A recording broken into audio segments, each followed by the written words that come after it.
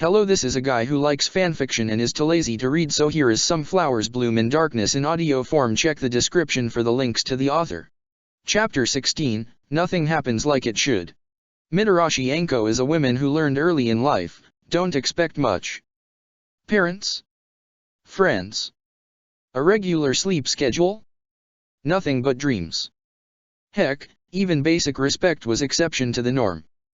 It had been years since Anko had left Orochimaru's side. A decade even. Still, the people of Konoha regarded her with suspicion. Mistrust barely concealed in furtive glances. Whispers leaking from covered mouths to trail through the air.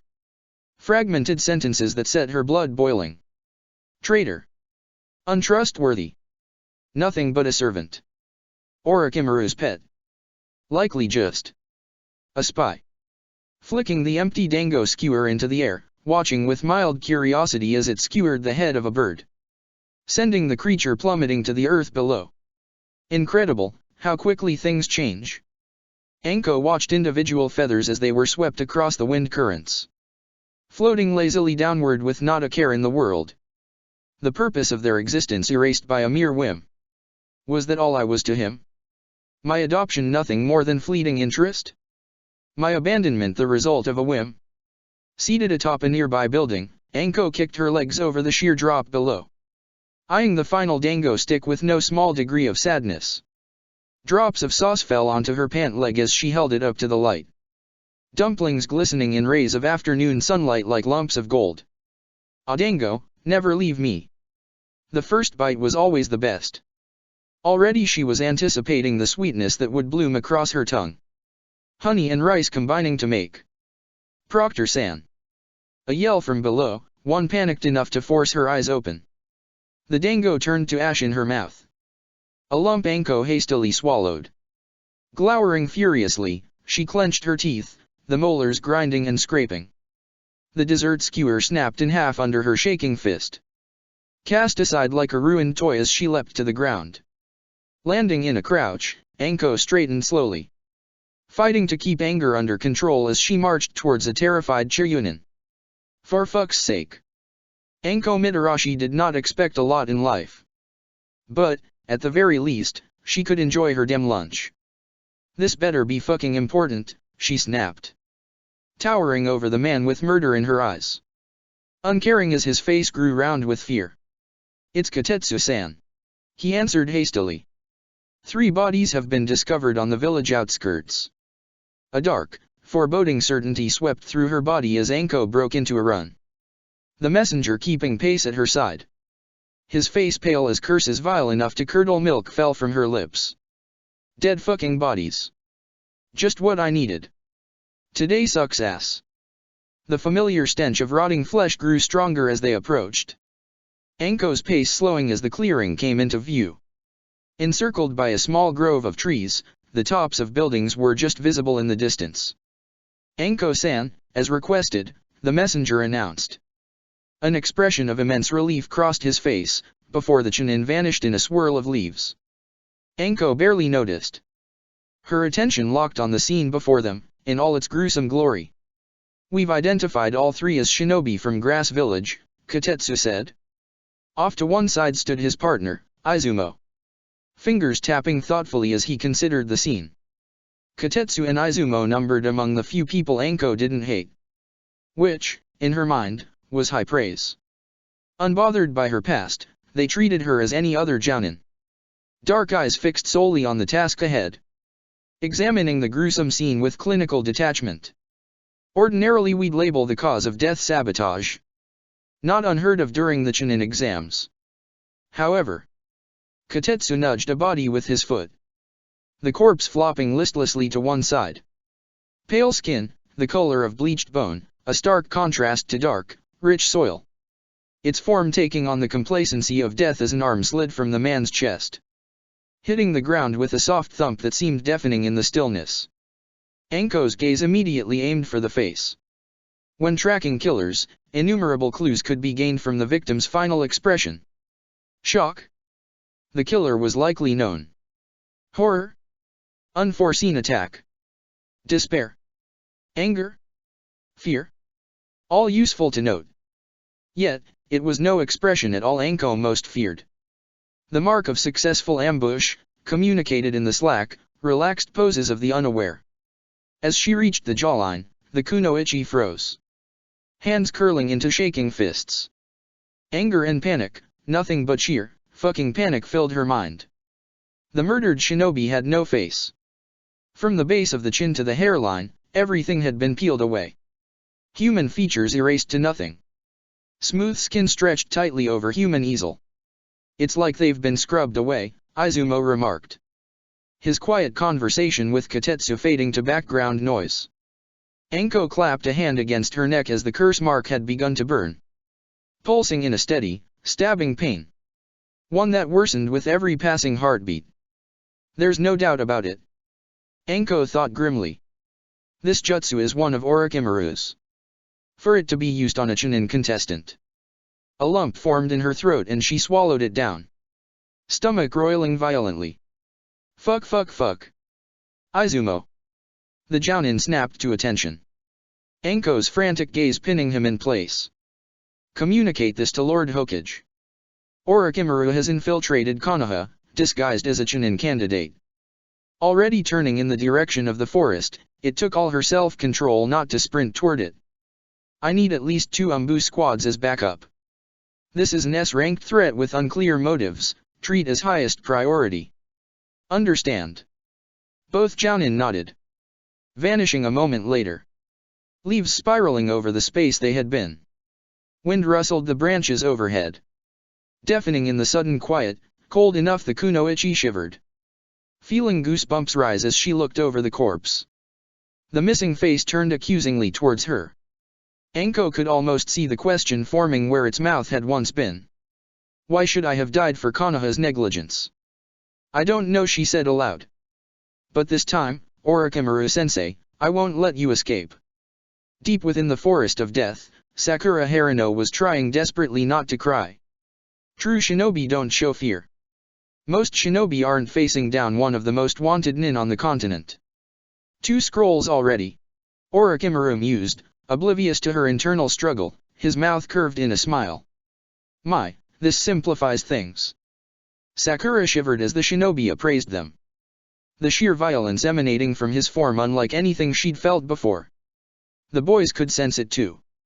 All 3 of them crushed under the weight of it. Killing intent, so potent it was almost visible. Who are you? Naruto demanded. His voice lacked its usual strength, and Sakura could tell each word took effort. Sweat slid down Naruto's brow as he tried to move.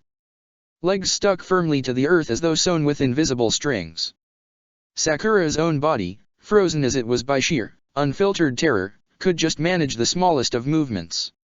The enemy watched her with unblinking eyes, seemingly content for her to answer. The girl swallowed nervously. Heart beating so rapidly she feared it would burst. Orochimaru, she said.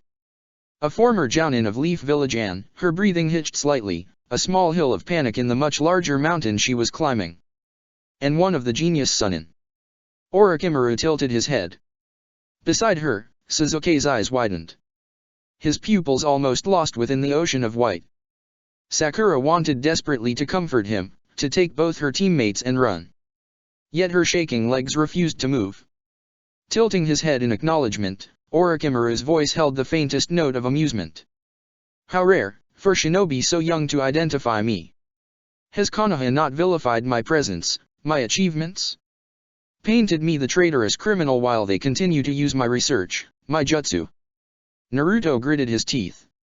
The village would never do that. Oh yes. Sakura thought grimly. They would. Orochimaru laughed. Tones ringing like metal against stone. Languidly, the Sunin raised an arm, kunao flashing in his grasp. Collectively, Team 7 flinched. Instincts screaming at them to run as Orochimaru's power held them in place. I can't move, Sasuke hissed, sounding panicked. The Sunin's arm paused in midair, regarding the Uchiha thoughtfully. It's a pity, he said at last. I wanted you to entertain me more. A flick of his wrist sent the weapons hurtling towards them. Sakura watching the deadly glint of steel as though in slow motion. Move. She commanded herself. As though trapped knee-deep in mud, her legs refused to cooperate. The kunoichi thrashed, fighting against her own overwhelming terror. You have to move.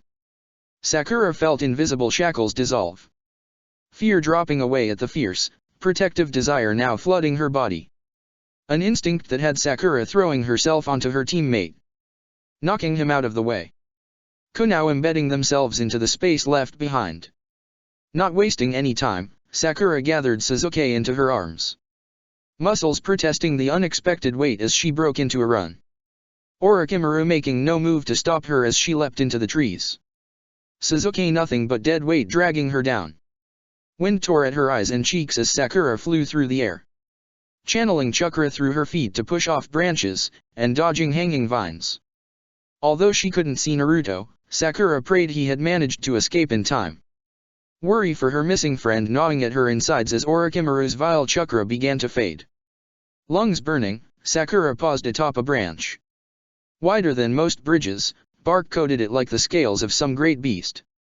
Ancient armor protecting it from harm. The kunoichi and her teammate little more than insects along its vast length.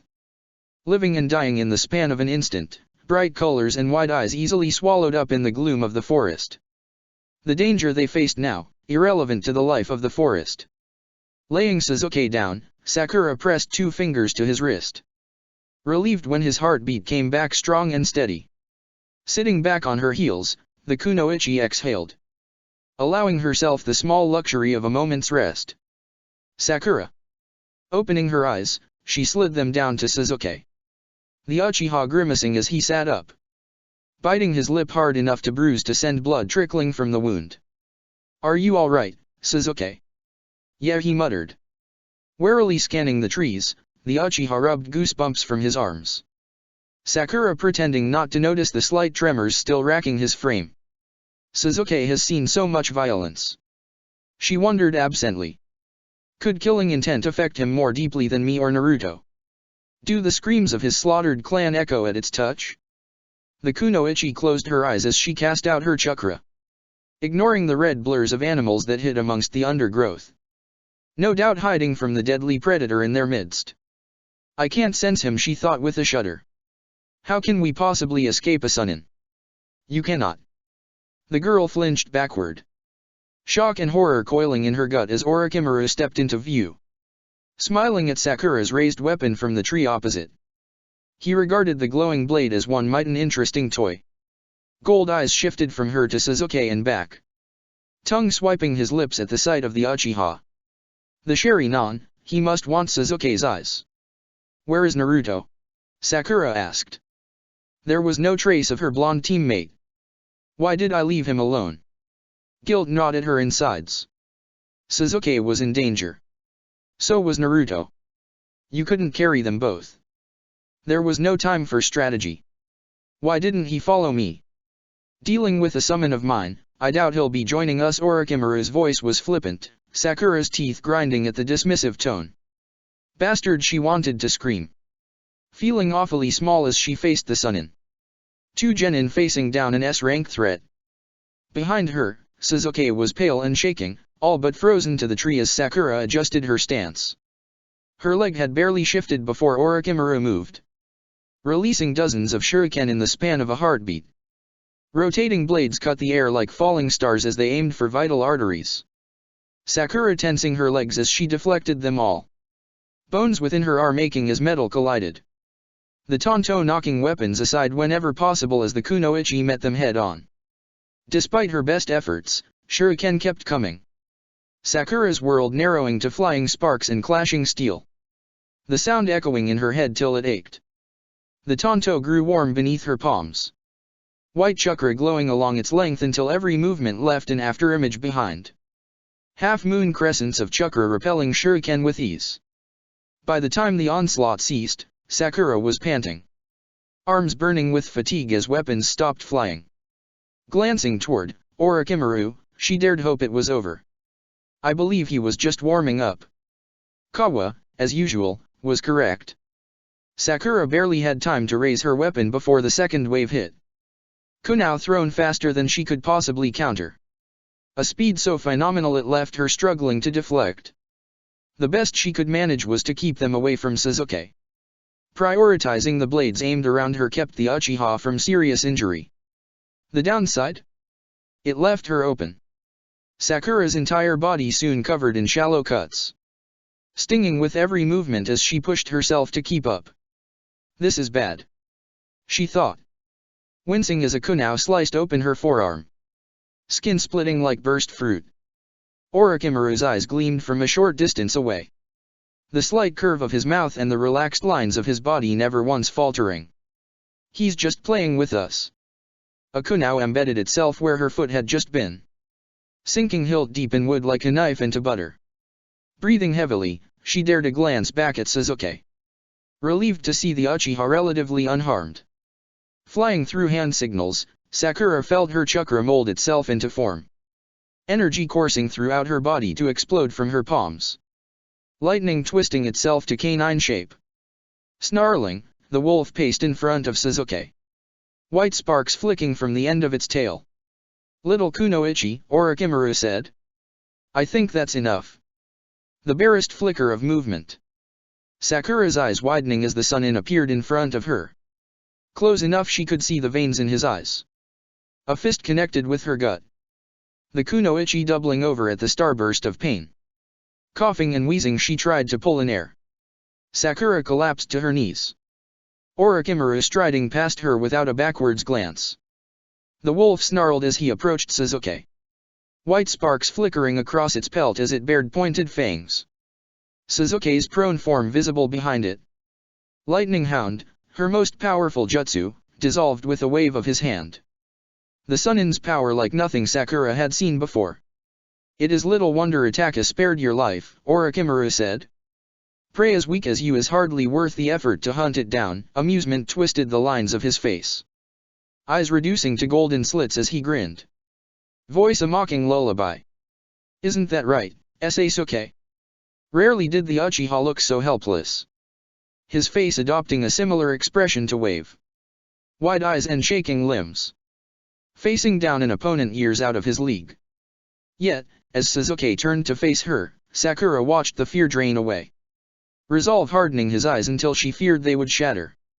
As she watched, the shivers abated, Sasuke's spine straightening as he walked a short distance away, not even flinching as he brushed past Orochimaru. The Sunin let him pass without a word. A smile pasted creepily onto his face. It was evident he was playing with them, allowing the genin moments to recover before beginning the next attack, holding back enough to ensure he did not kill them, yet causing just enough harm for Sakura to be made well aware this was life or death. Blood wept from her arm, the dark liquid a stark contrast to lily-white skin. After all, what good are toys that break too soon? Sasuke's arms hung at his sides as he sprinted toward the trees. Leaping onto the trunk of one, he pushed off from the wood, chakra-enhanced limbs propelling him forward. Orochimaru's numerous weapons narrowly missed the Uchiha as he traveled from one tree to another, springing back and forth like a ping-pong ball.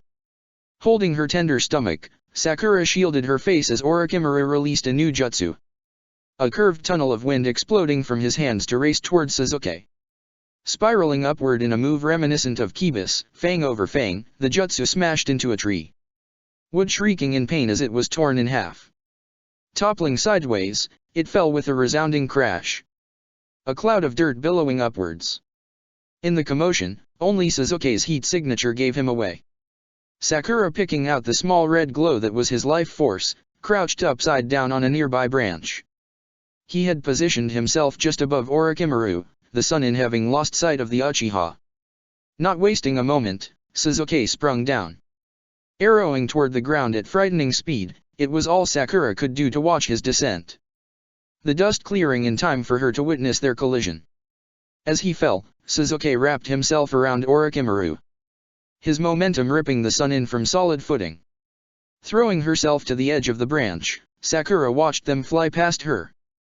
Sasuke's teeth gritted in absolute determination, Orochimaru's eyes wide with shock. Sakura frowned. Something doesn't feel right. There's no way his speed could exceed Orochimaru's reflexes, which means... "Sasuke!" she screamed down. "It's a substitution." Staggering to her feet, Sakura shook her head free of the pain. Eyes narrowing as she sought her target. There. Above and to the left. She indicated the direction, Sasuke making impressive time and returning to her side. The discarded body exploding into mud as it landed on the branch below. Together, they watched Orochimaru appear above them. Lips curving upward as he raised a hand. A ring glinting on his finger as he pointed. A barrage of kunai released.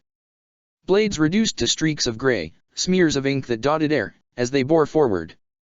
The two genin ducked and flipped between them, staggering only slightly at the ones that hit. Forced backward, Sakura gritted her teeth as the speed of the assault increased. The kunai never ending as they steadily lost ground, the end of the branch yawning into empty space. At this rate, we'll have nowhere left to run. Sakura made a single hand motion. Sasuke nodding in understanding before he backflipped over the edge. A weapon flying a hair's breadth above his skin. Raven black hair flying around his head before the Uchiha vanished from view. Sakura made to follow. Her footsteps scarcely touching the wood as she made to jump. Barely noticing the kunai that flew past. Crouching slightly, Sakura's muscles bunched, her chakra gathering to strengthen the takeoff. When something slammed into her side. The impact enough to knock the air from her body. Twisting her body, Sakura landed shakily on her feet. Ribs screaming as she threw up both arms. Forming a cross that just managed to block the oncoming punch. Orochimaru wasted no time in unleashing another. Sakura stumbling out of range, forming a clumsy counter he easily knocked aside. Although she had trained in taijutsu, the speed at which he moved was overwhelming. As though her practice sessions had run in slow motion and this was the real thing. No sooner had she detected the movement, than it was landing on her body. The kunoichi's body tossed around like a ship in an ocean storm.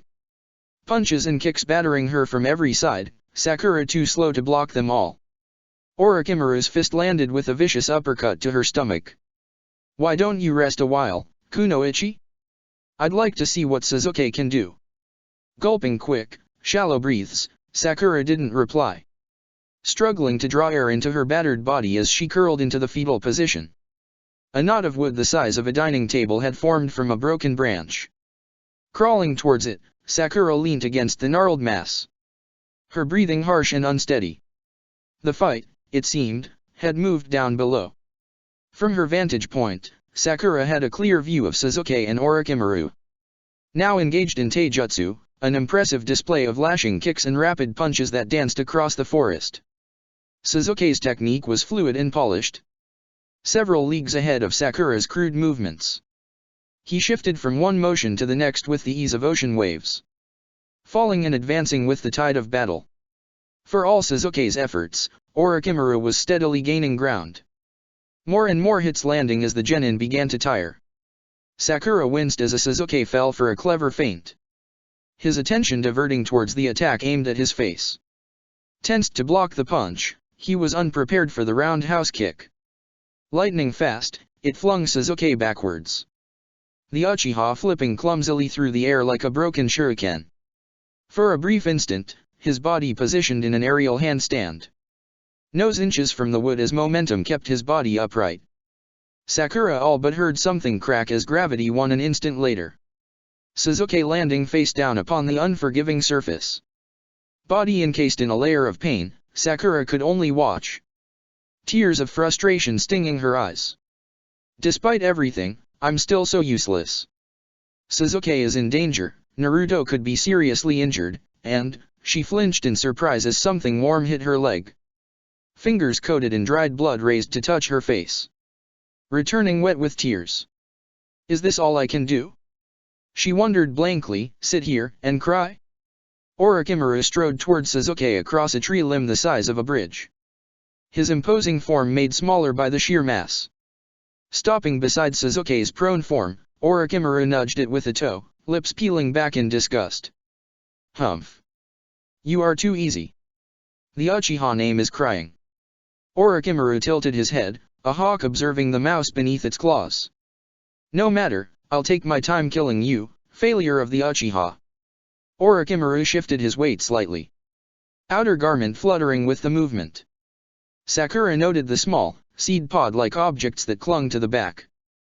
Comprehension clicking an instant before they ignited. A chakra-activated trap, clever. Explosive powder was readily accessible to the higher-ranked shinobi of Konoha. Many of the Jounin sensei, including Kakashi, deemed it vital for genin to practice employing it. Triggered by a release of the user's chakra, the powder would explode with devastating power. Within small scraps of cloth, Sasuke had poured minute amounts of it, tying each end with lightweight hook and wire. Homemade bombs that could attach effortlessly to fabric. Although small, the force of the explosion drove Orochimaru forward. The Sannin stumbling as smoke rose from his back. Sasuke using the momentary distraction to spring away. One arm wrapped around his stomach as he leapt onto a nearby tree. Sakura almost lost him amongst the foliage. Craning her neck to catch a glimpse of raven hair. Sasuke's eyes gleamed cherry-non red as he threw the shuriken. Larger than average, they hurtled toward Orochimaru with deadly speed. The chakra wire, attached to the center of the rotating blades, drew taut as it flew past the Sannin, stretching to its fullest extent before a yank of Sasuke's arms had them curving back. Everything occurred within moments. Orochimaru barely had time to flinch. The wires arcing past a tree before circling back, looping around Orochimaru's body until he was all but bound to the trunk. Eyes wide with surprise, Sakura followed the trajectory of a single wire back to Sasuke, noting he held it securely in his mouth as several hand signs flashed. Of course, she thought with a grin. It's chakra conductive for a reason. A stream of fire burst from Sasuke's mouth. Racing toward the captured Sannin, the blistering heat could be felt across the area. Orochimaru's mouth opened in a silent scream as it reached him. Flames rising to lick hungrily at the wood.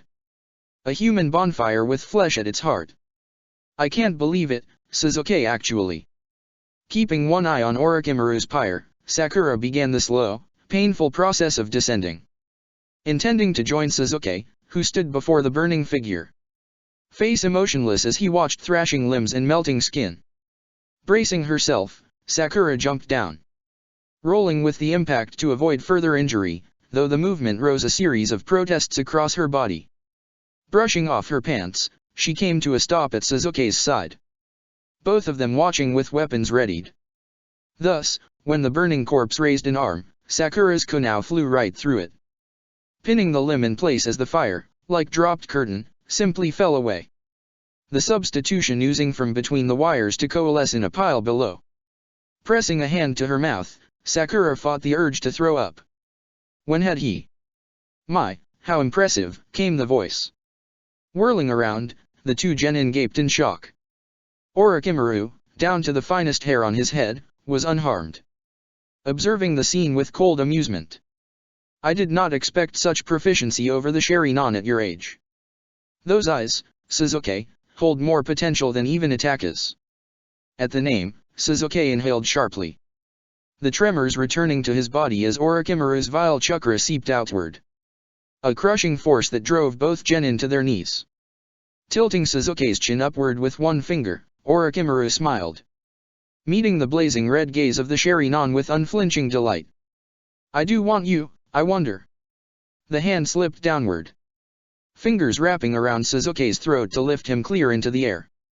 Orochimaru's tongue flicking the edge of his mouth. Eyes bright with some frenzied emotion Sakura could not place as he looked into the shuriken. His grip tightened slightly. Sasuke's choked protests sputtering to silence. What else can you do? Powerless against the compulsion, Sakura struggled to break it as she watched the exchange. Orochimaru's earlier power felt light in comparison. A pebble compared to the avalanche that now bore down upon her. Is Sasuke going to die? Sakura thought, watching his feet as they kicked uselessly at the air. His life force vanishing before her eyes. Would it be gone? Disappear as she sat there and watched? Doing nothing to help her teammate as he was dragged away by the enemy. Rika's screams rang in her ears. Memories of bloodied hands and mud-streaked faces. Forest shadows and fresh earth, nails gauging tracks into soft soil. Sakura shook her head, biting her lip hard enough to break skin as she strained against the foreign chakra.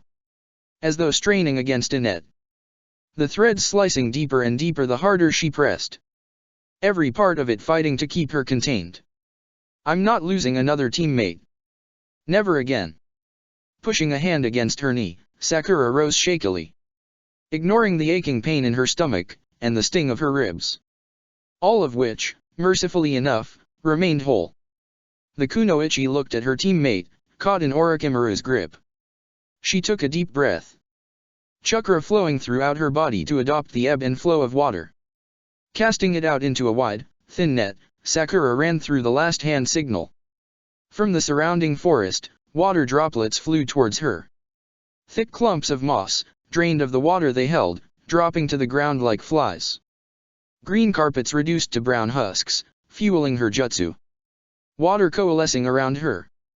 Separating into spheres, water produced by Sakura's own chakra allowing it to grow steadily.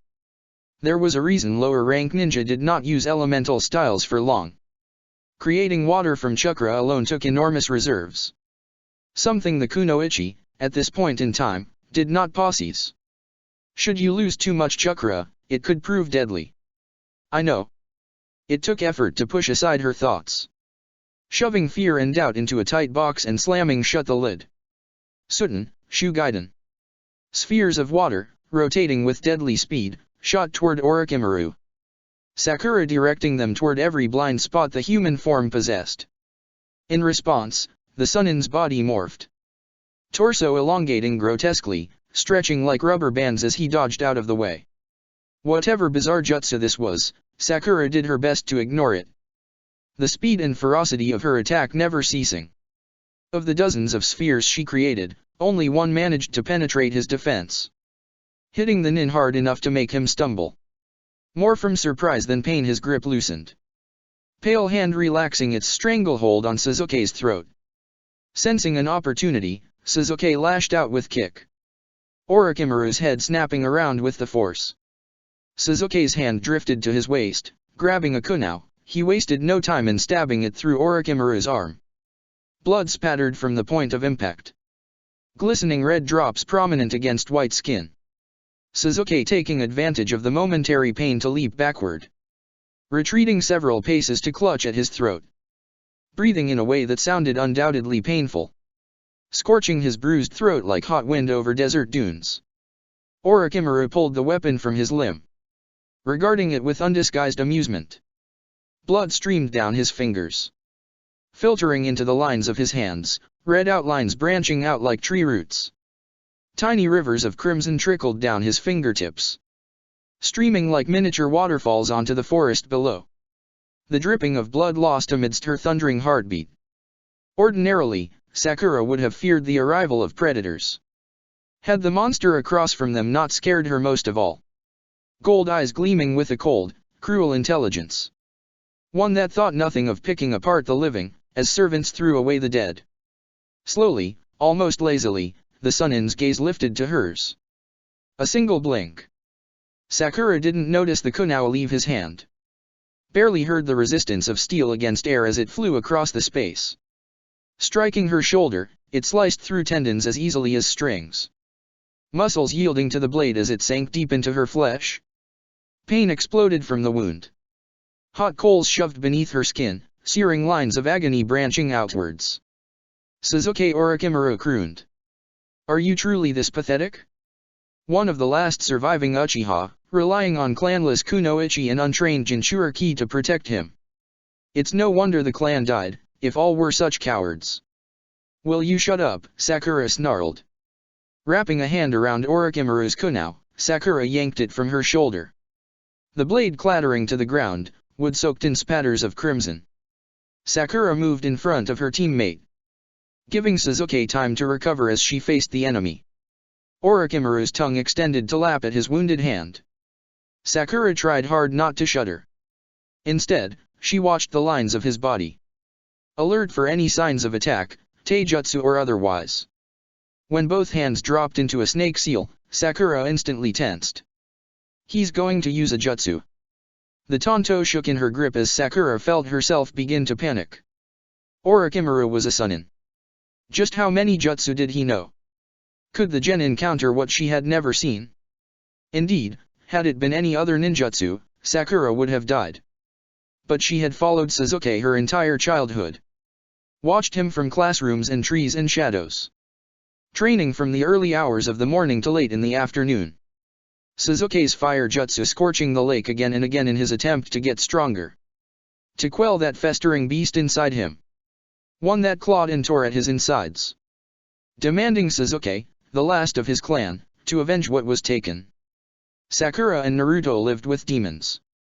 And so too, it seemed, did Sasuke. Taking several steps back until her leg collided with her teammates, Sakura reached for her chakra. Forcing the water of the forest in her own energy to comply as she drew them hungrily towards her. Envisioning a prison, a dome, a shield in the space of an instant. Fireball jutsu! Sasuke yelled out. His voice held an edge of warning that had Sakura ducking to one side. A torrent of fire exploded from Orochimaru's mouth to collide with Sasuke's. The Uchiha's hands braced in concentration as the two jutsu met. Flames snarling and snapping as they clashed with orange talons and crimson fangs. Sasuke spared a glance to Sakura, a question in his eyes. The kunoichi nodded. Fingers flexed over the last sign, her chakra shifting. Sakura took a breath. Water prison jutsu. She yelled the words as Orochimaru's fire overwhelmed Sasuke's. Instant death heading straight for them. The dome of water her chakra created surrounded them just in time. Sakura's energy feeding it till the moment of impact. Barreling towards them, the fireball grew in size. Seen through the distorted surface of the water. Orange flames broken into fragments of light, scattering like flower petals. Sakura kept one hand firmly against the curved wall of water. She closed her eyes tight. Praying this jutsu was enough to protect them. Orochimaru's fire collided with roaring intensity. Even through the barrier Sakura could feel the heat. A scorching inferno meeting cold resistance. Both jutsu hissing furiously as they bled into smoke. Sakura felt boiled alive when it finally stopped. Opening her eyes, she winced at the sight of raw, red skin. The jutsu dissolved a moment later. Collapsing like fallen rain to shower the earth below. Sakura's breath came in frantic gulps as she fought to steady herself. Shinobi don't care about your recovery time. Kawa warned. If this Sunin wants Sasuke's eyes so badly, do you truly think Genin can stop him? Sasuke coughed behind her. Wounded throat aggravated by the fireball jutsu from earlier. Orochimaru wasted no time in attacking again. Hand signs identical to the ones before. Moving faster than Sakura could hope to counter. The second fireball exploded an instant later. Eating up the distance between them, a blazing tornado of scorching heat and billowing smoke. I can't avoid this. Sakura realized in horror. Head on, the pink-haired girl faced encroaching death. Her only reassurance being Sasuke was far enough away to avoid it. None of my jutsu can block this. I need time. Time I simply don't have. What the fuck am I supposed to do? Futon, gale palm. A veritable tempest battered the branch. Almost strong enough to sweep them away as it caught the jutsu. Fire caged in a prison of air. A swirling vortex that tore into the flames like some ravenous beast. Ripping and shredding until the jutsu dispersed. The momentary boost Orochimaru's fire jutsu gained from the wind chakra, quickly overwhelmed by it. Blown into non-existence by the force of the air currents. Sakura could have fainted with relief as Naruto appeared on a neighboring tree. Alive and, miraculously, unharmed. Coated in a thick layer of slime and gore, only his signature foxy grin showed white through the filth. Blonde hair plastered to his scalp, dyed brown with old blood. Are you okay, Sakura-chan? I should be asking you the same question. Sakura thought. Nonetheless, she gave a nod of assent. Her teammate frowned as he noted the burns across their bodies. Patches of shiny skin already beginning to blister. Behind Sakura and Sasuke, Naruto crouched defensively. His wind jutsu serving as long-range defense for both teammates.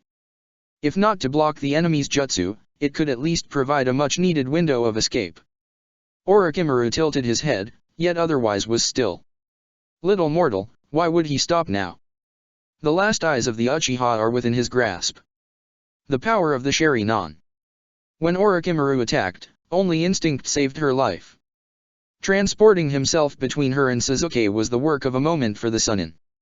His movement so fast she could not trace it. Find no time to defend against it as he pivoted on one heel. A roundhouse kick aimed with deadly efficiency towards her head. Sakura recognized the slight tilt to his shoulders.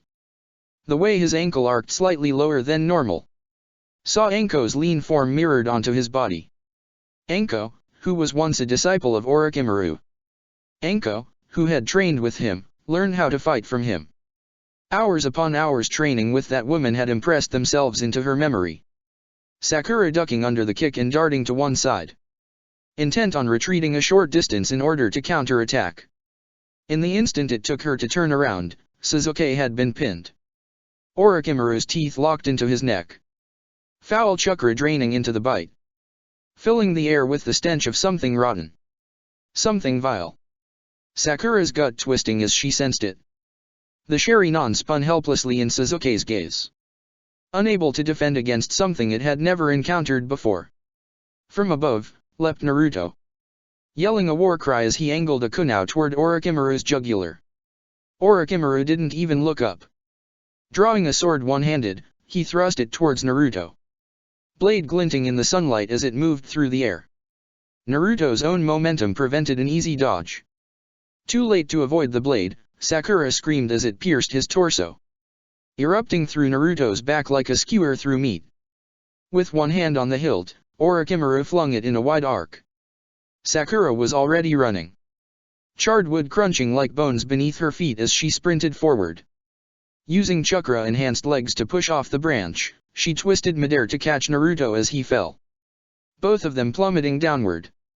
Wind roared in her ears as Sakura maneuvered them toward a branch several meters down. Clutching Naruto's limp body tightly to her chest, she rolled with the impact. Shielding him as they collided with the wood. Rolling over and over, Sakura tried not to wince as they skidded to a stop. Every part of her aching with a slow, deliberate pain that would definitely leave bruises. Laying Naruto out on the ground, she withdrew a medkit with trembling hands. Pushing back his shirt, fingers leaving bloodied marks across his skin as she worked to tie the bandage. Sakuragawa warned as she worked. Sasuke is alone with Orochimaru, you do not have time to spare down here. Tying the final knot, Sakura exhaled. Sitting back on her heels to examine her work. Although badly fastened, the bandage at least kept the wound from bleeding out. Sakura placed 2 fingers against Naruto's wrist, relieved when the pulse returned steady. Wrenching her gaze away felt inexplicably painful. Sakura's feet scattering bark chips onto the earth below as she sprinted up a tree. Emerald gazed hard as she wove around vines and leapt over branches. She had no time to care for Naruto when Sasuke was in even more danger. How could she save one but not the other? How could she leave one, but not the other? Sakura was being torn in two. Lives held in the palm of her hand like glass ornaments. One wrong move. Just one, and both would shatter. Sasuke's prone form came into view as Sakura leapt onto the branch. Her teammate's body just a short distance away, she wasted no time in rushing over. Rolling him over, Sakura found his pulse shallow. Skin cold and clammy beneath her touch. Soaked in a feverish sweat that worsened by the second. Sakura searched for Orochimaru, eyes narrowing as she spotted the Sannin just meters ahead. Holding a glass cylinder up to the light, he took no notice of her rage. The young Kunoichi had been terrified of the man. Of what he could do and the power he held. Decades of training to her weeks of hard work.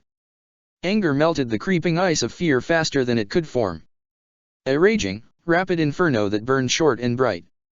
Leaving nothing but a dark absence in its wake. The emotion as dangerous as the actions it encouraged. Deep down, Sakura knew it was stupid to act from rage. But right now? I don't give a fuck. Killing intent rolled off her in waves. Sakura's chest heaving as she recalled Naruto's bloodied form, Sasuke's shallow breathing. Little Kunoichi, I'm not going to kill him, Orochimaru said before she could move. Holding the container out to her, Sakura noted the clear liquid bubbling within. A preservation solution. Perfect for transporting organs. Uchiha Sasuke proved a poor substitute for his brother. Until I find him worthy, a cold smile one cherry non will have to do. He can't be serious. What use is a lie? You sick bastard, Sakura spat. Sasuke's not some animal for you to dissect. Try it, and I'll kill you. Orochimaru tilted his head.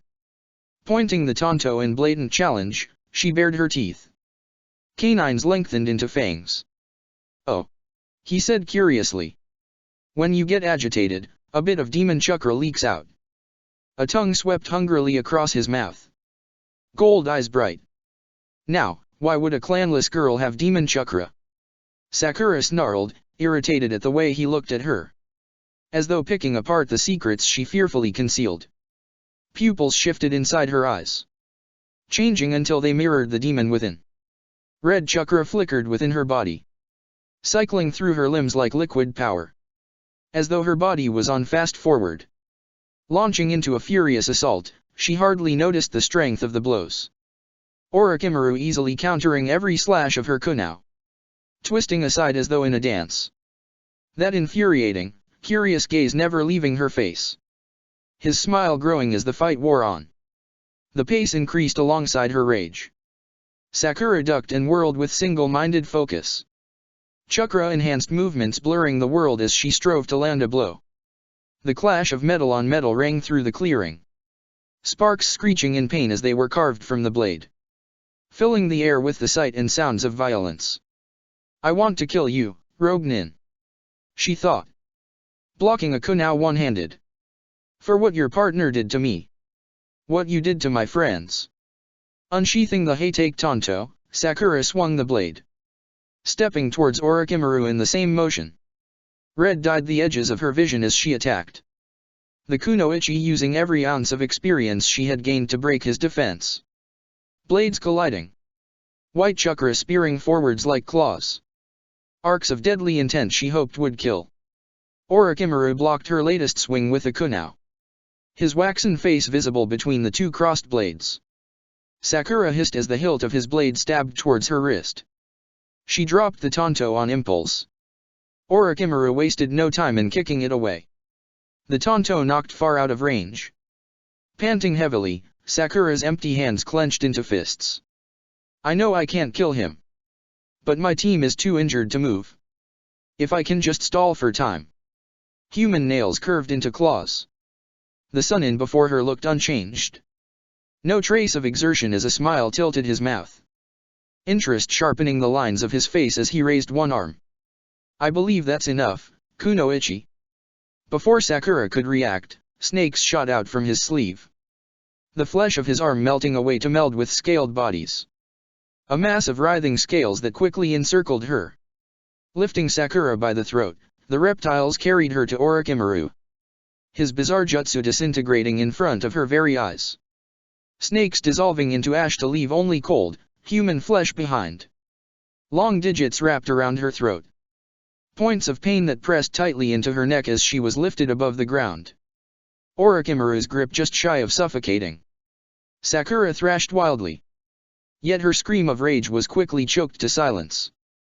The kunoichi scrabbling weakly at her captor. Emerald eyes, demon eyes, filling with hatred. Your chakra is different to any I have sensed before. Orochimaru raised his free hand, a kunai flashing in its grip. Sakura could only watch helplessly. The blade lifted to her cheek with deliberation. Cool metal pressed against flesh until it split. The wound crying small tears of blood. Crimson splashing the surface of the blade like raindrops on forest leaves. Drawing back the kunai, Orochimaru passed his tongue across it. The kunoichi shuddered as a small amount of her blood flicked onto his face. Staining the white skin in a spatter of red. A deep exhale as his eyes drifted shut. As though savoring the taste. Sakura flinched when he next spoke. Monstrous eyes snapping open to bore into hers. Tell me. Ebony hair the color of a starless sky fell around the Sunin's face. Bones sharp and angular beneath flawless skin. Orochimaru was unchanged from the day he left Konoha, 30 years ago. What are you, little kunoichi? Your very blood tastes of a power you should not have. Sakura hated the way her looked at her. That same, insatiable curiosity had burned in Amaka's eyes. That same hunger had distorted her captor's face. Unflinching as his hand, wreathed in medical jutsu, steadily tore her apart. Sakura had screamed. Broken and healed over and over until the difference ceased to matter. Amaka's gaze filled with calculation. Noting down his observations' cold efficiency. The results far outweighed the means. Lives simply stepping stones on the ascent to power. Orochimaru would raise villages for a single jutsu. If he should obtain the Sharingan. No. That can never happen. I won't allow it. Even if I have to become a monster, Sakura snarled. Emerald eyes lit with fury, serpentine pupils constricting as she thrashed. Human nails lengthened to claws, hanging uselessly by her sides even as she fought to raise them. Black dots dancing across her vision as Orochimaru's grip turned crushing. The Sunin grinned. Tracing his nail along the side of Sakura's face, she shuddered at the trail of cold it left behind. Goosebumps rising to prickle at her skin. A pseudo-Jinchuriki, Orochimaru crooned. Sakura's gut clenched at the words. How delightful. Jinchuriki are precious, coveted weapons. Often born, not made. To simply create one from the chakra of a regular demon. Orochimaru licked his lips. Many desire such knowledge. The mark across her back had begun to burn. A searing, throbbing pain that loped alongside her heartbeat. A dark twin to feed her chakra. Red flames rising higher and higher with every word he spoke. Seeking to erupt from her skin and reduce them both to ash. Sakura's struggles had begun to weaken. Her kicks reduced to feeble twitches as her body slackened. Her mind hungrily consuming the last of the oxygen as her vision tunneled. Orochimaru's leering face fading to obscurity. Is this how I die? She thought numbly. Emotions muted beneath a veil of apathy. Her consciousness leaving as the world faded from. Thud. A kunai, thrown from nowhere, embedded itself behind Orochimaru. The Sunin tilting his head at the last second to avoid. The hilt shook with remnants of impact, all but buried in the wood, the force of it testament to the intent of the attacker. Eyes flicked away from Sakura's face, narrowing as they beheld whatever was behind her. The kunoichi gasped as she was dropped unceremoniously to the ground. Hardly after to register the pain of impact from the deep burn in her lungs. Oxygen flooding her throat like fresh rainwater as she gulped it down. Seal fading from thought as her body steadied itself. Sasuke, Orochimaru crooned. Turning her head, Sakura could have fainted with relief. Her teammate stood atop the branch. Blood-red eyes, Sharingan eyes, glaring a defiant challenge. Covered in sweat and panting heavily, he kept one hand pressed tight against the neck wound. Sakura was too far away to note the severity. Judging by Sasuke's reaction, it wasn't good. Pulling the blade from the trunk, Orochimaru inspected it for a moment. Noting the Uchiha emblem carved into the hilt. Holding it between two fingers, he snapped it in half. Letting the pieces tumble from his hand like broken bones. Sasuke's family crest flashing as it fell. You truly are a member of the Uchiha clan, he said. Orochimaru glanced down at Sakura and you, demon, are Amaka's greatest success. The final look he gave them filled with dark promise. When you no longer wish to just play at being ninja, come find me. The smirk never left his face as Orochimaru sank into the wood. Splintered surface parting like water as it absorbed his form. I look forward to seeing you both. His face, gold eyes never leaving Sakura's, vanished into the tree. Until next time. Neither genin spoke, attention fixed upon the place he had vanished. Searching for any hint of movement. Sakura didn't relax her guard until she was certain Orochimaru had gone. Well. She thought. Leaning over the branch to promptly throw up. At least nobody died. Chapter 17, No weapon quite like silence. Mitarashi Anko wanted to punch something. Hard. Shit. She thought, increasing her pace through the forest. It's going to be dark soon. From this point on, my odds will only get worse. Pausing atop a high, protruding branch, Anko found herself grateful for the lack of cover as her eyes swept the landscape. This part of the forest had undergone a fire some time ago. One fierce enough to raise the life from ancient oaks. Yet the blackened remains refused to bow, though their leaves had long since become ash on the wind. Even now, decades later, greenery refused to return. Life avoided the area through unspoken acquiescence, leaving it to shrivel and die, despite the danger having long since passed. Just like Konoha. Unspoken dislike wherever I turn.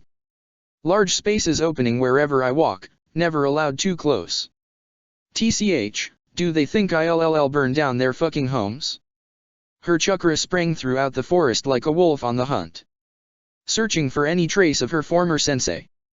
Why now? Anko thought, why in the world would he come back now? What's his goal? Worrying her bottom lip, Anko stiffened as her chakra reacted. One hand tracing her collarbone. The mark, hidden beneath the fabric of her trench coat, starting to itch. Whatever. Anko sprang forwards. Deadened branches creaking beneath her weight as she leapt from one to the other. Naked trunks stark against a darkening sky. Orochimaru made the mistake of coming here. I'll settle this here and now. Calm certainty settled like a cloak over her frame. A feeling she recognized from countless high-stakes missions. Conscious thought fading to the back of her mind as her body took over. The shadows across the forest lengthening as she ran. He's close by. As expected of the forest of death, the landscape changed rapidly. Thick vines and greenery replacing the wooden cemetery of earlier. Anko dropped onto a lower branch. Her landing muffled by a thick bed of lichen. This deep in the forest, the gloom was stifling. An eternal twilight unbroken by the smallest rustle. Thick clusters of leaves formed a makeshift dome overhead. Woven so tightly she caught not a glimpse of the sky. Even the temperature was different. A thick, cloying heat that had her clothes sticking tightly to her skin. Heat rising from composting forest matter was trapped by the canopy above. Unable to escape, it circulated. The makeshift furnace, seemingly, grew warmer with each passing second. Grimacing, Anko wiped the sweat from her brow.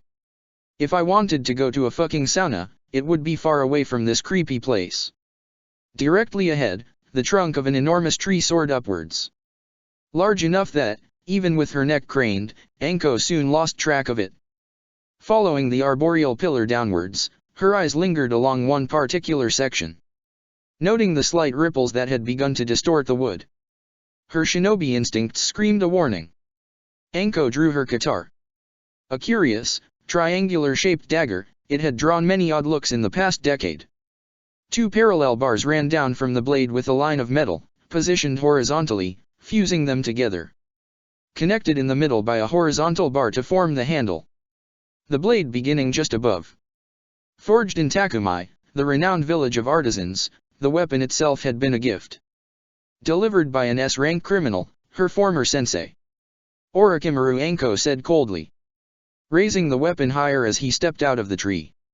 Her sensei looked unchanged. The same long, ebony hair fell past his shoulders. Pale skin unmarked by the passing of time. Strong, lean body the picture of youth, though the man was well into his 50s. Gold eyes cold as ever. Serpentine pupils assessing her with ruthless intelligence. For the first time in years, her curse mark began to ache. Anko. Her name, spoken so intimately. As though she were still his loyal student. Clinging to every word with bright-eyed adoration. Oblivious to the monster she tried so hard to imitate. You're listed as one of the most dangerous rogue shinobi in the world. On the wanted list of every village across the continent. Tell me, criminal, do you intend to kill the Hokage? Her hand clenched around the katana, the weapon practically vibrating in her grasp. Screaming for blood. As your former subordinate, Anko continued. It's my duty to kill you. A grin. Our first reunion in a decade, and you greet me so bluntly? My dear Anko, I taught you better than that. Creepy, snake-tongued bastard. Screaming her rage, Anko threw a barrage of senbon, using the momentary distraction to focus her chakra as Orochimaru leapt out of range. Striking Shadow Snake. Snake summons, fed by her chakra, emerged from Anko's sleeves. Closing the distance between her teacher in the space of seconds. Jaws unhinging as they aimed to strike. Scaled bodies darting in countless directions. he should be less mobile in the air. Anko thought, willing the summons to move with Chakra alone. Each snake missing him by mere inches, Orochimaru, hands wreathed in green Chakra scalpels, slicing their heads an instant later. The jutsu dissolving in a puff of smoke with each beast felled. Tch Anko ducked to one side as the last of her summons fell, narrowly avoiding the kunao. The explosion tag tied to his hilt detonating in the place she had once stood. Wooden splinters driving deep into her skin. Hard enough she knew those would be a bitch to get out later. If I survive this, I'll finally agree to go for that drink with Genma, fuck. The curse mark across her neck abruptly flared to life. A searing agony that had her knees almost buckling. Lines of fire spreading outwards from her neck as Anko fought to remain present. Hands curled into fists at her side. Tendons straining against skin. Stopping a few feet away, Orochimaru looked down at her. Anko's shame at being helpless before him secondary to the pain. You cannot kill me, Anko, he said bluntly. But do not fear. I'm not going to kill you. As though turning a dial, Orochimaru's mouth quirked up, the agony throughout her limbs all but doubling. Swallowing curses, Anko felt her legs give way. Sinking to the ground as though an invisible hand were pushing her downward. Orochimaru waited until her knees had folded neatly atop the wood before crouching down beside her. This batch of genin is rumored to be quite exceptional. His tone was conversational. As though reuniting with an old friend, rather than abandoned apprentice. Naturally, I had to see for myself. Assess their worth, if you like. He fell silent a moment. Listening to her quiet gasps of pain. Fingers clawing at the curse mark as though trying to gouge it from her skin. A short while ago, I gifted this mark to a promising young genin. Selfish as always, Anko grunted. That kid will die. Orochimaru shrugged, nonplussed. Certainly, the odds are 9 in 10 he will die. A golden eye slid back to her. Glowing as bright as she imagined the moon to be, invisible as it was from her current position. Yet he may well survive, just as you did. Anko flinched as his hand cupped her cheek. The touch disgustingly gentle. Unlike you, Orochimaru said, this kid, the heir to the Uchiha power, will excel. Tugging a strand of hair behind her ear, Orochimaru's hand withdrew. My intent is not to kill the Hokage. Currently, I lack the resources to do so. Besides, I'm far more interested in seeing what they can do. They? Harano Sakura. Anko's heart stopped. Watching his gaze turn sharp and curious. An expression she had seen time and time again. Surprisingly admirable of the leaf, to house a pseudo-Jinchuriki. I liked that look in her eyes. Why Yuri lying? Anko croaked. Shock numbing her senses as she struggled to understand. Sakura, a Jinchuriki? How is that possible? Uncaring of her momentary speechlessness, Orochimaru traced the shallow cut across his cheek. A pity I could not gift her the mark. Unsure how it would respond to Baijuyo Chakra, it offered unnecessary risk. As Orochimaru straightened, Anko remained pinned by his jutsu. The smiling face of her former teacher raised in rapture. In the conflicts to come, those kids will prove invaluable. The ideal vessel, and a promising weapon. How can you be sure they'll come to you? Anko spat. A chuckle, the sound scraping like stone on leather. Sasuke will seek me out, of that I am certain. And Sakura, the Sunin grinned, sharp teeth flashing in the night. Bones of an upturned grave spilling into the darkness. That girl is an unexpected gem. For one thing, the chakra she controls is unlike any I have seen before. Human and Baijuyo blended together, a demented smile crossed his face. Konoha will cast her aside just as they have Naruto. A clanless Jinchuriki with no safety net? Where else can she go, but to me?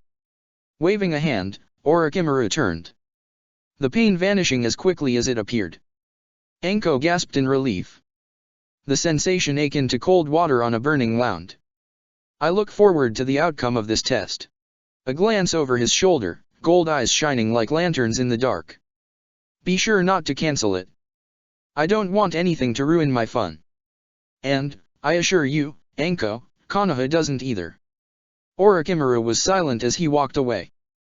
Turning away from her just like all those years ago.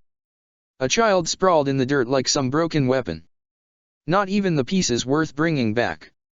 Make me enjoy it, Anko, and perhaps, this time, I'll take you with me.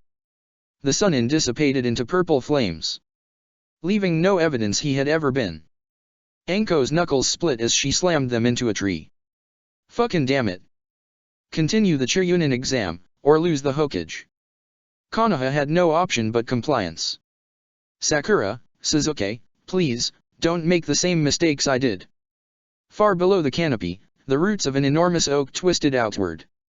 Easily the size of most trees, they snaked across the ground before looping back, tangling together like string as they continued to grow.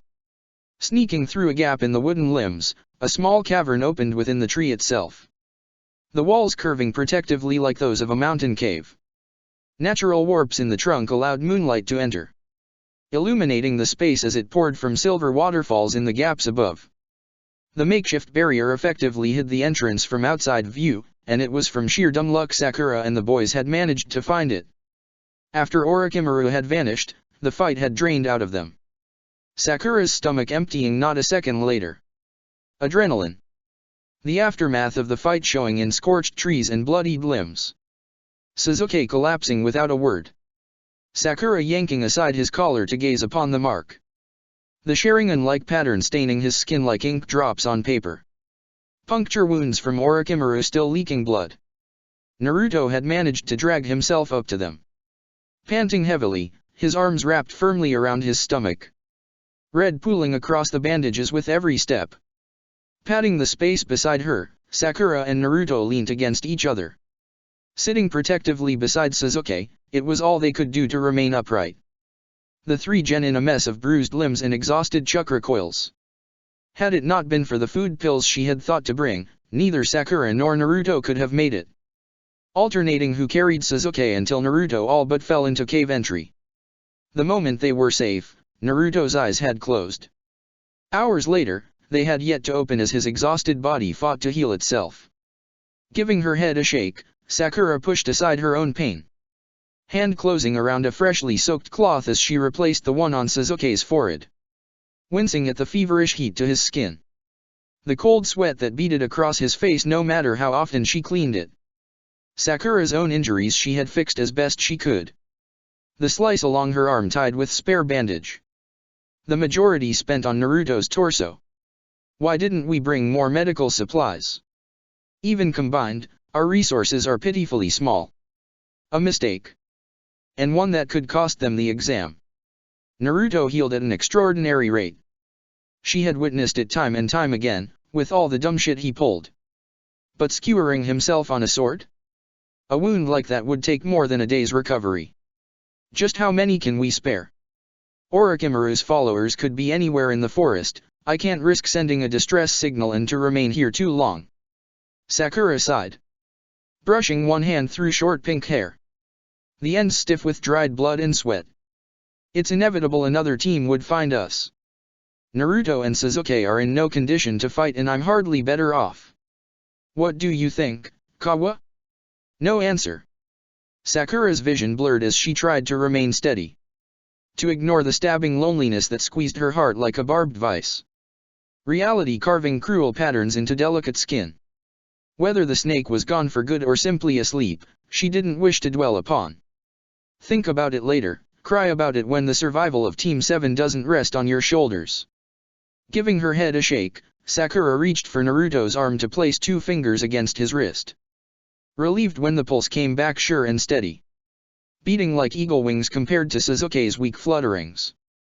Aside from the dark bruises encircling his neck, Sasuke was relatively unharmed.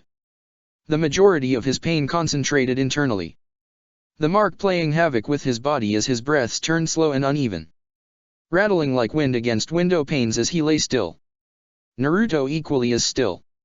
The best Sakura could do was to keep them warm and hydrated, pressing water to reluctant lips and trading out old cloths for fresh ones. Checking Naruto's bandages every hour from where he lay, asleep, beside Sasuke. Keeping watch for fresh blood, or the telltale scent of infection. Dividing her time between the two, Sakura barely noticed as night descended, the moonlight painting their hiding place in a silver rendition of day. as though someone had taken a monochrome brush to a landscape of color. Tones shifting and changing to reflect the death of sunlight. Though the moon remained well out of sight, Sakura imagined it was full, rising above the treetops like some giant, all-seeing eye, making her current task all the more intimidating. Sakura leaned back on her heels, having done all she could for the boys. The two of them sleeping, more or less soundly, on the earthen floor. Listening to the quiet rhythms of breathing, she watched shadows lengthen, creeping forward like monstrous claws as the night wore on.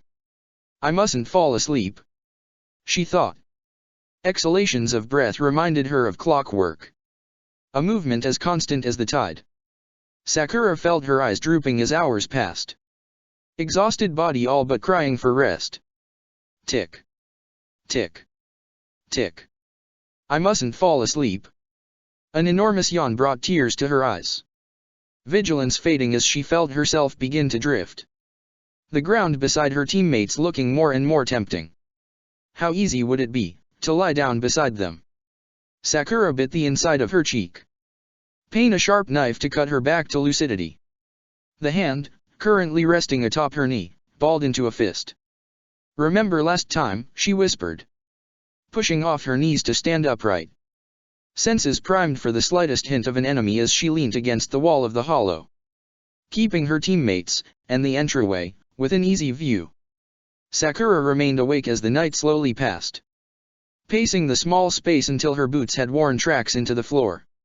Occasionally she would check on the boys, keeping a close eye on their respective wounds. Neither stirred, having fallen into a deep, healing sleep she desperately wished to join. But I can't. I need to protect these two. Someone has to stay alert.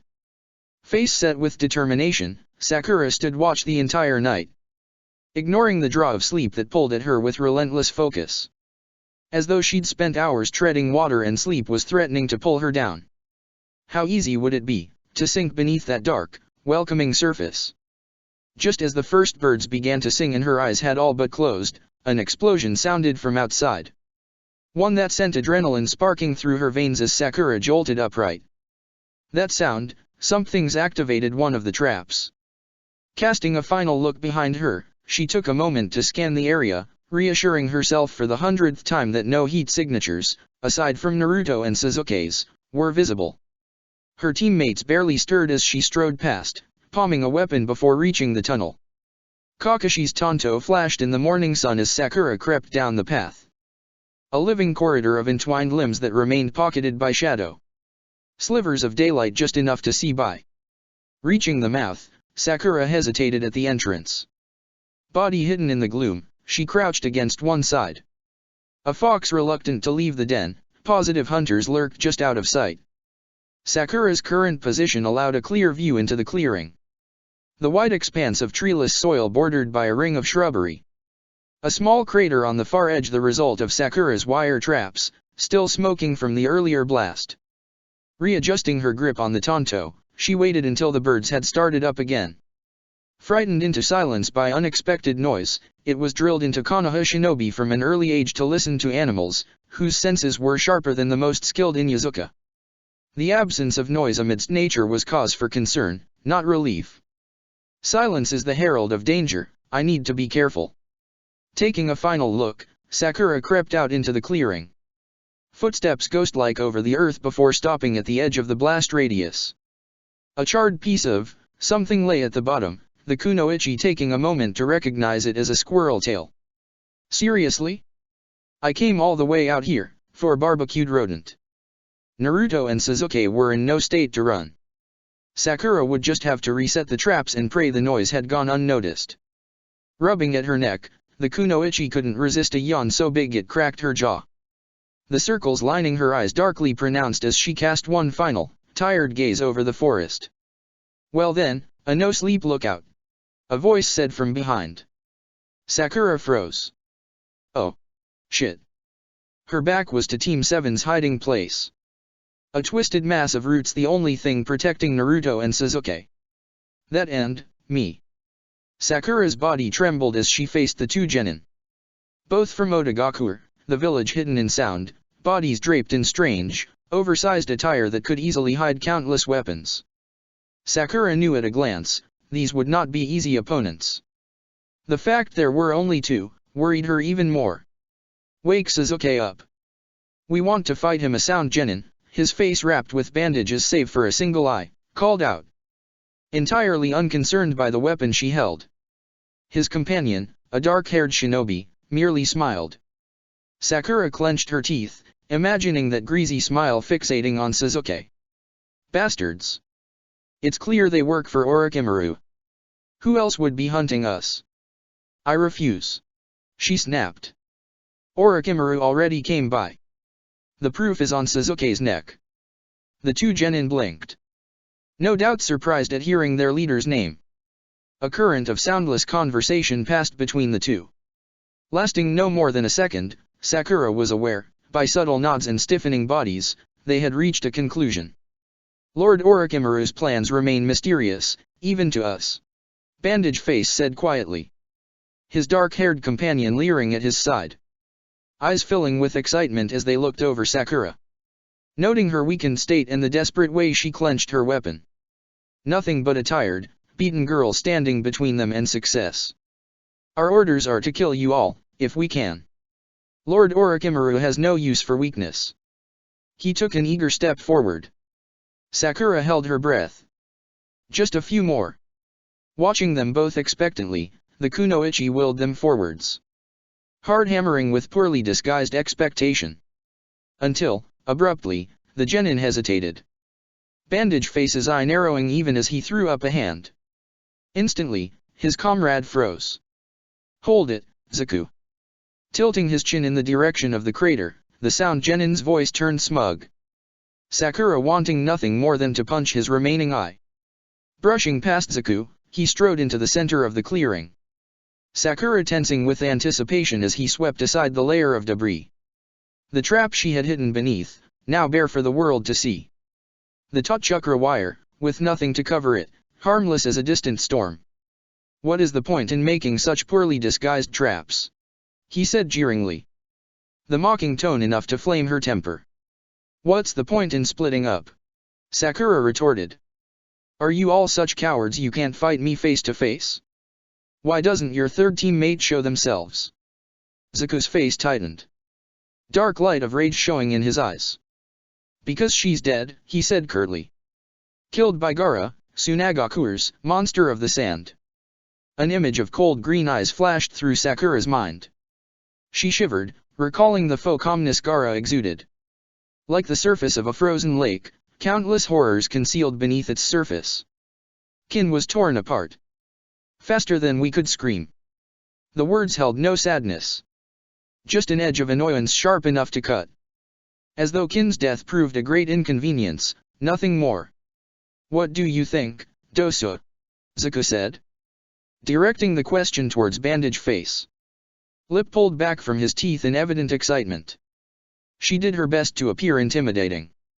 Emerald eyes gleamed determinedly, the only points of color on her otherwise filthy frame. The kunoichi's body shaking even as she shifted into a defensive stance. Dosu's head tilted sharply. Bandages around his face whiter than bone. We kill her now. Just as Sakura had hoped, both nin took a running jump. Wary of venturing too close to her uncovered trap, they chose to bypass the risk entirely. Leaping upward with impressive power to clear 10 meters high. The kunoichi craning her neck to keep them in view, muttering calculations under her breath as they drew closer. Now. Sakura grinned as she cut the line.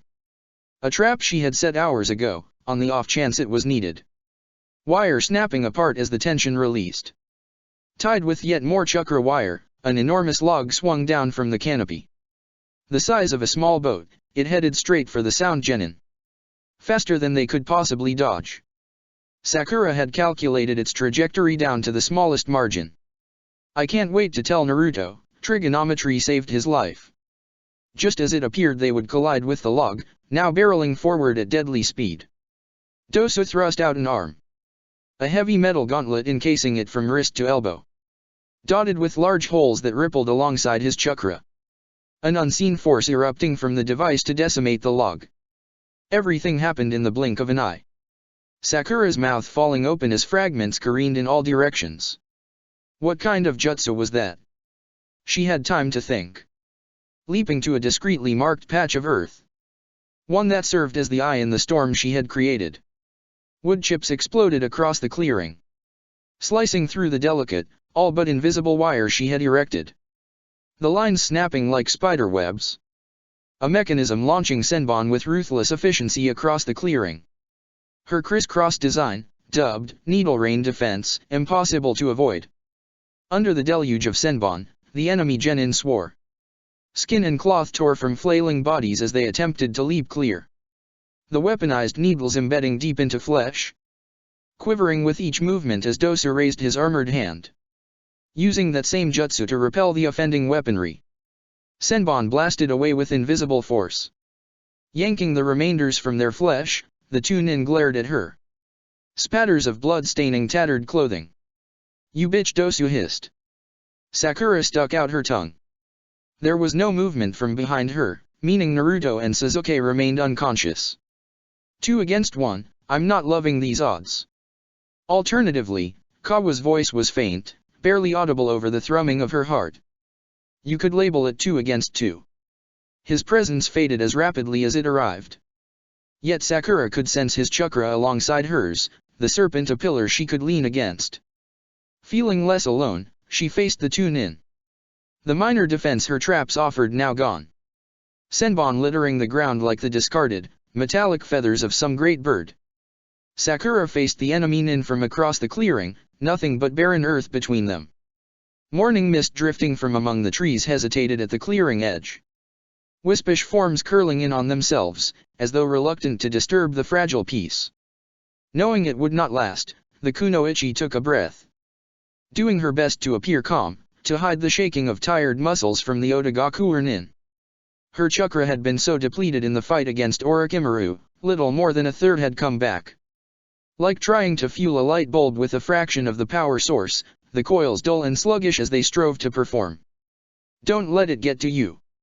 They haven't seen my jutsu yet. Probably the reason they are hanging back.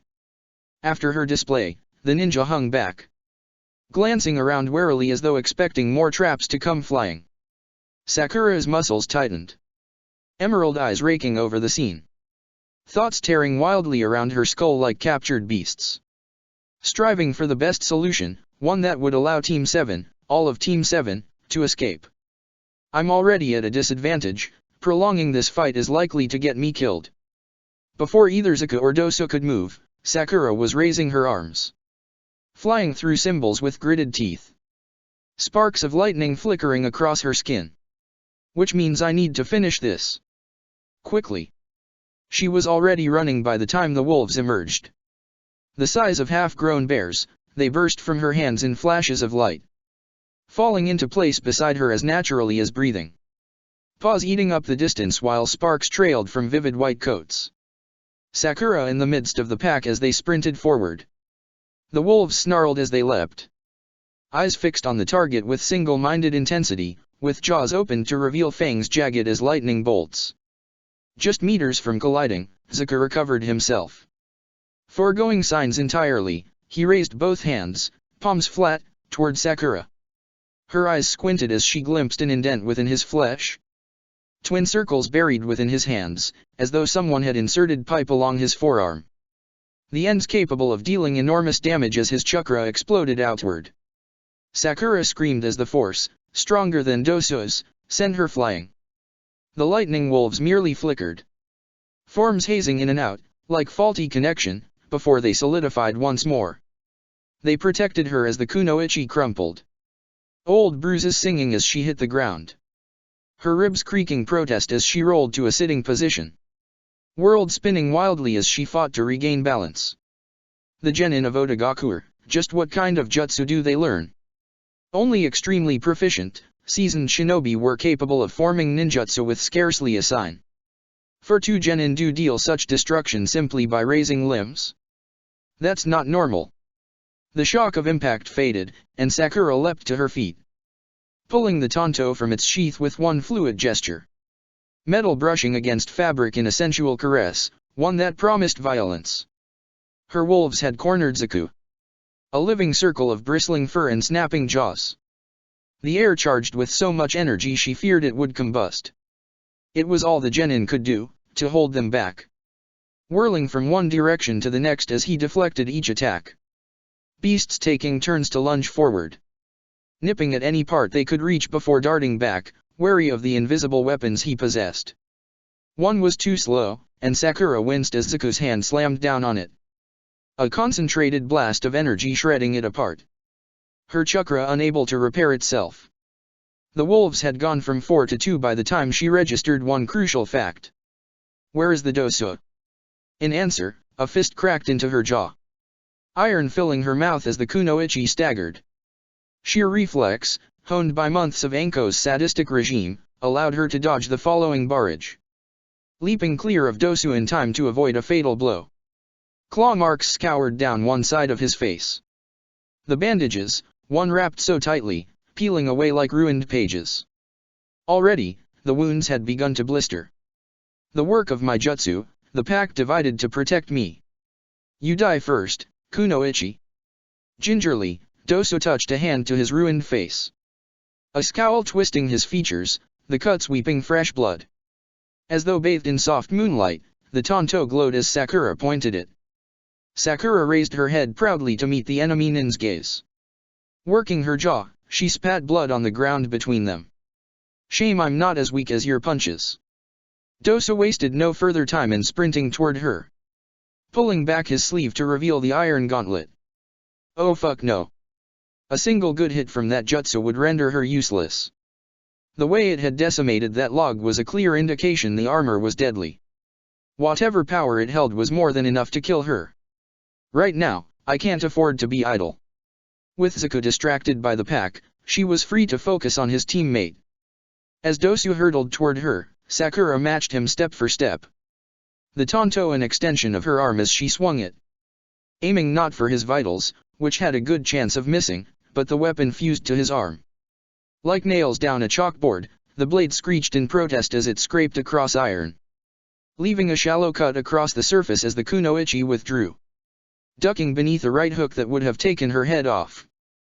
Dosu's attacks were predictable. The subtle tensions in his body and the alignment of his feet a language that bore no words. He may as well be telling me his next move. Sakura thought. Catching his right hand mid-swing, she stepped neatly to one side before releasing his arm. Propelled by his own momentum, the genin staggered forward several paces. His back open and vulnerable. Now. Sakura wasted no time in running. Bruised and filthy, only the green of her eyes showed through the muck as she leapt. Directing the tanto in midair, its blade set to pierce Dosu's heart. The sound genin had recovered himself in those few seconds. The kunoichi just able to glimpse his smile. Cruel satisfaction painted like ink. Dosu raised his left arm, and Sakura went flying. Hitting the ground over and over, she skidded to a stop with a groan. Curling into the fetal position as pain radiated from her exhausted body. Her chakra was spent. Sakura knew she could not risk another jutsu. That to do so would likely kill her. But I'm not dead yet. Gritting her teeth, Sakura's arms shook as she tried to rise. Managing to get one leg beneath her before a shadow fell across her form. The kunoichi heard Dosu's laugh. Placing his boot atop her back, he used it to steadily force her down. Sakura's arms buckling under the weight. Face planted into the dirt, she turned to one side to spit out the foul taste. Through one eye she looked up at Dosu. Leering down at her as his shoe ground into her spine. What are you waiting for, Dosu? Zuko called. With half her face pressed into the ground, Sakura was just able to witness him stroll across the field. Shaking out his arms as though they hurt. Her wolves nowhere to be seen. The weight atop her vanished and Sakura went limp with relief. Only to scream a moment later as Dosu grabbed her scalp. Fingers wrapping around short pink hair to wrench it back. Exposing the pale column of her throat despite her struggles. Why should we let her off so easy, he growled the words. Shaking her head so roughly Sakura feared her neck would snap. Zuko's eyes gleamed. Then he said, gesturing lazily toward the hideout, why not kill the others first? Make Pinky watch. Sakura's nails dug into the ground. Carving channels through the dirt as her jaw clenched. Even now, after everything she had done. I'm still so weak, so useless. Why can't I protect them? The sound genin would kill her team, forcing her to witness Sasuke and Naruto's deaths. Her friends reduced to mere corpses. Light draining from their eyes like warmth from abandoned coals. Perhaps, as a final insult, Sakura would be left alive. What greater pain to bear, than knowing her team had died due to her own weakness? The price of failure paid in blood. In cold faces staring at the sky. The future Hokage and the last Uchiha, dreams left to rot in fresh dug graves. I'm going to be the Hokage. Naruto's voice rang in her ears. Face split into a wide smile as he faced Kakashi. The Jounin slouched against the protective railing surrounding the rooftop. Beside her, Sasuke rested his head atop interlaced hands. Expression turning darker than his eyes. I'm going to restore the Uchiha clan. Sakura took a deep breath. One hand drifting to the weapon's pouch. Unclasping the top with a soft click. The sound hidden beneath Zaku's laugh. Regarding the hideout with cruel delight. As though he could see right past its walls to the injured shinobi within. Her fingers wrapped around the handle. Metal cool against heated skin. So long as I get to kill Sasuke, do whatever you want, Dosu said. Zaku waved a hand in acknowledgement. Movements eager, he strode for the tree. Smirk widening at the pain on her face. The kunoichi felt her heart rate slow. Recalling that day on the roof with the benefit of hindsight. Calm certainty spread throughout her body as she reached an answer to Kakashi's long-ago question. What is your dream for the future? I'm going to become a powerful shinobi. Sakura moved faster than Dosu could react. Fingers molding effortlessly to the hilt of the kunai. She drove it backward with lethal force. Visualizing in her mind's eye precisely where to hit. Anatomy classes at the academy had not gone to waste. Dosu's hand fell away as he screamed. Her kunai sinking past his kneecap to carve the tendons beneath. Impact vibrating up her arms as the blade scraped bone. Rolling away she drew another kunai. Leaving its counterpart buried in Dosu's leg. Her captor toppled over in agony. Sakura wasted no time in aiming for Zaku. Pressing her brief advantage as the nin turned. His eyes wide with shock at her sudden appearance. The world narrowed to a singular point. Zaku, unable to respond in time, her perfect target. Sakura lunged without hesitation. One sweep of her blade enough to sever his throat. The kunai meeting no resistance as it sliced vital arteries. Sakura watched those first drops arc through the air. Perfect orbs gleaming like rubies, the torrent that followed leaving her drenched in red. Zaku dropped like a stone. Limbs folding at unnatural angles as the light vanished from his eyes. Blood dripped down the kunai Sakura held, feeding the growing puddle beneath her feet. The corpse was eerily still. A moment ago, that had been a person. You fucking bitch. Dosu howled. Turning, she watched his arm raise, vibrating with power. Sakura didn't have the strength to avoid it. The sound jutsu reverberated through the air as it struck her. Sakura's mouth opening in a silent scream as she flew backward. Colliding with the trunk of a tree so hard she saw stars. She dropped, winded, to the ground. Managing, shallow, pained breaths in a fight to remain conscious. Her ribs screamed. At least two were broken. Dimly, she watched Dosu stagger upright. Weakness of his gait no match for the hunger in his eye. Injured leg scraping the ground as he dragged it behind.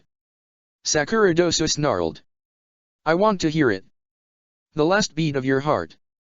As the adrenaline vanished, strength faded to pain. Her body, drained of all its resources, barely clinging to consciousness. She could only watch as Dosu drew closer. Stumbling upon a mutilated leg, the tendons, partially severed, barely able to support his weight. The moment he reached her, it would be over. Perhaps it makes me a coward, but I don't want to witness this. To die a genin? She couldn't find the energy to be angry. I lost, and this is the fate of weak shinobi. Dosu lifted the gauntlet. Directing it toward her chest, the metallic surface began to thrum with power. This arm amplifies sound to its maximum, he said. Interestingly, the assault waves are not limited to single directions, using chakra, I'm able to control them however I desire. Do you know what will happen when they converge around your heart? Sakura had not bothered to give a reply, leaving both her and Doso to flinch as a third voice answered. I imagine it would explode. Sakura lifted her head at the tone. Something familiar behind the coldness it exuded. Foul chakra encased the speaker. Dark enough it had her shrinking back, the thread of violence coating the air just as Zuko's blood now stained her skin. Green eyes met red. The name that appeared in her mind barely fit the shinobi staring back. Black markings, curse markings, covered half his face, a twisted power that, the more she looked, screamed wrong. Sasuke's expression was blank as he took in the scene. Shattered trees and fallen senbon, puddles of blood and craters where explosions had detonated. In the midst of it all lay a corpse. His throat cut from one side to the other, Hitayate of Sound Village dark with dried blood. Sakura's bruised face and broken ribs, her wounds, bleeding freely, hardly noticeable beneath the gore. Her body unmoving where it had fallen. Sakura, he asked, voice hardening with dark intent. Who did this to you? Power. As Sasuke stepped into the building, the corridors of the Uchiha household filled with snakes. Scaled bodies blacker than coal, they writhed across the floor. Golden eyes shining like lanterns in the dark. Instinctively, he froze at the sight. Spurred into movement only when the closest lunged, white fangs dripping dark poison. Sasuke's bare feet pounded across wooden boards as he ran. Hard hammering in his chest. Behind him laughter echoed. Spilling from serpentine throats it sounded all but human. A disjointed chorus heard above his own gasping breath. Everywhere he turned, the hallway continued. His childhood home unfolding without end. Shadows creeping up the walls and tatami screens, staining the surfaces like spilt ink. Despite how late it was, Sasuke knew the date, could have named it down to the minute. The atmosphere felt exactly the same. A blanket of silence laid across the Uchiha district with blood-stained hands. Its usual background music cut like electric wire. The chatter of neighbors and rattle of doors less than echoes. Quiet choked the air, graveyard soil shoved into screaming throats. That day, this day, the streets had ran red. Blood dripping down slashed throats to stain the ground beneath. Spattering across wooden floors like gruesome tears. So much violence that, Sasuke knew, no amount of scrubbing would clear it away. The memory of it a dark stain upon his heart. One that grew bigger with each passing year. Power. He flinched as jaws snapped a hair's breadth from his ankle. Snakes covering more distance than he could run. It wouldn't be long until they caught him. Until Orochimaru caught him. The last Uchiha shook his head. Dark eyes narrowing as he put on a burst of speed. Ignoring burning lungs and aching muscles. He wasn't fast enough. Scales brushing over his feet as snakes wrapped around his legs. Almost tripping Sasuke before he managed to shake them off. As his balance rightened, the Uchiha's eyes widened. At the end of the corridor, doors rippled into existence. Tatami screens open, revealing nothing but darkness beyond. Whatever dangers it held, it was preferable to a tide of snakes. Gritting his teeth, Sasuke threw himself forward. Using the last of his strength to leap through the entrance, the doors slamming shut behind him. In the total quiet of the room, Sasuke exhaled a breath. Shadows hung thick and uneven. Draped across the space like curtains, impossible to see beyond. A single light source dominated the room. Moonlight streaming through the window to fall directly before him. A rectangle of light, which contained his parents. Bodies sprawled lifelessly across the floor, blood stained their clothes in dark patches. His mother and father gazed sightlessly upward, eyes opaque as stained glass. Mouths half open, as though voicing an accusation Sasuke couldn't hear. Not that it mattered. He knew what they were saying. Repeating the sentiment enough it had worn a track into his mind. A grave dug deeper with every day Itachi remained alive. Because I had no power, everyone was killed. No. The corpses seemed to whisper. The clan vanished. Everyone was killed, because you did nothing. Sasuke recoiled, as though struck. My poor, weak little brother. Itachi said, emerging from the darkness. Without power, what good are you? Power. Sasuke thought. Watching Itaka begin to claw his own face. Skin flaking like paint to reveal the pale man underneath. If only I had power. Holding a hand to his cheek, Orochimaru grinned. Golden eyes piercing. A tongue swept hungrily across his lip as the Sannin stepped forward. Ignoring the corpses scattered beside him. Do you want power, Sasuke Uchiha? He crooned. It's quite easy to obtain. All you need do is take it. Orochimaru stretched out a hand. Sasuke didn't hesitate. He remembered what happened next only in increments. Flashes of color amidst a world of red and black. Thoughts tumbling and clicking like scattered puzzle pieces. An image he could never quite grasp as strong legs carried him forward. Sakura lay, bruised and beaten, on the ground before him. Blood dripping down countless wounds. A foreign nin looming above her. How dare they hurt her so badly? Sakura had saved his life in the forest, and Sasuke would repay the favor. The mark didn't hurt as it spread across his skin. Expanding in curved lines and spirals across his skin to glow like liquid fire. An inferno to incinerate all the pain and fear. Leaving nothing but strength behind. Don't worry. Sasuke offered in response to Sakura's terrified stare. Her eyes scanning his body for any sign of injury, as though worried he may collapse any second. The Uchiha couldn't help but grin. Far from weakness, he felt better than ever before. Power flooding through his body in a sensation he had never known. Right now, Sasuke felt invincible. And the Sannin, Orochimaru, gave this to me. Stretching out an arm, he flexed his fingers, envisioning them wrapped around Itaka's throat. Using this very body, and the Uchiha blood that flows within it, I will kill him. Sasuke made no sound as he strode across the earth.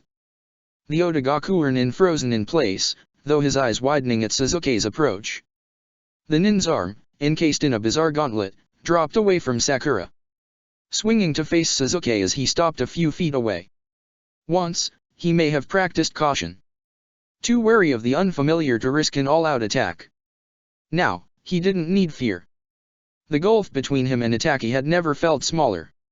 Sasuke began to laugh, exhilarated at the thought. It took no effort at all to dodge the bandaged nin's attack. An explosion of sound waves that would have reduced him to mincemeat. Sasuke flickered to one side, watching instead as they collided with the nearest trees. Wood screaming as it was rendered to sawdust. Backflipping behind the nin, Sasuke kicked the center of his spine. Knocking the enemy forwards as he seized both arms.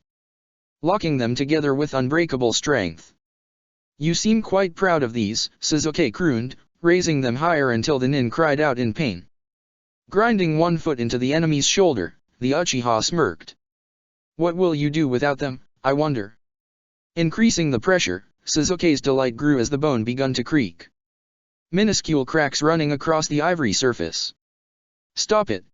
The nin screamed. Writhing helplessly beneath him. Voice raising as Sasuke pressed down.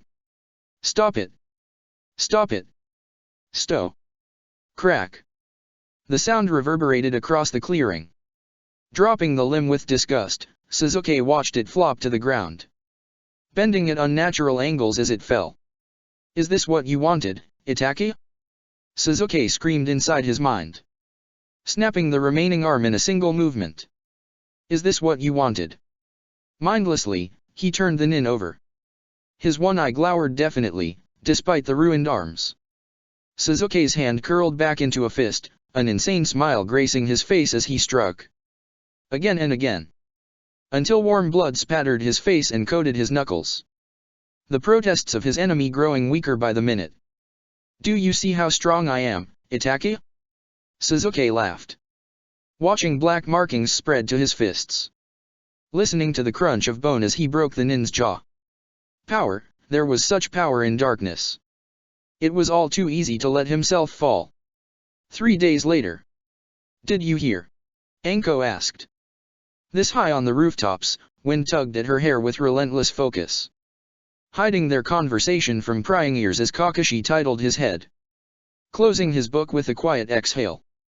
The past few days had been, for want of a better term, a mess. With the threat of a rogue Sunin putting the village on such high alert, Kakashi had barely slept. Yet, despite the best efforts of Umbu and his Ninken, Orochimaru remained elusive. From the furious way she was attacking her Dango, Anko had also been unsuccessful. Swallowing an enormous bite, she pointed the skewer toward him. 20 teams made it. For the first time in years, there'll be enough victims to host a preliminary exam. Kakashi raised a brow. The Chunin exams were notoriously harsh. For so many to pass the second round, just how strong are these candidates? I heard from Iruka your team looks like shit, Anko said jovially. Given their condition, I'm astounded they made it in time. And yet, they made it. Though Kakashi's smile was hidden beneath a mask, Anko returned it. As though she could read his emotions. Sense his pride and sheer, overwhelming relief his students had survived the forest. When, judging from the most recent reports, dozens had not. Using a dango skewer to pick at her teeth, Anko was silent as she watched the clouds. Small, shapeless beasts gallivanting across azure fields. Earthly worries left behind long ago. Broody is in for a rough time, she said at last. One hand drifting towards her neck. I assume Hiruzen taught you the seal. Kakashi nodded. The complex design all but seared into his memory. Hiruzen's voice echoing through his mind as they ran through it again and again. The curse mark is tricky, in a sense, I would liken it to poison. One that cannot be removed or healed. A poison that rots the mind and corrupts the heart. Even a shinobi as resilient as Sasuke is not immune. Naruto and Sakura. Flicking dango skewers onto the street below, Anko snorted. Foxboy is fine. The medics did a good job on his wounds. And Sakura, her smile dropped, expression dimming. I'm forbidden from discussing the topic directly, but Kakashi, I want you to promise me something. The shock must have shown on his face, for Anko immediately scowled. Eyes flashing with anger as she lobbed a dango stick at his head. The white-haired Jounin ducking beneath it. Geez fuck. It's not like I'm asking for your firstborn child. Lobbing another sweetened projectile, she slammed a fist into the roof tiles. Material cracking beneath it. Not that it's likely you'll to have any, stupid old man. Kakashi winced. Ma, I'm not that old. Anko gazed at him a moment, shoulders slumping as the fight drained away. Please, she said quietly. Voice dropping so low that even Kakashi's enhanced senses, courtesy of his Inyazuka mother, strained to listen. Watch Sakura closely during this test, the Hokage forbids the details, just know she interests Orochimaru, enough to become a target. Sakura? His civilian kunoichi? As though sensing his disbelief, Anko's tone darkened. Sakura killed a shinobi in that forest. Cut his throat deep enough to glimpse bone. What? She isn't the delicate girl you once knew, Anko continued, oblivious to his shock. And by now I think you realize that. Yes, Kakashi said. To compare this current, competent Sakura to the girl of months ago defied comprehension. Like a bulb beside its bright, blooming counterpart, none would claim they were one and the same. And yet, all evolution stemmed from a point of origin, just what had happened to change her so much? To shift her innocent, emerald gaze to one steeped in shadow? That mission changed more than just her attitude. Both I and Orochimaru can see that. Tell me, Kakashi-sensei, why can't you? For hours afterwards, Anko's words ran through his mind. Echoing even as he took his place amongst the gathered Jounin. From the crowd of genin below, it was easy to locate Sakura. Gaze remaining fixed on his pink-haired student as the Hokage's speech wore on. The last Uchiha and Minato's Jinchuriki-san both belonged to Team 7. And yet, Kakashi's brow furrowed. His team showed no fear as the doors swung wide, revealing the preliminary exam location to be a large, open room. The site in which over half the candidates would be cut. Sakura's movements were lithe and confident as she strode forward, falling into place beside Naruto and Sasuke as naturally as breathing. Why is it her, the civilian girl, that I cannot figure out? Chapter 18, Raised in the Desert, Why do you look so cold? Sakura could happily forget the past few days. Shove them so deep into her memory they ceased to matter at all. Hours of traipsing through dripping forests, dodging or fighting creatures that would forever wander her nightmares. At some point or another, each of them had been caught in cleverly placed traps, leaving the remainder of Team 7 with the task of dismantling it. All three of them swearing profusely with every experience. Yet the image of a red-faced Sasuke, suspended upside down by one ankle, would forever make her smile. Following the Otogaku Genin, they'd managed to avoid deadly confrontation. With both scrolls in their possession, Team 7 had no reason to challenge rival shinobi, keeping to the shadows as much as possible as they raced for the tower. Injuries sustained during the previous fights slowing them down. So much so that, by the time they'd dragged themselves through the doorway, the time limit was all but gone. Sakura shook her head, dislodging the memories like cobwebs. None of that matters now. We made it. And after the shit show Anko put us through, there's time to rest before the final stage. It's not like this is a Jounin exam. Too many Chiryunin existed in the village for Sakura to assume the exam passed only the elite. They had survived the second test, and she was all but certain they were safe to recover. So why does my heart beat so fast? Rubbing at her chest, Sakura willed it to slow down. The organ paid no attention. Just minutes after they had reached the tower, all successful candidates were called from the dorms. Sakura having just enough time to visit the bathroom, scrubbing at her skin and watching blood circle the drain. Blood that was not hers. A whirlpool of crimson grime, reminding her again and again of Zuko's face, eyes widening as his throat split open. Lifeblood splashing across her skin. Warm against the chill air, it painted her skin the color of death. The defeated shinobi collapsing at her feet, never to move again. Sakura bit her lip, forcing herself back to the present. Save the knowledge you killed someone till after this exam. There's only so much space in my head. And right now. Nay, Sakura, are you listening? Sakura flinched, the tanto halfway from its sheath before she registered the voice. Naruto blinked, eyeing her as he would a rabid dog. Since protecting her teammates against Orochimaru and the sound, the dynamic between the three of them had shifted slightly. Less inclined to shield or question her abilities. They still leapt ahead like the headstrong idiots they were. Yet now, Sakura noticed they drifted aside, as though making space just for her. The very thought made her smile. Sorry, Sakura muttered. What were you saying, Naruto? Now absorbed in an argument with Koji, the blonde didn't reply. With bodies jostling for space all around them, Sakura winced as she was pushed further away. When the arrival of the Jounin, the crowd of successful genin snapped to attention. Despite her obstructed view, Sakura was able to pick out her sensei. Kakashi's silver hair easily visible, a dandelion amidst a field of flowers.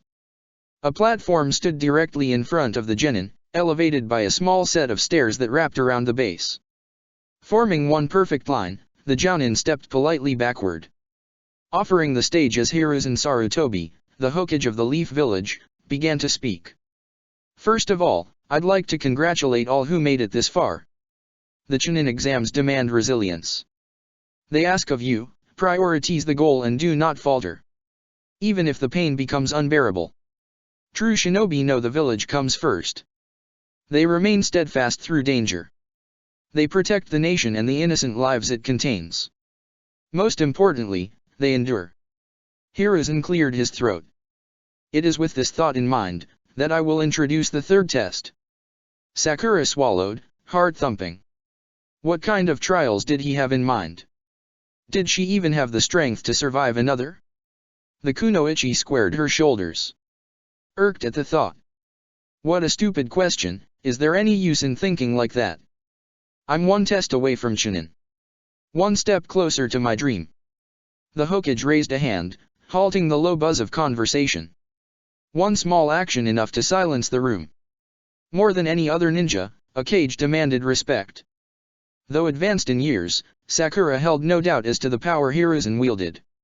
Strength built into his lean, wizened form over the course of decades. The broad, red, and white hat of the Hokage sloped elegantly over his brow, casting the faintest shadow across his face, eyes shining bright amidst the gloom. Now then, he said. Voice carrying easily as the genin waited, transfixed. Due to the unusually high number of candidates, necessary adjustments have been made. In accordance with the guidelines, a preliminary round will be hosted, with individual matches determining who advances. You will fight until someone dies, collapses, or admits defeat. Instantly, the room erupted into whispers. Preliminary round. Are you fucking kidding me? Sakura raised incredulous eyes to Kakashi, who merely shrugged. They had barely survived the second trial and now, not even a day later, there was to be a bonus test? With a gesture of invitation, Hiruzen moved aside. Placing both hands behind his back, Hey Gecko, their new, sickly-looking proctor, ambled forward. Opening his mouth to speak, the man leaned to one side as he began to cough. Frail body racked by a series of convulsions until Sakura was half convinced he would drop dead. When the proctor eventually spoke, his voice was hoarse yet steady. The preliminary exam begins momentarily. Those of you who wish to drop out, speak up now. Now. Sakura's nails dug crescents into her palms. We barely made it on time and they expect us to fight? The crowd seethed with motion as his words registered. Teammates finding each other only to fall into argument. Frantically debating the best course of action as the Jounin watched. An errant shoulder sent her stumbling into Sasuke. His wince of pain did not escape her notice. Sakura's eyes narrowed, watching as his hand tightened around the mark. Clenched so tightly tendons strained against the skin, all but breaking through. Naruto remained separated a short distance away, trapped by a fiercely arguing Team 10. Both she and Sasuke had agreed to leave him in the dark. Oblivious to the secret burned into Sasuke's nape. The curse mark of a Sunin. Sasuke, she said quietly. Are you sure you're up for this? What happens if dash? Shut up, he hissed, dark eyes flashing, it's none of your business. Sakura's jaw ticked, noting Sasuke's torn and bloodied clothes. Limbs shaking with a pain he couldn't hide. If Sasuke fights in this next test, there's a good chance he'll die. This will be your final chance to withdraw. The proctor called out. From the corner of her eye, she saw Sasuke's legs threaten to buckle. Just what is it doing to him? This gift of Orochimaru's? Her stomach twisted at the thought. That mark hurts even now, doesn't it? A glower, one that Sakura dutifully ignored. You've been enduring the pain this whole time, but what happens when you fight? I'll win, Sasuke ground out the words, looking as though he dared Sakura to argue. The kunoichi fought the urge to scream. It was evident to anyone looking at Sasuke that he was injured. A deeper, more severe wound than what the rest of Team 7 had collectively acquired. Including Naruto, who'd been literally skewered. Stupid, prideful Uchiha. You may not care about your life, but I do. Even if that means you don't make Chiryunin. Sakura held no delusions about the preliminary fights. Just like in the forest, no enemy nin would miss the chance to kill. While it was preferable to simply injure, no rules forbid the act of killing. Steeling herself, Sakura looked Sasuke over. His gaze wide and frantic beneath a mop of untidy black hair. Sakura knew why he was so desperate to reach Chiryunin. To push himself to the absolute limit in order to become stronger. And yet, revenge can happen if you die, Sasuke-kun. Sakura didn't notice she had breathed the words aloud. She simply took a long, deep breath. And raised her hand. Or tried to, anyway. Faster than she could dodge, Sasuke moved. One hand wrapping around her wrist, to bring it to his side. Clutching it so tightly she bit down a hiss of pain. Are you sure you want to do that, Jinchuriki? Sakura froze. Blood turning to liquid ice as the world slowed around her. What did you say? His tone was cold. You heard me. Yes, I heard you say a word you should not know. A word that applies to me only because. Orochimaru said that, Sasuke continued. Just what have you been hiding, Sakura? The hand around her wrist tightened. He called you a demon. Sakura cast a nervous glance around the room. Relieved to find mere seconds had passed, the quiet intensity of their conversation buried beneath dozens of others. Naruto, out of earshot, shot them both a curious glance. She opened and closed her mouth. No sound escaping as her thoughts ran like trapped mice, searching for an escape that had long been sealed away. Sasuke, that's not dash. Sakura's protests were lost amidst a flurry of activity. The noise and directions of the crowd turning to a singular point. Attire and symbols from all villages tilting towards it. Someone had raised their hand. It took her a moment to pick out his face, recalling it from the past few days in the forest. An unlikely ally who had, nonetheless, helped them make it through. White hair pulled into a low ponytail, his gray eyes shielded by thick, round glasses that glinted in the artificial light. Kabuto offered a sheepish smile as every gaze in the room turned to him. "Why?" Naruto yelled, marching through the mass of genin to grab the man's elbow. "How could you quit?" Kabuto's tone was matter-of-fact as he replied, "My body simply cannot take it. To survive the second exam only to be thrown into another challenge? Risk my life fighting in a preliminary round." He shuddered, a spark of fear entering his dark gray eyes. "Sorry everyone, but I'd like to stay alive." Sakura watched him pick his way through the crowd, glancing over his shoulder one last time to wave at Team 7, face crinkling in an apologetic grin before he vanished towards the exit. Try as she might, Sakura couldn't shake the unease curling in her gut. Why would someone as resilient as Kabuto quit so easily? After all that time helping us through the forest of death, why would he just? Now then, there are no others who will quit. Sasuke's hand tightened in warning. Purple markings impressed upon her wrist. "Keep this a secret, and I'll return the favor." Sakura met his gaze, refusing to look away as the Uchiha's eyes narrowed. Pools of obsidian glinting with ruthless determination. Sasuke really would tell them. Reveal her secret to all of Konoha. The Kunoichi ground her teeth. How dare he? Taking a step forward, Sakura used her free hand to grab Sasuke's collar, bringing their faces inches apart. "Don't be an idiot," she hissed, ignoring his shocked expression.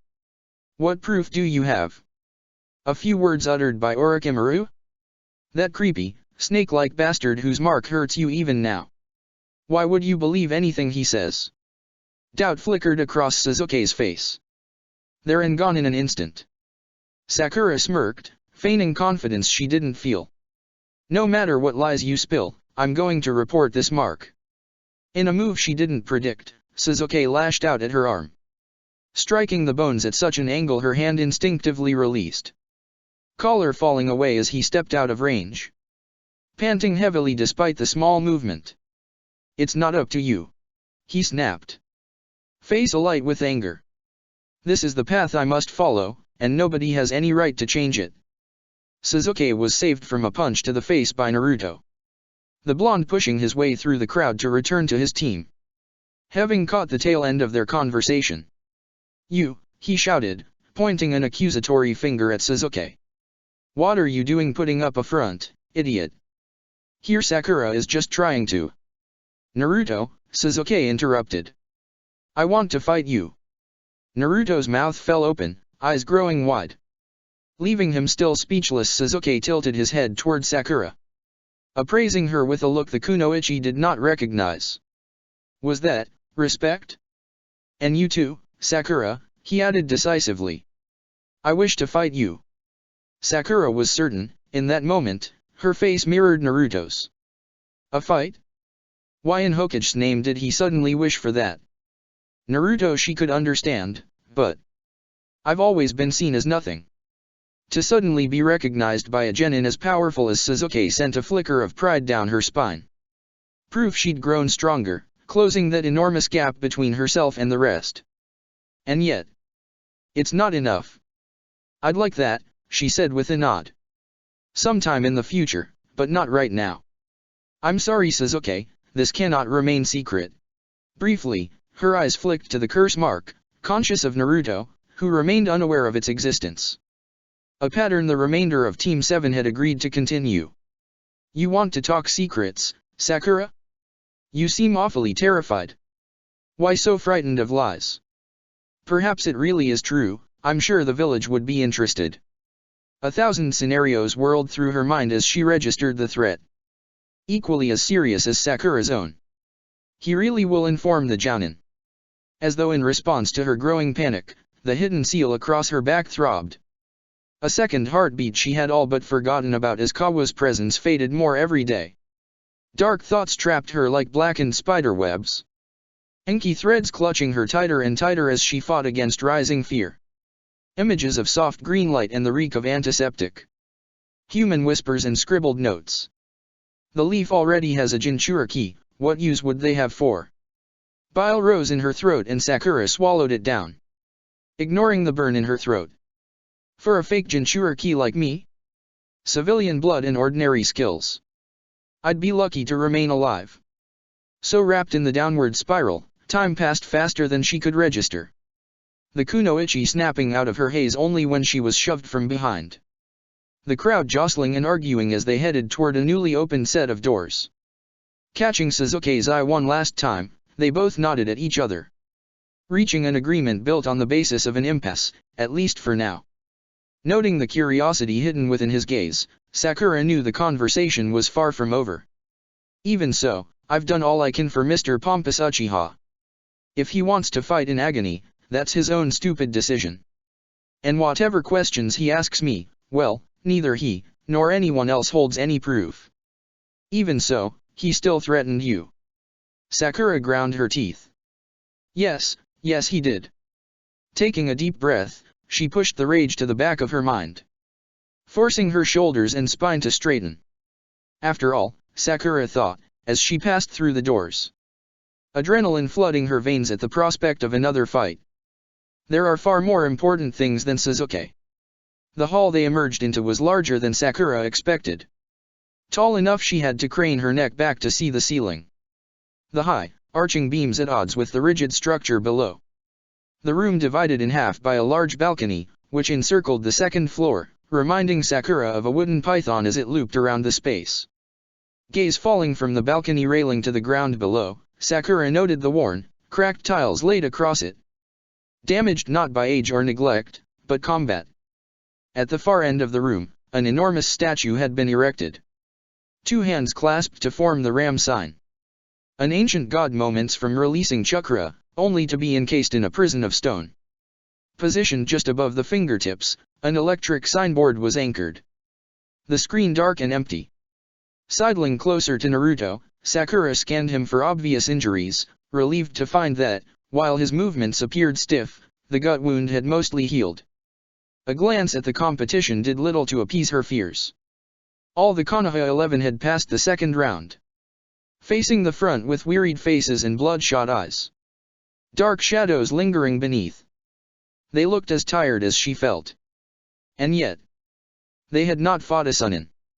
Sakura could tell from their fluid, unhindered movement the wounds they bore were simple scratches. Small, woven bindings to the thick monocles of Team 7. Curse marks and fractured bones, deep cuts and drained chakra shackling them as tightly as any chain. Running a finger along her bandaged forearm, Sakura shuddered at the faint, answering pain. Just swinging a weapon risked reopening the gash. Moving her neck as subtly as possible, the kunoichi took her time assessing the competition. The crowd waiting impatiently as the Jounin, alongside fellow seasoned shinobi, conversed in low tones with the Hokage. Sickly-looking proctor waiting nearby. Sakura's heart seized at the sight of red hair. Blooming scarlet beside the muted, earthen tones of his comrades. The gourd strapped to his back as enigmatic as ever. In stark contrast to those around them, the genin of Tsunagakure were identical to days ago. Not a single tear in colored fabric. Sun-kissed skin as pristine as newborn dunes. Nothing to mar the golden surface. Hairs rose across the back of her neck as Sakura observed them. Did we really take the same exam? Just how strong are they? The sound of coughing had her jolting to attention. Echoes of sickness ringing around the training hall before eventually dying away. The proctor wiping tears from his eyes as the fit subsided. You all know the rules. Remember to concede if you don't wish to die. Should it become evident a match is over, I will step in to end it. No need for more corpses. Clearing his throat, the proctor angled his body toward the enormous signboard. Gesturing with a clipboard as it flickered on. Electronic text flashing faster than she could follow. Meet the key to your fate. This will randomly select, and announce, the preliminary matchups. With exactly 20 of you, we will conduct 10 battles, the winners advancing to the final exam. Facing the front once more, Hayate smiled. The expression surprisingly sharp on his haggard face. Good luck. Sakura's nails dug into her palms as she watched the screen. Don't be Team 7. Don't be Team 7. Repeating like a mantra inside her mind. Characters scuttled like beetles across the black surface, incomprehensible speed made legible only when it stopped. Solidifying in an instant to reveal the first pairing. Motherfuck. Sasuke Uchiha and Yoroi Akado, come forward. Sakura and Naruto could do nothing but watch as Sasuke pushed his way to the front. A tall, veiled man peeling away to join him. Everyone other than those selected, please move to the viewing area. Resisting the tide of compliant genin that filed toward the stairs, Sakura stood fast. Intent on shoving one final warning down Sasuke's throat. Do not use the curse mark. No matter how tempting. Images of that version of Sasuke still haunted her. Dark eyes gleamed with sadistic delight as his fist landed again and again. Bones crunching beneath dripping fists. Sprays of crimson dusting his face with a fine mist. Sasuke's smile a crescent of white amidst the gore. Holding the arm of the nin between two hands, he regarded it thoughtfully. Expression one of mild curiosity. Sakura watched the dark patterns writhe beneath his skin. Twisting and arcing with apparent excitement as Sasuke's hands flexed. Snap. The bone, broken in half, emerged through the skin to agonized howls. Victim begging for the pain to stop as his ruined limb collapsed to the ground. White ivory splintered beyond recognition. Shards falling away like lost scales. Sasuke looked down upon the tortured man. No hint of regret as he witnessed the damage, heard the pain. A dark head tilted upwards, red eyes fluttering closed. Sakura would forever remember that moment as, surrounded by violence, by despair, the Uchiha had never looked happier. Opening his mouth, Sasuke laughed. Shaking her head vigorously in an effort to banish the memory, Sakura moved closer to Sasuke. Worry gnawing at her insides that whatever occurred in that forest would happen again. Naruto was unconscious that first time the mark activated. If he sees Sasuke in such a state, it's more than likely he'll jump in to stop it. And what would a Sasuke without morals do, if Naruto challenged him? The two idiots might very well kill each other, and where does that leave me? As irritating as they both were, those boys were her best friends. And Sakura would do everything she could to keep them safe, especially from the darkness each held inside. Hey! Kakashi-sensei! Naruto yelled, jumping upwards in excitement as the man approached. Hands shoved in his pockets, Kakashi was the picture of relaxation. White hair tossed carelessly to one side as he smiled. Nodding lazily towards Sakura, she didn't miss the sharpening of his gaze as it swept over them. Lingering along her collar, where Zuko's blood had left dark stains. Sakura felt no shame as she returned the gesture. They were shinobi, after all. Killing was unavoidable. The only reason she was not in Zuko's place, was that Sakura moved faster. Sasuke was close enough to the three of them that Kakashi's words, whispered ever so softly, carried the short distance. The conversation, told in feather-light syllables, sent an electric shock down her spine. Sasuke, don't use the Sharingan. If that curse mark gets out of control, it could endanger your life. I know. At that time the match will be called off and I'll be forced to intervene. Remember that, Sasuke. The Uchiha's face tightened in anger. Kakashi brushing past with a casual wave. Falling into step beside Sakura as Team 7 made for the stairs. Naruto racing ahead to secure a place. You have nothing to fear, Kakashi said. Sakura raised a pink brow. Irritation overcoming manners at his sheer audacity. With respect, sensei, that's bullshit. Ignoring his shocked glance she continued, none of you saw what he was like in that forest. None of you know what that mark can do. Leaving Sasuke in this exam is a mistake. You don't. I do, he interrupted. Voice uncharacteristically grave. The Jounin are more experienced than you think in dealing with Orochimaru. We have safety measures in place. Sakura took a deep breath before exhaling. Fine, she muttered. Just, keep my idiots safe, sensei. Reaching out to ruffle her hair, Kakashi's eye crinkled. I'll try my best. Catching sight of Naruto's golden head, Sakura hurried to join him, offering a wide grin as the blonde shouted a greeting. After the hell of the past few days, his sunshine presence remained undimmed. Sakura felt some of the tension drain from her shoulders. Kakashi's promise ringing in her ears as he stood beside her. Staring into the arena below, Sakura and Naruto held their breath as the proctor waved his arm. Now then, begin. The outcome of the fight was decided by Sasuke. A final, impressive kick that sent his opponent flying backward. Yoroi hit the wall with a resounding thud. He did not move again. As Kakashi guided an exhausted Sasuke from the arena, the room exploded into chatter. Yoroi's unconscious form was lifted onto a stretcher. Heavily injured, but alive. Sasuke had kept the curse mark at bay through sheer will alone. Defeating Yoroi entirely on his own merit, a fact not lost on many within the audience. Few knew about the mark, yet it didn't take a genius to note Sasuke's skill in battle. The majority of genin now wearing similar expressions of wariness. The Uchiha's reputation had risen even higher. Sakura wondered if Orochimaru would be pleased. Wherever that cockroach crawled to, I hope he stays there. Sakura. Naruto waited until she turned to face him, though his gaze occasionally flicked to the door Sasuke had exited, as though tracking his friend to the space beyond. Did you see that wound on Sasuke's neck? Where did he get that? Sakura fought to keep her face calm as panic twisted inside. Both she and Sasuke had decided to keep it secret. Naruto, as much as she loved him, was not exactly subtle. Shouting about Sunin and curse marks would do nothing for Team 7. The last thing they needed was more attention. Especially since. You want to talk secrets, Jinchuriki? No, her voice was firm, burying fear deep beneath the surface. I didn't see anything. Naruto's brow furrowed, though not once did he doubt her. Sakura swallowed back guilt. Despite that, it was quickly forgotten as the board lit up. Names flashing in rapid combinations. Ino Yamanaka vs Kankuro Chisaka. This should be interesting. Naruto nodded. Do you think she'll win? Sakura tapped her fingers against the railing, following Ino's descent into the arena. The Yamanaka's pale hair pulled into a high ponytail, swinging invitingly as she walked. Rivals, it doesn't feel like that anymore.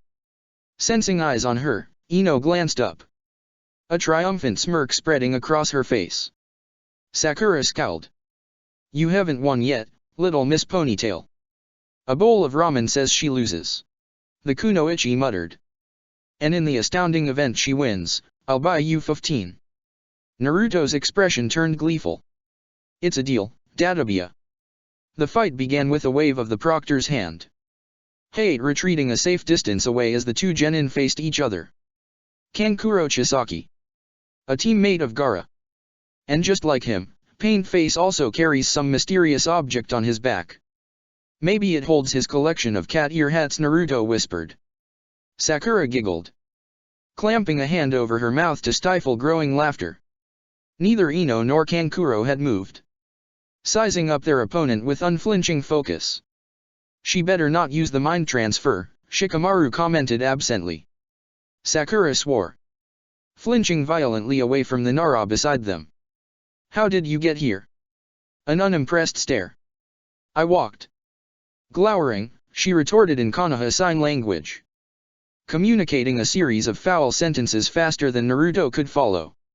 While all genin understood the language, few could comprehend it at speed. Sakura had worked hard to perfect it, ensuring she turned in each and every assignment, no matter how minor. Extra credit tasks involving Konoha sign were especially high in points.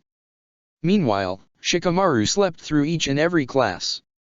And yet, his hands formed several retorts that would have made her mother faint. As quick-minded as ever, she flipped him off and the Nara rolled his eyes. Weak response, Harano. Just Sakura. She corrected, suddenly desperate to shift the conversation as Shikamaru raised a quizzical brow. Gesturing toward the Kankuro, she diverted attention back to the arena. away from slammed doors and violent words. I don't belong to the Harano family. Not anymore. Do you know anything about Ino's opponent? Sakura said, watching as Ino finally moved, throwing a series of kunao aimed at several different vital points, all of which were deflected with ease. Kankuro Chisaki, the eldest son of the fourth Kaze Kage, his whole team happened to be siblings. Sakura made a mental note, tucking that information away for later. From what we witnessed in the forest, he specializes in some form of chakra manipulation. Traps, puppets, and the like. Had I not noticed his threads in time, Team 10 would be mincemeat. Lucky you noticed Databia. Shikamaru nodded. All three of them watched with interest as the fight accelerated. Kankuro backflipping away as Ino launched into a sprint. Light glinting of kunao she threw. Blades skidding across the tiled ground. Kankuro dodged them all. Ino's already tiring, Shikamaru noted. Breathing heavily, the Yamanaka adopted a defensive stance. Muscles trembling. Eyeing Kankuro warily as her opponent raised a hand. Sakura watched his fingers dance through the air, plucking chords across an unseen instrument.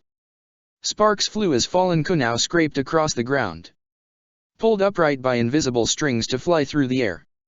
Kankuro aiming with deadly precision. Ino managed to dodge. Sakura's eyes widened, impressed by the kunoichi's agility. And yet, she's completely at his mercy. Shikamaru muttered agreement. Naruto's expression growing more confused as they said nothing more. Ino's being forced into a corner, Sakura observed. In an effort to escape the flying projectiles, the Yamanaka had retreated almost to the wall. Eyes wild as she desperately sought an escape. Her life-saving jutsu, the mind transfer, required time to think. Much more than Ino could spare. Those few seconds spent motionless posed too great a risk. Yamanaka jutsu required external protection. They could not be conducted alone.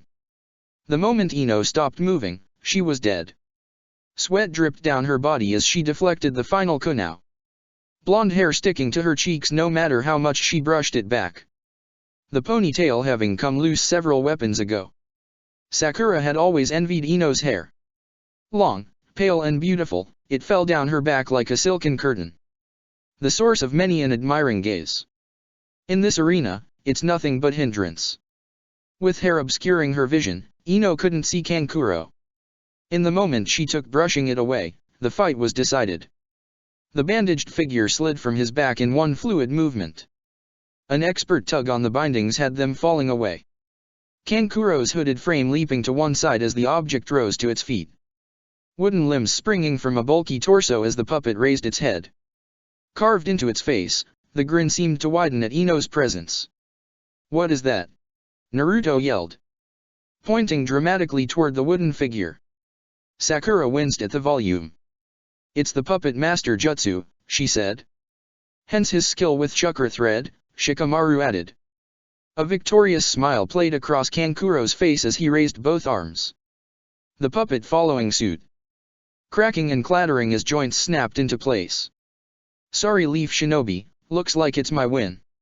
One finger twitched, and Sakura witnessed only a blur as the puppet moved, skittering across the floor like some grotesque spider to reach Ino in a matter of seconds. Faster than the Yamanaka could blink, it was over. Arms extended like cables from the puppet's torso, wrapping around her body so tightly Sakura feared it might break. Kankuro smiled, one raised hand clenching into a fist.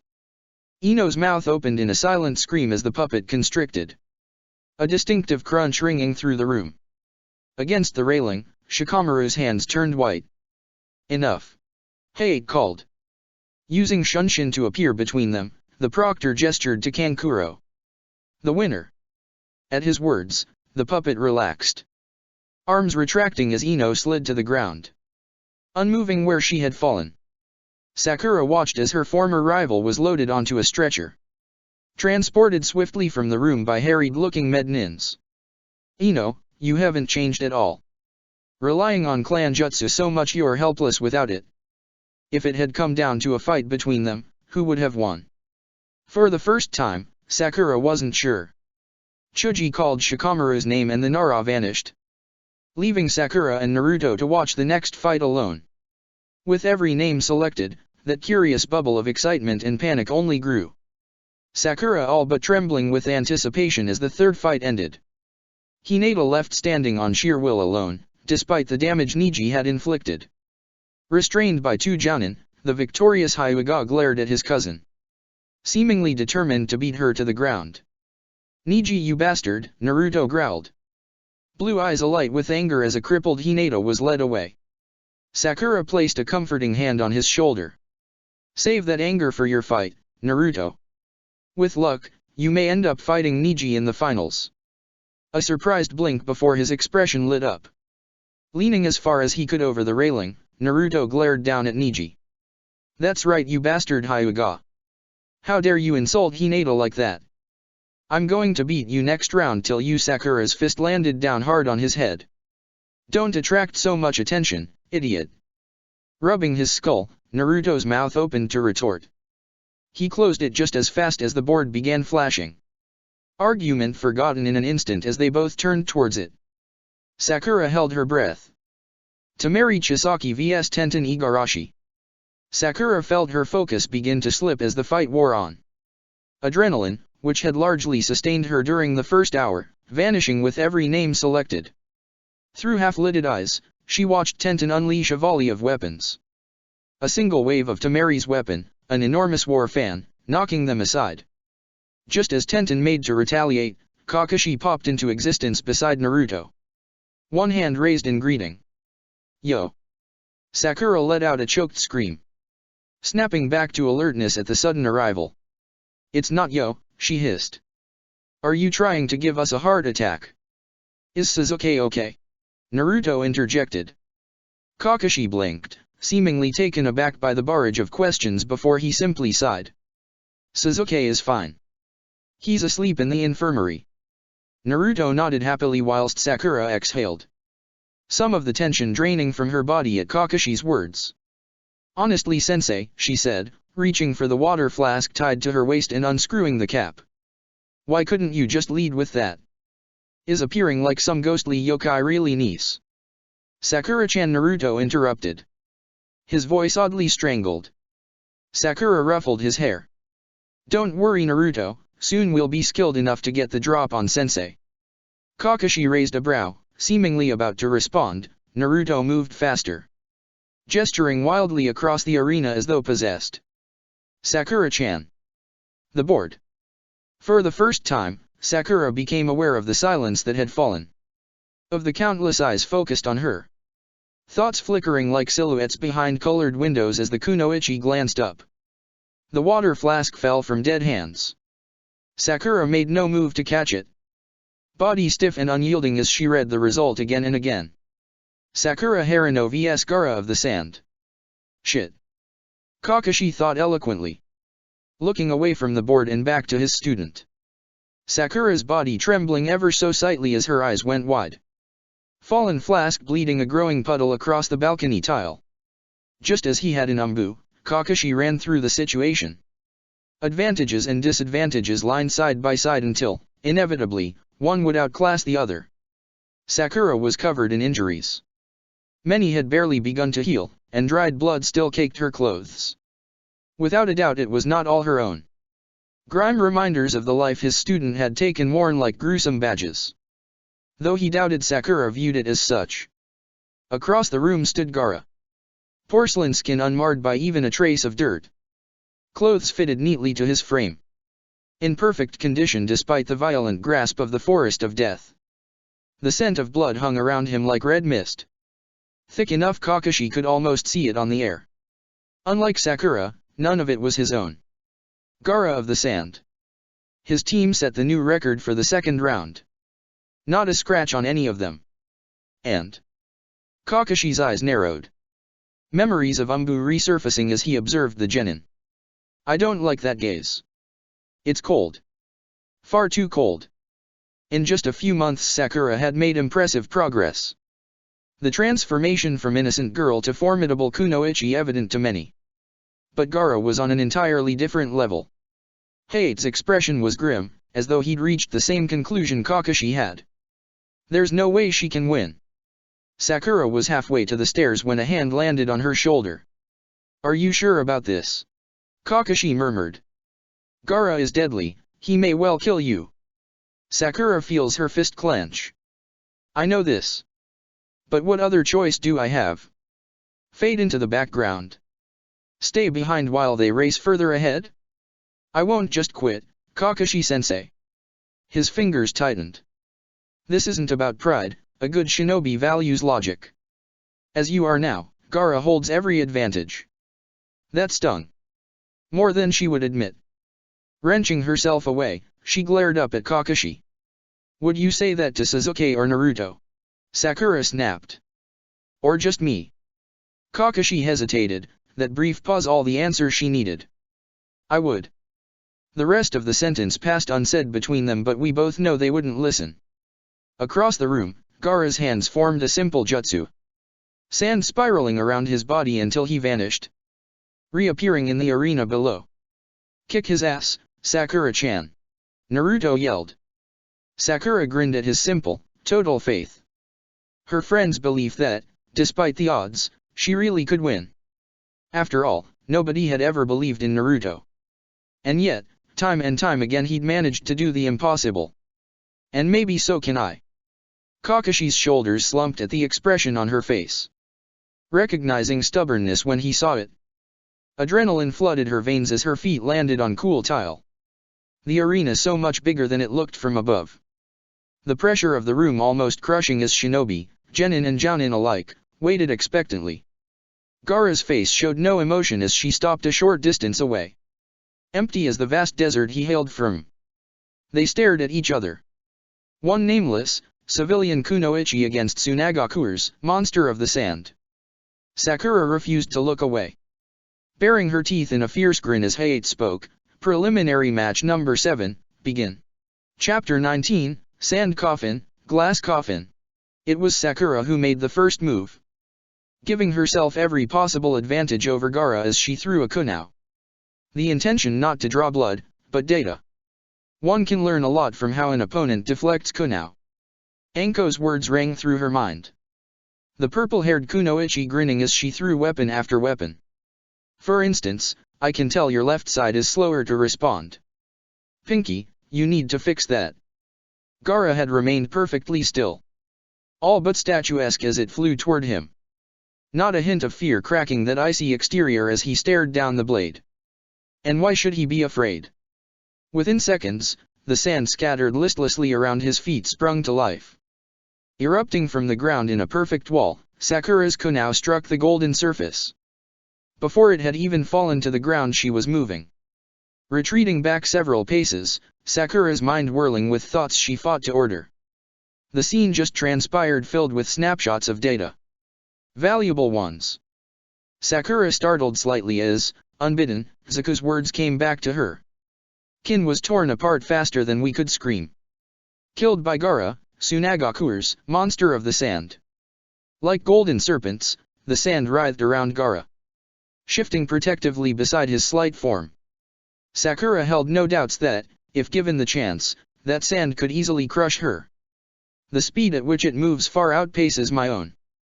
Making long-range attacks the only viable option. However, she bit the edge of her lip, brow creasing. That sand defense is all but impenetrable. What attack of mine could possibly break it? Lost in thought, Sakura barely registered as sand wrapped around her ankle. At a sharp, tugging sensation she looked down, cursing herself for spacing out. Even those few seconds had been too much. Although Gaara gave no visible instruction, the sand bent to his will. Flicking Sakura into the air as one might an errant insect. Air rushed deafeningly past her ears, obscuring all sound as the ground vanished below. The upturned faces of the audience spiraling into obscurity as her speed increased. Gaara's sand tossing her faster and faster. A child holding a brand new toy. Petulant fist only tightening as she fought to escape. Stomach flip-flopping with her declining sense of gravity. Closing her eyes against the fear and the pain, Sakura focused her chakra. Grateful her hands remained unbound as she flew through the signs. energy bubbling through her veins to carry over to the balcony, twisting and shaping the water she had discarded. Earlier, did you drop that water on purpose? Kawa asked. She smiled slightly. Of course. Sutin, Water Fang Bullet Jutsu. The words left her mouth just as the sand was cut. Moving at impressive speed, her water spheres cut the sand, several exploding into a fine mist. Surprised, the tendrils of sand hesitated. Pushing that small advantage, Sakura directed her jutsu as she began to fall. Spheres of water rotating around and around her body. A deadly spiral to keep the sand at bay. Dropping back to the ground, she immediately rolled, absorbing the impact as smoothly, though her legs continued to ache as the kunoichi staggered upright. Gaara's eyebrows creased together. The only reaction he gave as the sand regrouped. Sakura had just enough time to draw in a breath before he struck again. Pillars of sand stabbing the ground as she dodged between them, employing every skill she had honed under the tutelage of Anko. No matter how fast she moved, Gaara was quicker. The sheer unpredictability of his attacks deeming impossible to avoid. Sharp grains cut her skin like miniature razors as she dodged left, only to stumble into a trap on the right. There was no time for more jutsu. No time even to think as her footsteps pounded across the tile. Hearing nothing over her own labored breaths. Clutching a fresh wound over her arm, Sakura risked a glance at Gaara. He hasn't even moved. Are you fucking kidding me? A lazy sweep of sand, one she barely avoided. It's almost like he's playing with me. The gulf between them was huge, wider than Sakura had possibly imagined. Stomach churning as her puddles of chakra and stamina sought to outpace his ocean. Gaara's face gave away nothing. Earlier interest vanishing as quickly as it appeared. He seemed content to remain still, trusting the sand to kill her from afar. Although she didn't dare look, Sakura knew Kakashi's eyes were on her. His earlier questions swam through her mind like errant fish, impossible to catch as they vanished beneath the pond surface, resurfacing to taunt her with waving fins. Are you sure about this? Gaara holds every advantage. Sakura gritted her teeth. I'll show you, Kakashi. I'll show everyone. Dodging the latest wave of sand, Sakura took off at a sprint, channeling chakra into her legs, to weave around the attacks that followed. Grabbing a handful of senbon, she spun to throw them at Gaara, praying the weapon's speed and small stature would break through his defense. A wall of sand rose in front of the genin, her senbon sinking harmlessly into its surface. Flicking aside the weapons, Gaara's sand barreled forward. An inescapable tide collided with Sakura's chest, encasing her upper body in a golden vice. Sakura tore her hands free at the last second, weaving signs as her chakra manipulated the last of the water. Newly formed spheres striking the same place over and over, dampening the sand enough to wriggle out. Staggering away from what had almost become her coffin, Sakura's breaths came in frantic gulps. Here she was, littered with fresh cuts and blood. Her limited jutsu, why didn't she know more? Useless against Gaara. This isn't a fight. It's an embarrassment. Is that it? Gaara asked, tone hungry as he watched her with shadowed, bloodshot eyes. Entertain me a bit more. Sakura's mouth opened to form a retort, one that morphed into a scream as a tendril of sand wrapped around her calf, tightening around the muscle with bruising force as it dragged her backward. Dangling above the ground, Sakura was granted a fantastic view of cracks in the tile. Fuck, she whispered, right as the sand moved. Like a striking serpent, it moved back, curving higher into the air before tilting to the side. Violently the sand swung her downward. Sakura powerless as a doll within its grasp. The impact as she hit the wall reverberated around the arena. Dimly, Sakura registered her body slide to the ground. With each attempt to ignore it, the ringing in her ears only grew louder. Warmth trickled down the side of her face. Sakura touched it lightly, pulling back fingers wet with blood. Her vision swam, showing 3 hands instead of 1. Sakura-chan. Look out. Naruto's voice jolted her back to reality. At the urgency in his tone her gaze snapped upward, just in time to roll clear of Gaara's sand. narrowly missing the golden spear as it struck the empty space beside her. Springing to her feet, Sakura ignored the lingering dizziness as she drew the tanto. White chakra glowed along its surface. A welcome sight amidst the arid, hostile sea. Rushing toward Gaara, Sakura's first swing was clumsy. Far short of reaching Gaara as his shield deflected it. More sand emerging in an effort to subdue her. Dancing in a circle, Sakura cut down each new tendril that emerged. Like fallen castles they fell, rising with seconds only to meet her blade. Despite her best efforts, it became evident to Sakura that a frontal attack was useless. Even with a weapon as powerful as the tanto. Swinging it forward, Sakura leapt back in the same instance. Hoping to buy herself time to retreat as the sand recoiled. She didn't notice how much sand had gathered behind her. Not until it slithered around her ankles, earthen chains that sent Sakura falling backwards. Landing on her ass, she looked up in horror. The rumble of grains against stone filling the air with noise as they coalesced into an enormous wave. Looming above her with deadly intent. Sakura's thoughts moved faster than Gaara's jutsu. Forming hand symbols even as her eyes slid shut. Unwilling to watch the deluge of sand as it crashed down upon her. "Hey, hey!" Naruto yelled, leaning forward in agitation as Sakura vanished from sight. Gaara's sand engulfing her to leave nothing behind. His eyes desperately scanned the area. Searching for any trace of his pink-haired friend. Nothing. Arms waving in growing panic, the blonde gestured wildly to the space below. "Kakashi-sensei." Sakura just got eaten by the sand. His Jounin-sensei, as usual, offered minimal reaction. Resting one hand placatingly atop Naruto's head, though his eyes never left the arena. Naruto, I wouldn't panic just yet." No sooner had the words left his mouth, than shattering, like the breaking of an enormous vase, rang through the space. Naruto's head snapped toward it. Just in time to witness Sakura roll to her feet. Sprinting away from what had almost become her coffin, leaving destruction behind. Where his friend had been, large chunks of glass were scattered across the tile. Exploded outwards in a rough starburst formation, burn marks seared into the tile just visible amongst the crystalline fragments. What in Hokage's name just happened? How did she escape from Gaara? That was clever, Kakashi commented. Resting his elbows against the railing. Head tilting slightly as he tracked Sakura's movement. Lightning has an extremely high core temperature. Sakura used a Raitenhound to shield herself from the congregated sand, in the process turning it to glass. Bending down to retrieve a shard of glass, Gaara examined it from every angle. Curiosity playing across his features, subtle as drifting spiderwebs.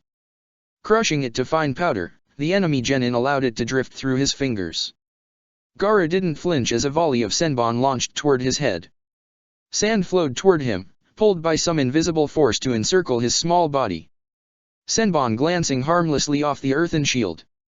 Despite Sakura's lightning, the difference in sand was negligible as it swept back to defend him. Chunks of glass pushed aside like broken marbles. Sakura's face shone with sweat as she attacked again. Throwing individual senbon, each aimed toward a different vital point, in an effort to break through. Even I can recognize this tactic as stupid. Oi, Kakashi-sensei, why not just attack again with lightning? His teacher took a moment to answer. Distracted as the pace of the battle shifted. Each of Gaara's strikes now landing with brutal efficiency as his speed outpaced Sakura's. The iron tang of her blood filling the arena like uncapped perfume. A cloying stench Naruto could not escape. Watching with desperation as his friend, one of the few he had, was gradually being torn to shreds. Gaara attacking not with the intent to kill Sakura, but to make her bleed. Playing with her like a cat with a mouse. Controlling lightning demands focus.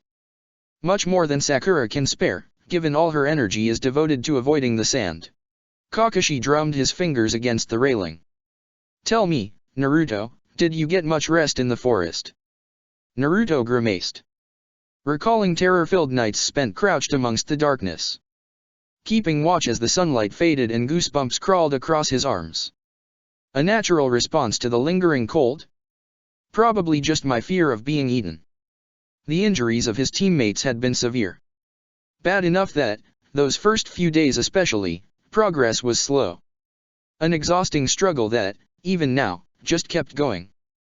The truth of it must have shown on his face, for Kakashi nodded. I figured as much. Sakura lashed out with a blade, cutting through the latest attack with a defiant scream. Naruto's interest peaked as Gaara's sand abruptly froze. Withdrawing from a panting, bloodied Sakura, to return to his side. Circling around Gaara with increasing speed, spikes rising from its surface, the vicious teeth of some unknown beast. Naruto shivered as the atmosphere darkened. Killing intent radiated from every movement as Gaara strolled forward. The sand following effortlessly. Such meaningless actions, he taunted. Whips of sand growing from nothing to dance around his form. Ready at any time to strike. Not one scratch marred his ivory skin, a stark contrast to the bloodied mess that was Sakura. Yet her eyes, filled with determined, emerald light, had not changed. Looks like he's ready to end this, Kakashi said. Irked by the matter-of-fact tone, Naruto injected as much confidence as he could into the words. Sakura will win, Databia.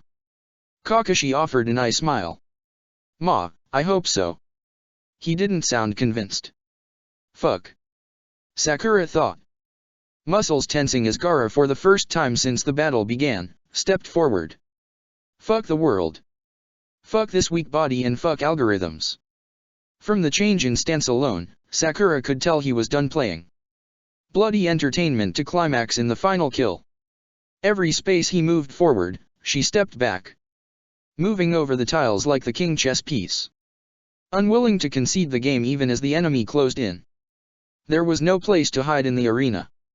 She might as well have a sign reading, "Pink target here." Sasuke would be strong enough to confront him directly, and Naruto's clones would at least be useful. Jumping backwards to avoid a sudden tide of sand, Sakura felt a smile split her face. Naruto's clones, could that work? It might. Terribly and badly and dangerously, but it just might. Reaching for the last of her senbon, Sakura flung them at Gaara. Waiting until the wall of sand arose, momentarily obscuring his vision. Sakura's hands forming a collection of very familiar signs. Please clone jutsu. Save my ass. Never had she tried to make so many. Yet the concept had not changed, and Sakura was confident it would work as she felt that curious, tugging sensation across her body. One by one, 15 copies of her peeled away. Exact replicas, they spread out in all directions, the original following suit. Gaara paused at the addition of more than a dozen Sakuras. Expression faintly perplexed as he examined them all. To her surprise, his gaze slid right over her. Seeing nothing but smoke and mist. How could one as powerful as Gaara make such a mistake? She had intended the jutsu to be a mere distraction. Attacking with all her copies and hoping he would lose the real one amidst the fray. To be unable to differentiate between a basic clone and its creator? It takes little training to detect such a thing, yet he didn't even hesitate. Her mind started to spin at the sheer multitude of new possibilities. Is he similarly defenseless against genjutsu? If that were the case, would it not leave a gaping hole in his so-called perfect defense? Of course. Why bother to train someone regarded as an unkillable weapon in low-level techniques? Any shinobi weak enough to rely on them would prove no match for the monster of the sand. Which means this has a chance of working. Pressing her hands together, Sakura ran through the chosen jutsu. Her clones copying the movement. Gaara's eyes narrowed. Sand churning like bubbling water before spikes erupted. Reminiscent of Haku's deadly icicles as they speared towards her. 8 of the clones dissolving in a puff of smoke while Sakura and the others leapt to one side. Missing death by millimeters. Landing hard on her side, Sakura let herself slide across the floor. Sand flooding toward her in a torrential wave. Her heart thrummed with panic as it caught up to her. Looming above in the shape of a clawed hand. A million grains shifting like ocean waves. Sakura braced herself. Accepting she could not outrun this next attack. Ignoring the danger, she focused on her chakra. Hardly daring to breathe as she finished the jutsu. Chakra settling upon Gaara's mind like the thinnest of spider webs. A silken cage he could not sense. Demonic illusion, hell viewing technique. The hand rushed downward. Inches from crushing her to a pulp when It stopped, returning to Gaara with the urgency of a summoned child. Rustling anxiously beside him as the red-haired genin dropped to his knees. Clutching the sides of his head as though they would split apart, Gaara's face remained terrifyingly blank. Until he screamed. Fear scraping across vocal cords that, by the sounds of it, were not often used. Palming the Tonto, she took off at a sprint. Determined to hold it against his throat. To cut it if need be. Such a basic genjutsu would not hold him for long. But if this works, I won't need it to. Gaara began clawing at the ground, his wails growing louder. Around him, the sand shifted like agitated guard dogs. Unable to find the source of Gaara's pain and thus, unable to quell it. Sakura met no resistance as her legs carried her forward. Bright as a wolf's fang, the Tonto gleamed at her side. At just meters away the sand sprang to life. Undoubtedly, the armed kunoichi barreling forward had triggered its safety measures. Go figure. Golden lashes swept toward her with whip-like speed.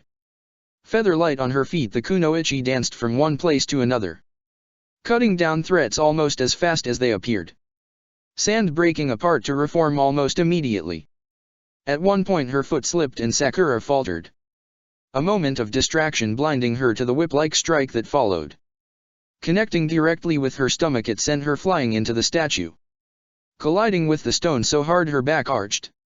Cold lightning flashing down her spine to elicit a gasp of pain. Using chakra to hold herself in place, Sakura released it slowly. Landing on the ground with trembling legs, it was all she could do to remain upright. In the ringing silence, it took her a moment to place what was wrong. Gaara had stopped screaming. Sensing his gaze, Sakura raised her head to meet it. Swallowing past the lump in her throat. I've never seen an expression so. The word murderous came to mind. An inhuman snarl distorting his face, Gaara slammed both palms against the ground. Sand exploding outwards like paint from a shattered jar.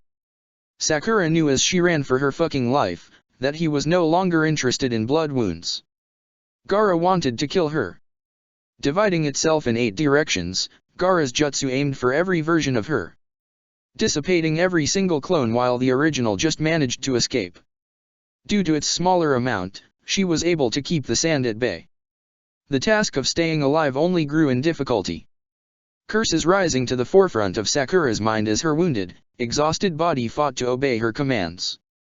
Swinging away from the vanished clones, the sand trickled back into itself. Growing larger with every passing heartbeat until she was all but drowning in a sea of sand. One kept at bay with frantic swings of the Tonto and rapid, chakra-assisted movements. I'm going to kill you, Gaara said darkly. Something slammed into her shoulder.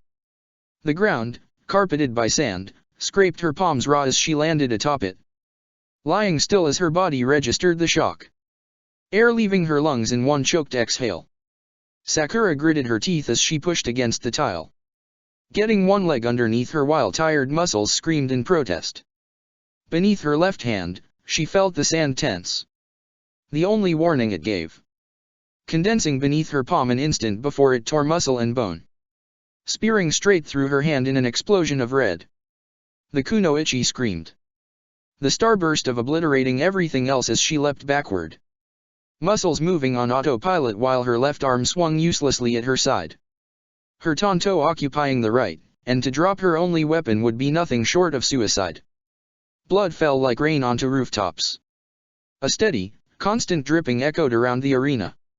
Sakura closed her eyes, trying desperately to breathe through the pain.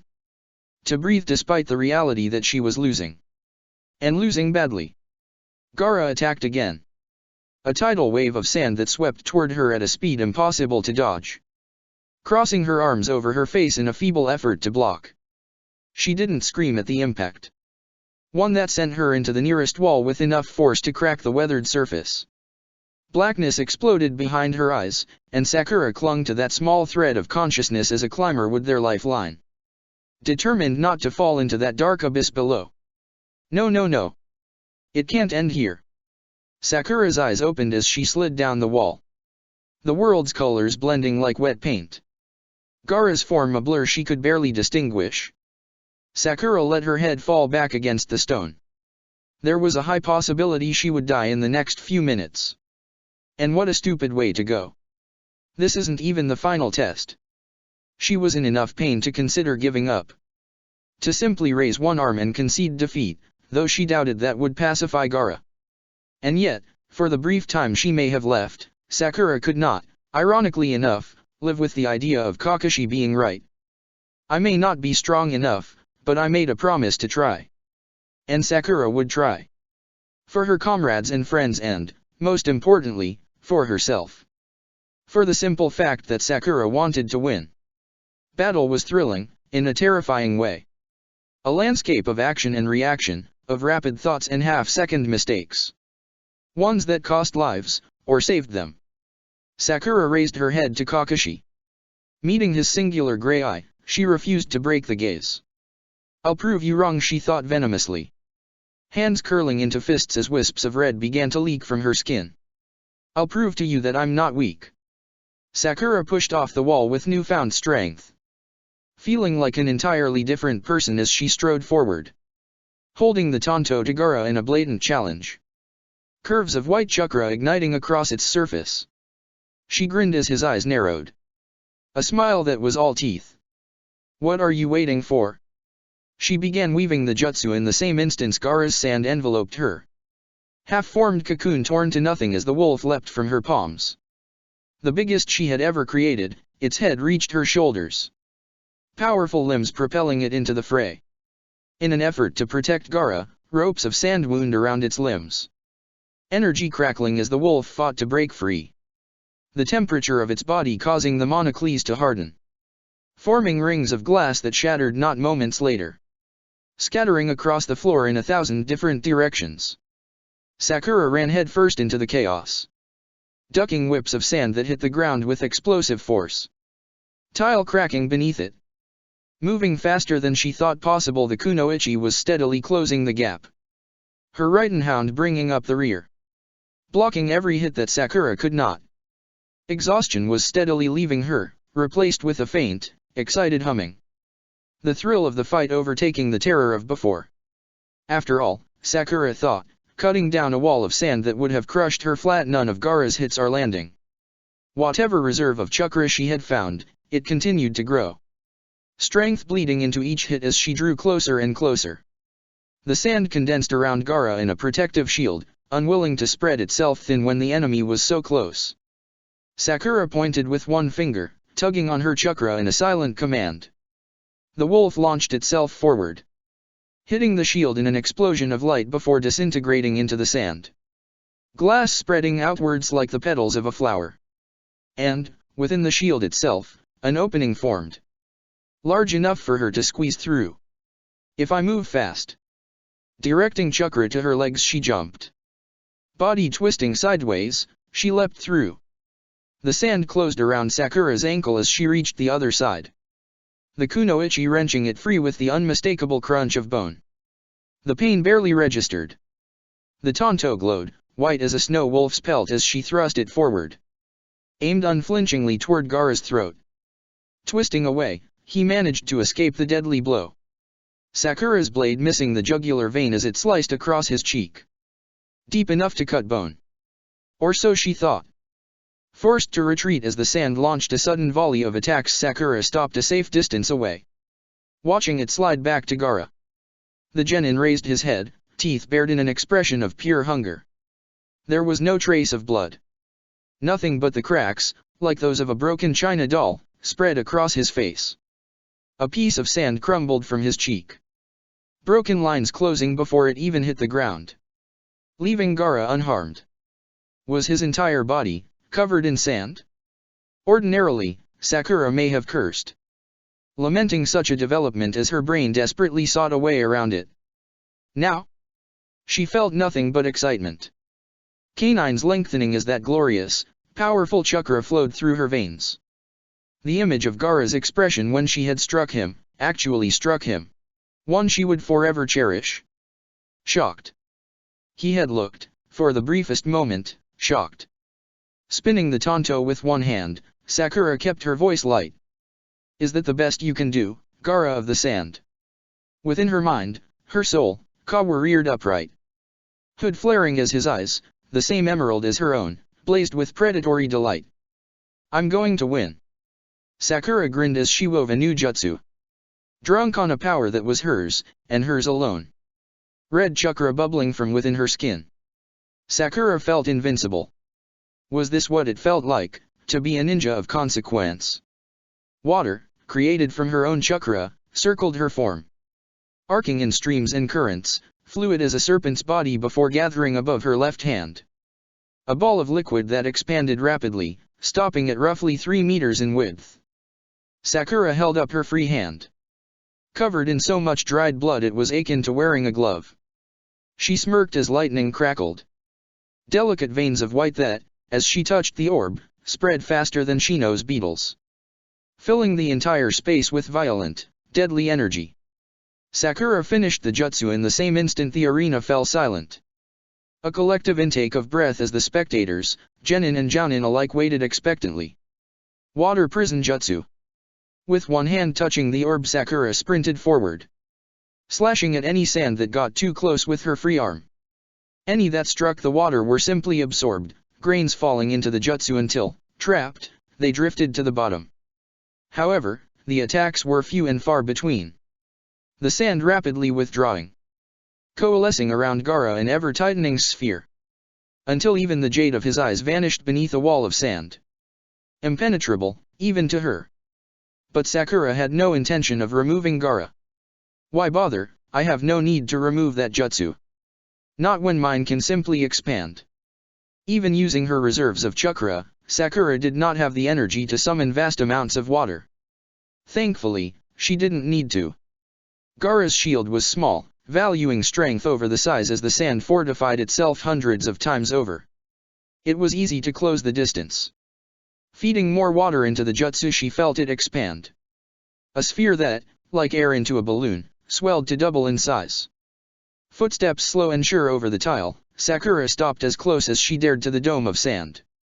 One hand still connected as the majority of her jutsu moved forward to envelop it. Lightning crackled like dried kindling as it passed over the sand, covering it completely. Sakura kept her hand pressed to the side, ignoring the harried attempts of the sand to remove her. Blows glancing off a body long since numb to pain. Deep within the trap she had created, Sakura could have sworn Gaara was screaming. This was bad. Kakashi's brows pinched together. The only expression he allowed himself. Despite the internal freakout currently raging inside his mind. Courtesy of a little pink student that seemed to revel in stopping his heart. Her list of secrets impressive, for a genin so young. Not for much longer. The moment this ends, she and I are going to have a little talk. The chakra pouring from Sakura Kakashi did not want to believe. Unwilling to accept what experience and logic told him was truth. A power tinted red, one that should belong to exactly one Konoha genin. At his side, Naruto had not moved. Blue eyes fixed intently on the fight below. Widening in silent delight as Sakura succeeded in trapping Gaara. Her water jutsu, infused with lightning, the ideal prison. Or so his student clearly thought. Murmurs and confused whispers sounded through the arena. Leaves scraping against one another as they fought to make sense of the wind that had just torn through. Of the civilian girl who currently fought with the chakra of a tailed beast. Just how is that possible? The Hokage met his gaze as Kakashi glanced up. Offering the slightest shake of his head. Message clear. Watch how it plays out, intervene if absolutely necessary. Kakashi inclined his head. Shifting minutely closer to Naruto as, down in the arena, Sakura flinched. Gritting her teeth as she fought to contain Gaara. His chakra expanding at a rate that should not be possible. Not unless. Kakashi's hands tightened around the railing. A realization striking like lightning. Gaara. Tsunagakure's monster of the sand. It made sense. In a terrifying way, it made sense. Tsunagakure has a Jinchuriki. Shukaku of the One Tail.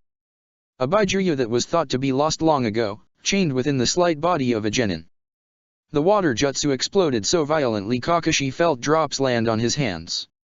Gaara's panting, snarling form shaking from effort of getting out. Or from keeping something in. Shuko's eye stared out from Gaara's face. The white lost to an influx of obsidian. His mismatched gaze was fixed on Sakura. Drool ran in rivulets down his chin, pooling onto the floor below as Shukaku's chakra continued to grow. Kakashi had no doubt Gaara's hold was even weaker.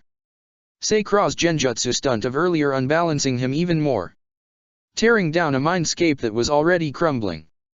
Sakura's broken body tensed at the sight of Gaara.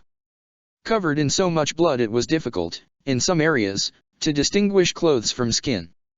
By the looks of it, she remained standing on sheer will alone. Kakashi just hoped it would be enough. Oblivious to the reactions of those above, Sakura pushed herself further. Red chakra emerging from the depths of her person. The lock blown wide from wherever it had been sealed away. Her body burning as chakra leaked through. The pain blossoming across her skin, transforming into small, delicate scales that began just above her elbow before tapering elegantly to the wrist. Dark red outlines all but inked into her skin. Scales formed over her cheeks as she released more chakra. Sakura breathed through the pain, struggling to think as a red haze spread across her mind. Was this Kawa's power? The stolen fragments of the three tails? Or was it her own? She didn't have time to wonder. Muscles stiffening in instinctive fear as Gaara snarled. One arm twisting and bulging. The skin stretching, some monster within straining to get out. Erupting in a maelstrom of distorted flesh. The limb ending in gruesome claws, ones designed to render flesh from bone.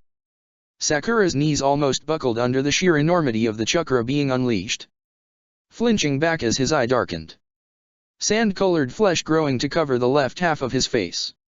Ridges and bulges where human form should be. So this was a Jinchuriki, one partially transformed. What an opponent to draw for my preliminary fight. Sakura had never been one to back down from a challenge.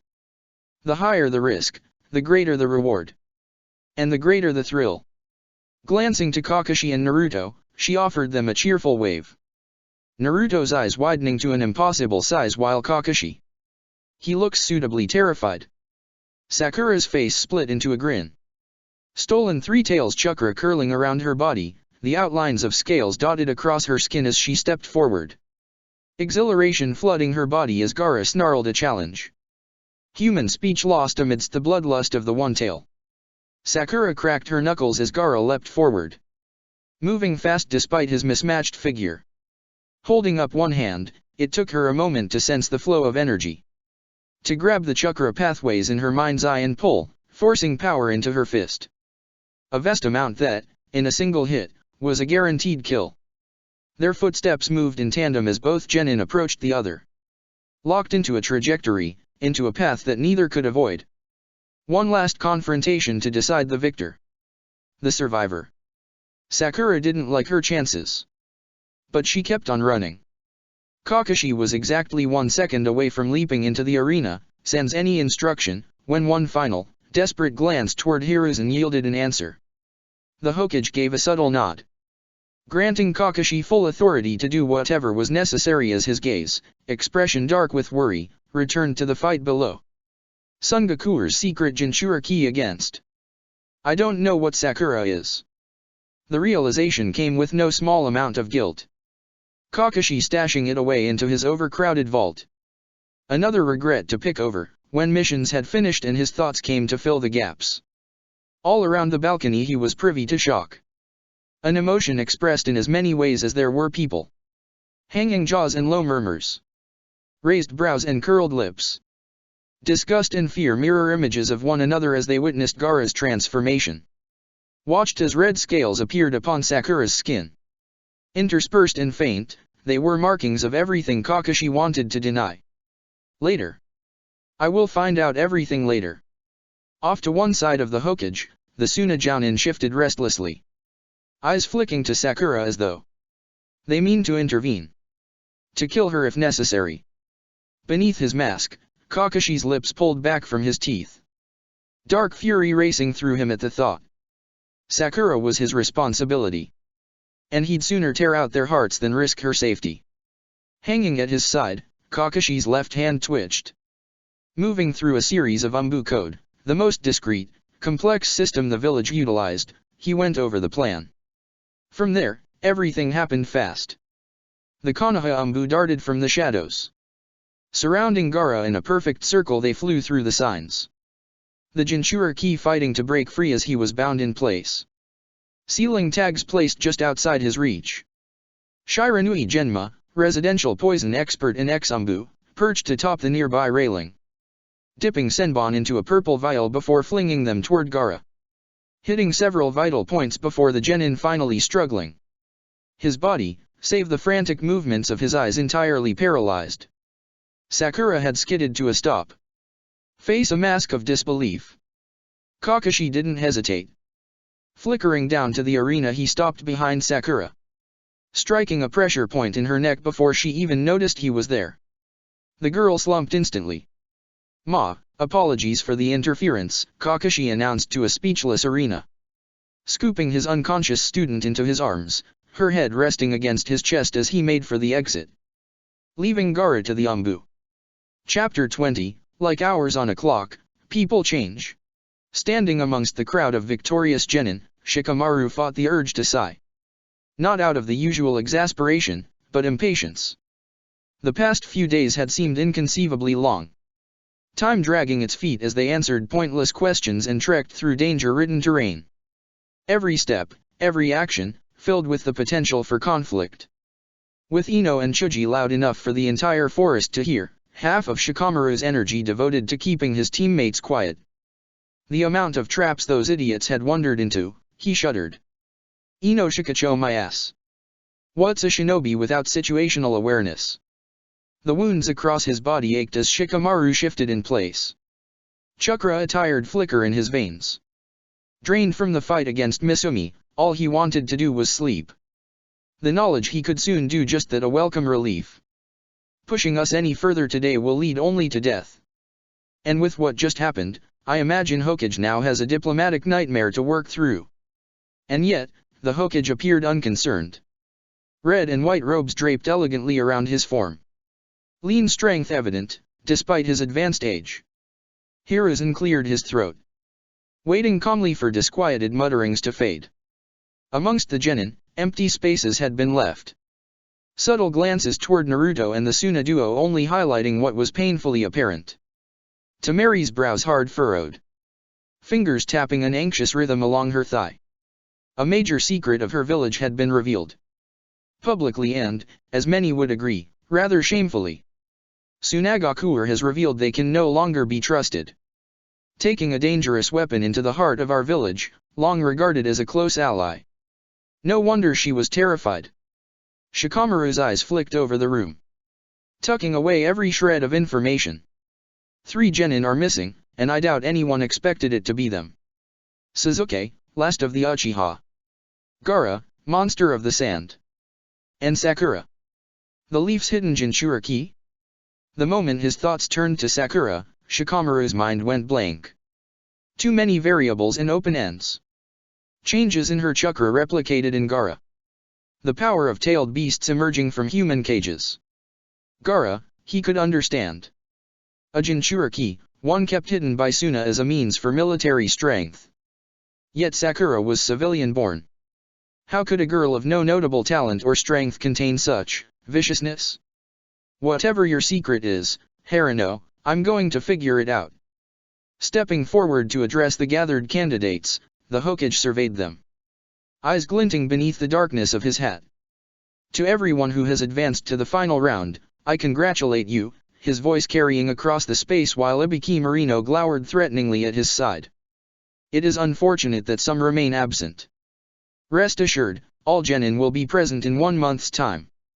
A time delay, eh? The Hokage took a long drag of his pipe. Exhaling smoke into the air, Shikamaru watched it climb toward the ceiling. Ghostly hands clawing for purchase in empty space. To everyone gathered, I will now explain the 3rd Chunin exam. Shikamaru fought the urge to sigh as the Hokage paused. Whether it's for dramatic effect or not, just get on with it. The final round is an opportunity to showcase strength. Both the power of your respective lands and your talent as individuals. Commencing 1 month from now, these battles will be held in Konoha's arena. A wide, Open space built for hundreds of spectators. With the influx of foreign visitors, it's perfect. A testimony to shinobi strength, to village strength. A chance to break alliances, or forge them. After all, the exam is about so much more than advancing from Genin to Chunin.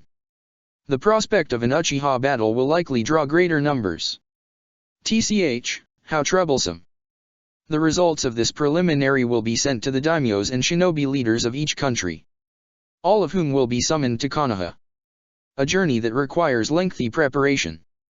I trust you examines will make full use of the time offered. Shikamaru watched, keeping his expression carefully neutral as the Hokage motioned Hayate forward. The proctor was holding a yellow box. From Shikamaru's angle, he was unable to see past the circular opening. Each of you, take one slip of paper. The number chosen will dictate opponents. Offering the box to Naruto, Hayate's face curled into a baleful smile. In the final round, you do not have the luxury of surprise.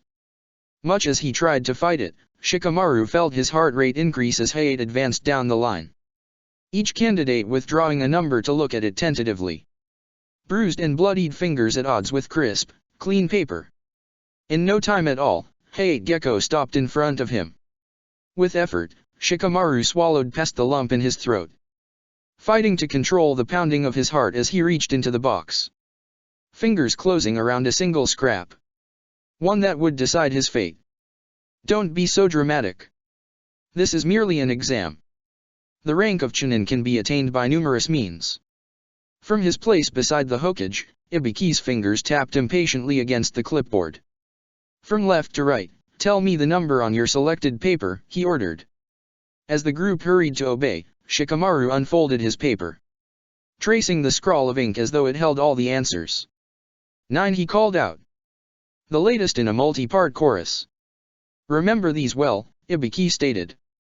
Matching numbers, such as 1 and 2, will be paired. The genin exchanged nervous glances. Thoughts whirling as they sought opponents. To realize what Shikamaru already had. Combinations falling into place like puzzle pieces. 3 variables, the absent genin, left to chance. Searching for his opponent, Shikamaru paused on Naruto. Staring open-mouthed at Neji, as though the Hyuga had grown a second head. Numbers 1 and 2. Should be a quick fight. Uzumaki has nothing against the gentle fist. Finding his target, Shikamaru couldn't help but sigh. Tamari's hair was tied back from her face. Colored the pale gold of sun-dried wheat, it contrasted sharply with the green of her eyes. Dozens of hues seen in flecks and ripples, changing and shifting like the forest itself. Deep green of old leaves mixing with fragile new shoots.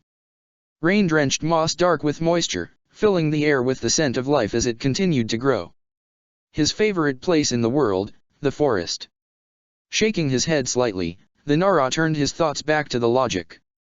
Seeing Tamari not as a person, but an obstacle. Noting the supple strength built into her form. The ease with which she carried herself.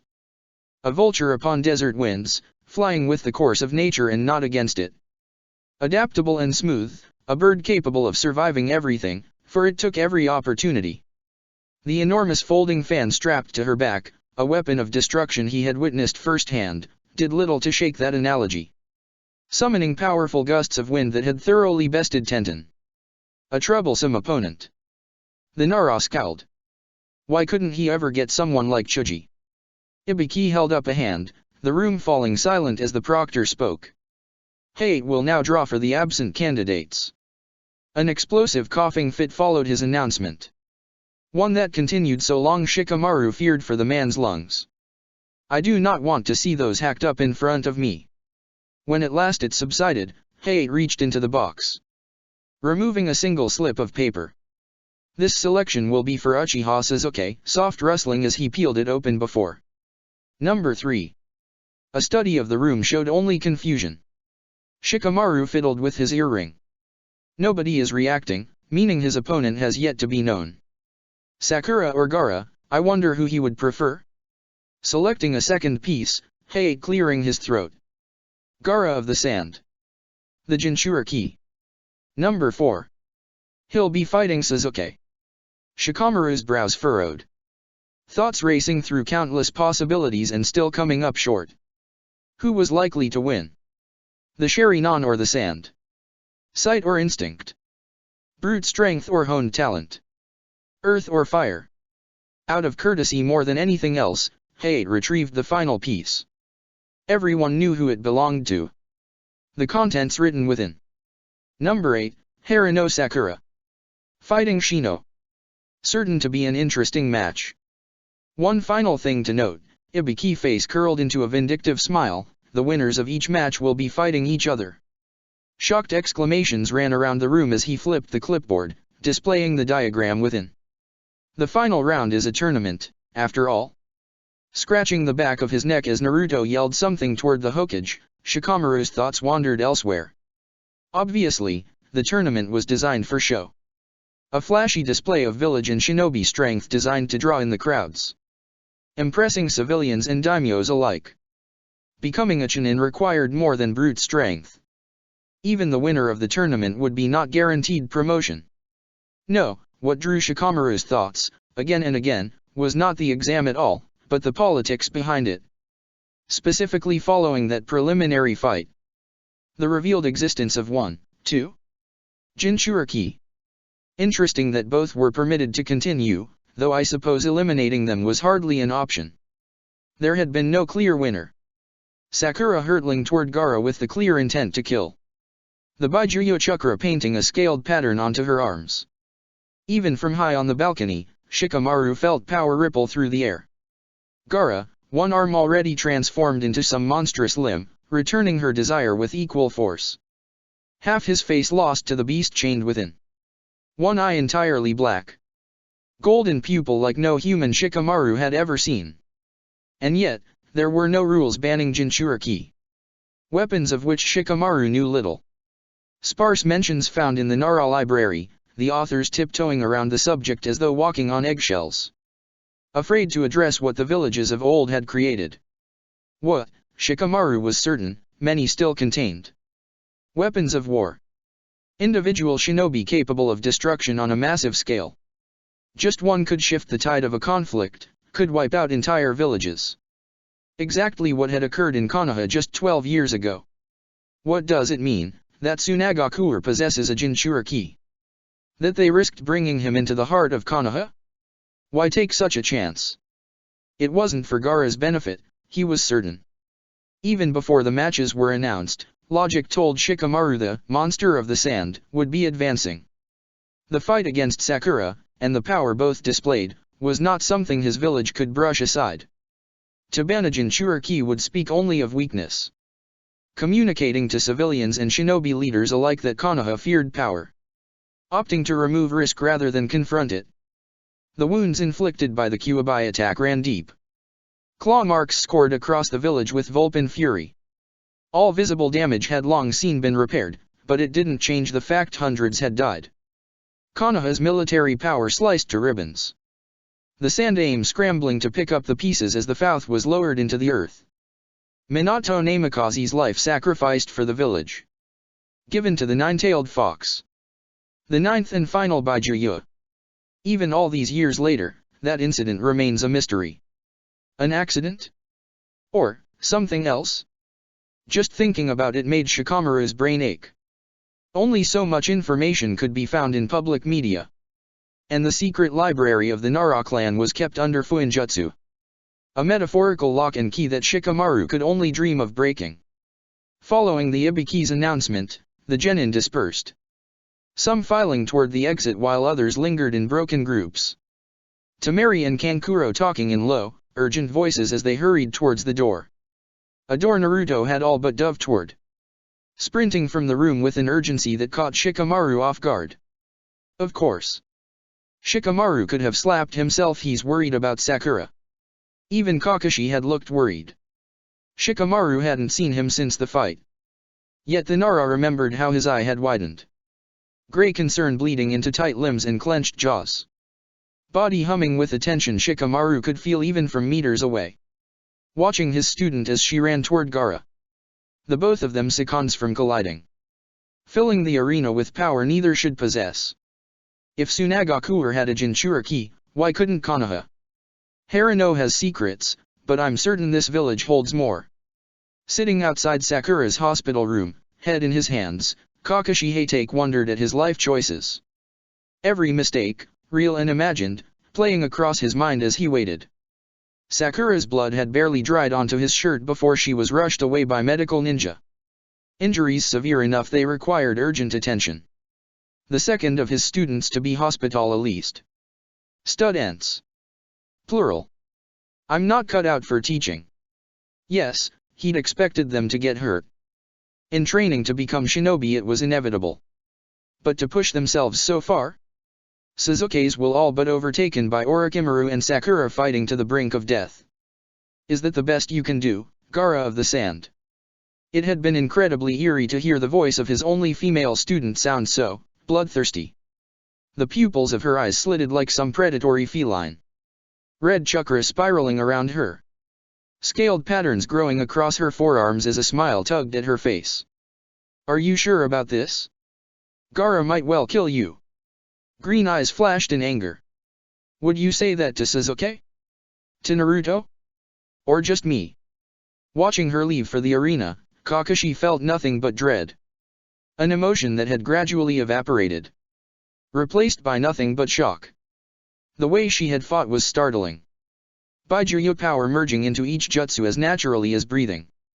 The chakra of a tailed beast used as effortlessly as her own. No hint of the pain other Jinchuriki felt. Gaara's form and inhuman snarls a stark contrast. Could Sakura's chakra have coalesced with the Baijuya? Was that even possible? Kakashi shook his head, trying to shake such a foul notion. Humans and tailed beasts were entirely different. They could no more combine than iron and water. And yet what had happened to her in that cavern? Certainly, the naive, shy civilian girl was gone. Sakura's face at the beginning of her match came back to him. Her teeth bared in a gleeful smile, jade eyes bright. The latest in a small avalanche of changes.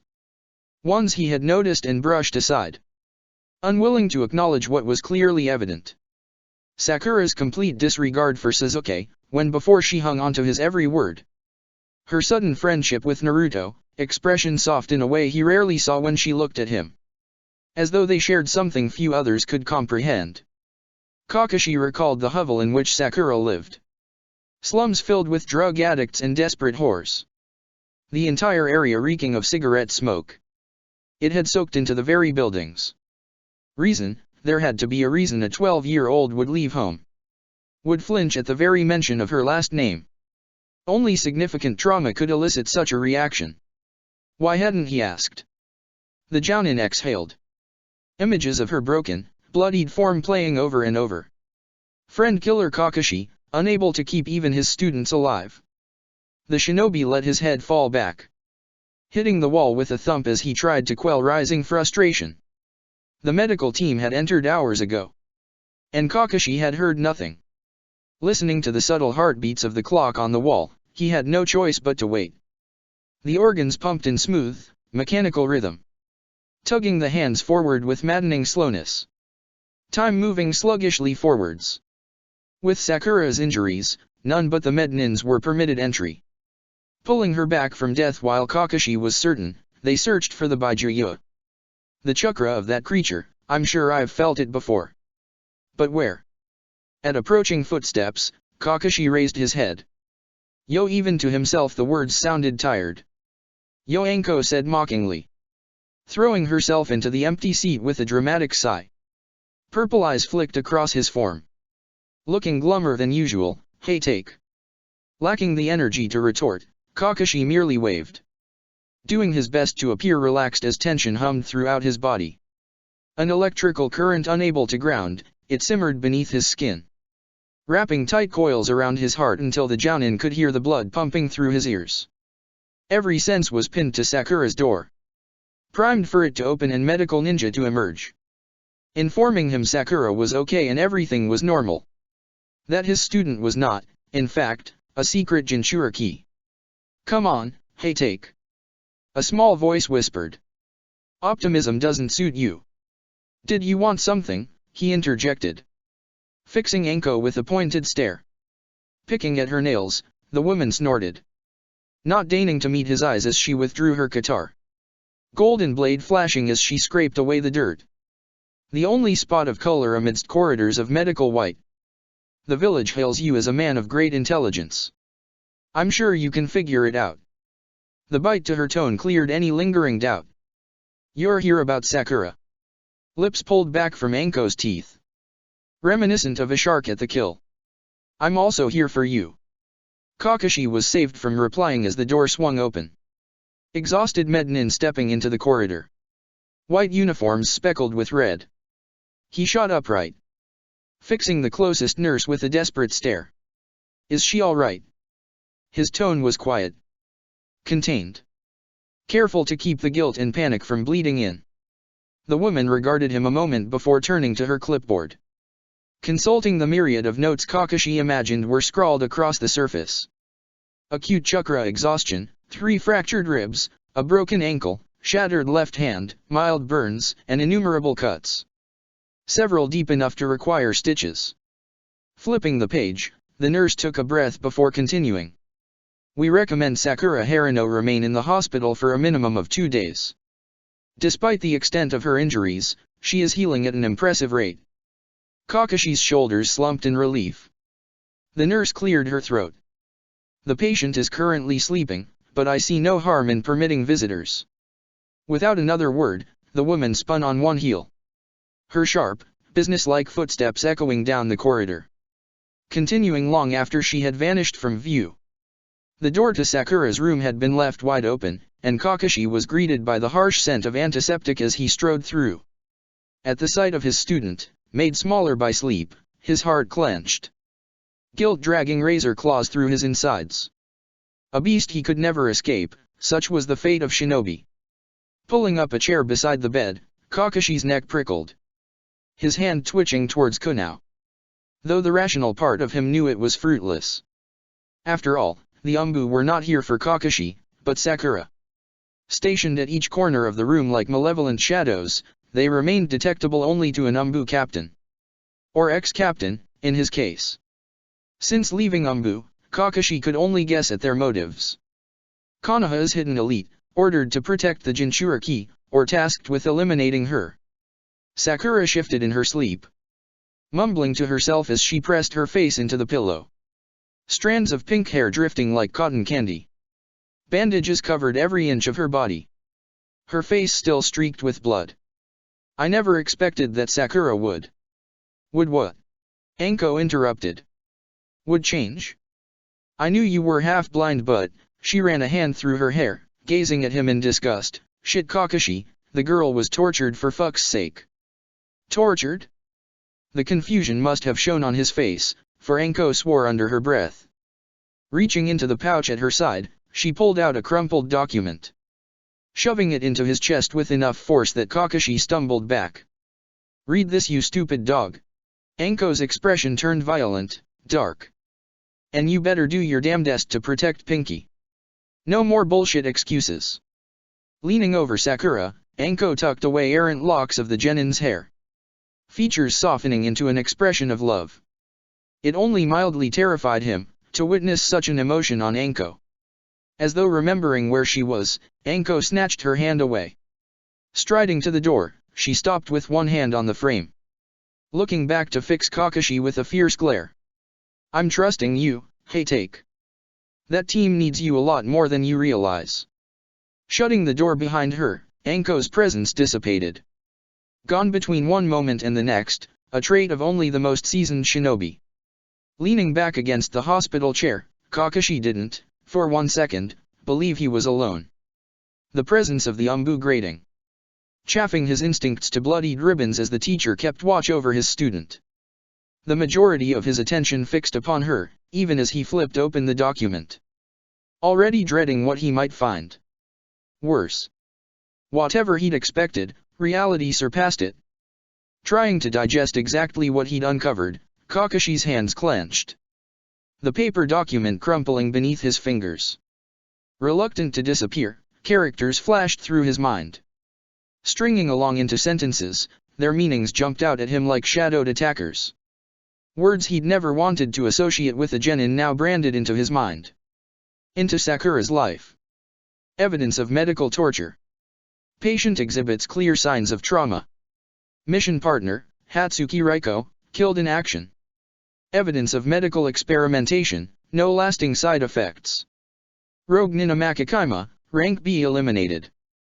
Kumadori Ueda, chief medical examiner, states the following: within the patient's bloodstream, subtle amounts of Bijiryo chakra were detected. Further monitoring saw this result to vanish. Kakashi recalled the moment he'd sensed that chakra. Seen, for the briefest moment in time, flickers of red waving behind her. 3 strands shaped almost like tails. And Kakashi knew. Perhaps he had known since then and merely buried the fact, shoving it aside until it faded into the background. Reemerging only when all his lies, his justifications, had been swept away. That chakra had felt familiar because it was the Sanbai. It once belonged to the Sanbai. Had Sakura experienced the same pain as Rin? The same isolation as Naruto? Her teammate had died. Sakura witnessed to her death, just as Sasuke had seen the massacre of his clan. So much pain. So much torment. And where was he? Sleeping. The girl looked so young, so vulnerable. All but swallowed up beneath the covers, the shadows beneath her eyes made worse by the harsh lights. Watching her face, it was briefly overlaid by that of another. Pink hair turned brown. Purple stripes gracing pale skin while memories flooded to the surface. Rin. The door opened and Kakashi tensed. Rising from his chair as the Hokage entered. Eyes grave. As the Konoha council emerged close behind, Kakashi's expression tightened.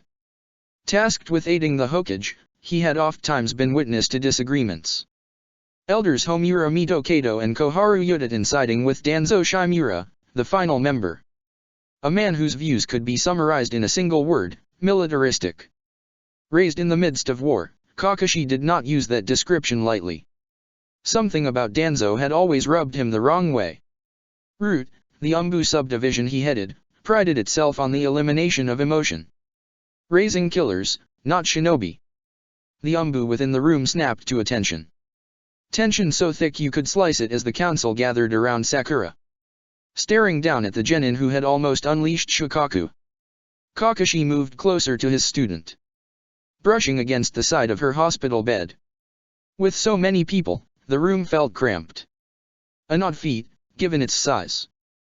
Kakashi could tell even the elders felt uncomfortable.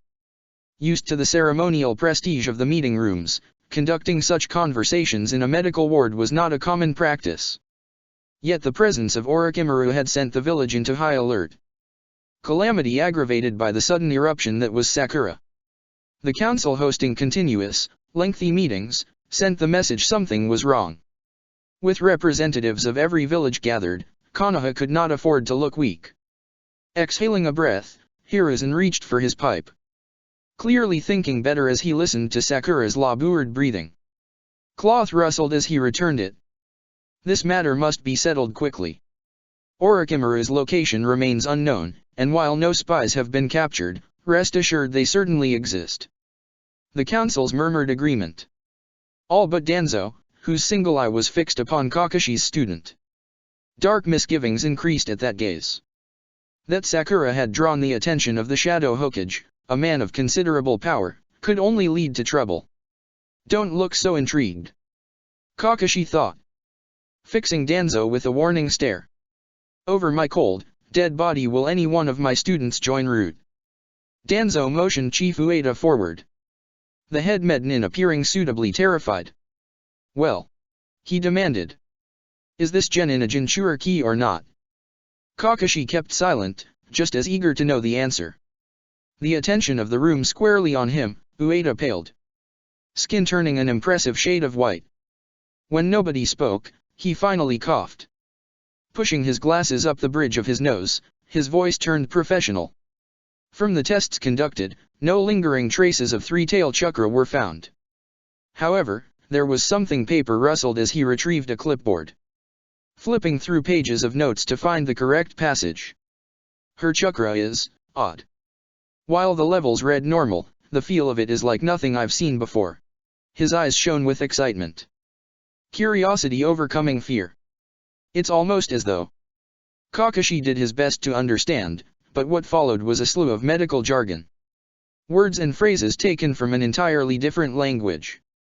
The Mednin paused for breath and the Hokage held up a hand. "Could you summarize that, Chief Ueda?" he asked gently. Cheeks reddening slightly, Ueda's jaw snapped shut with a click. When he next spoke it was slow and controlled. The excitement of earlier effectively muted. The patient's chakra signature bears a strong resemblance to Baijuya. It's fierce in a way that normal chakra simply is not. "And what does this mean?" Kakashi interjected. The Mednin paused, mulling over the question. "I don't know exactly how, but the majority of Three Tails chakra sealed inside this girl was either expended, or absorbed. It's fused with her system so entirely I can no longer detect a separate entity. Different to Jinchuriki, whose chakra systems remain divided from that of their Baijuya." A light entered Danzo's eyes. His gnarled hand tightening around the wooden staff. Inclining his head down to Sakura, the man's eyes lingered over the burns across her cheeks. Slight imprints in the shape of scales. This power, is it possible to replicate it? Kakashi's stomach dropped. Such an idea, creating soldiers of both Baijuyu and human chakra. It could change the face of war. It could make Konoha untouchable. But at what cost? Fear eating at his chest, Kakashi waited for the answer. The majority of the room doing the same. Ueda shook his head, sounding faintly disgruntled as he spoke. "From what I can tell, no significant power increase has come from this.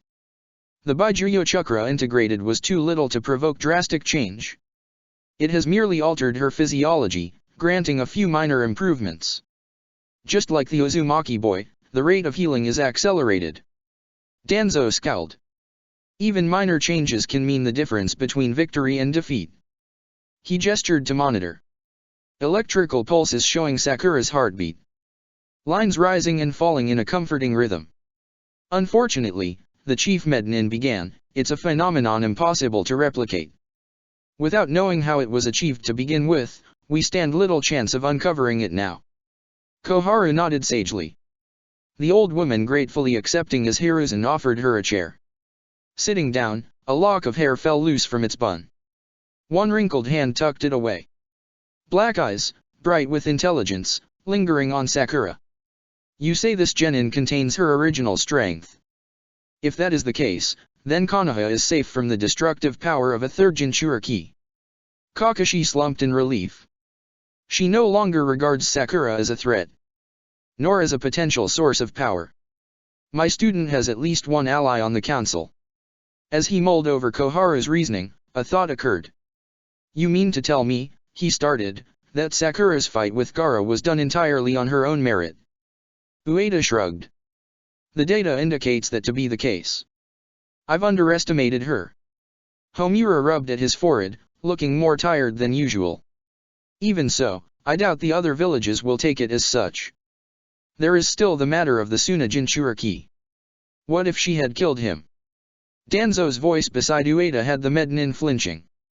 The elder silent for so long he had forgotten he was there. "Give her to me." Kakashi's eye widened. Yet at Hiruzen's warning glance, he kept silent. The slew of protests swallowed uncomfortably down his throat, digging sharp claws into his windpipe. "A civilian kunoichi will hardly be missed," Danzo mused. "I'd be happy to find a replacement for Team 7.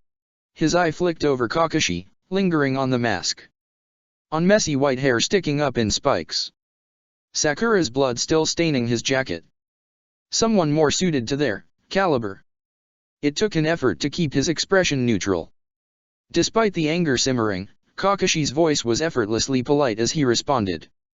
"Shimura-san, as her Jounin sensei, Sakura falls under my authority." Danzo chuckled, tilting his head pointedly towards the heavily bandaged genin. The heavy beeping of machines. "A fine job you've done so far, Haytake." Kakashi hummed noncommittally, choosing to remain silent as fantasies of dismembering Danzo played through his mind. Oblivious, the man continued. "Her strategic thinking and unflinching attacks show the beginnings of a promising shinobi. that talent for ruthless logic would flourish under the tutelage of Root, in the process destroying everything that makes her human. Voice sharpening, Kakashi straightened, looking down at Danzo from his full height. I am well aware of my student's abilities. I think it better she remain with her teammates. Breaking apart genin teams is rarely a good idea. Or is Root so desperate for recruits they'll take anyone? A muscle ticked in Danzo's jaw before his face smoothed out, burying emotion beneath a facade of calm. Only those we deem worthwhile, such as peacetime genin who strike to kill. Finger tapped thoughtfully atop his cane. Where does such bloodlust come from, I wonder? If she's anything like her sensei, perhaps removing Sakura from her comrades is the best thing. For their safety, of course, not hers. Friend Killer Kakashi. The stabbing hurt of that nickname had never truly faded.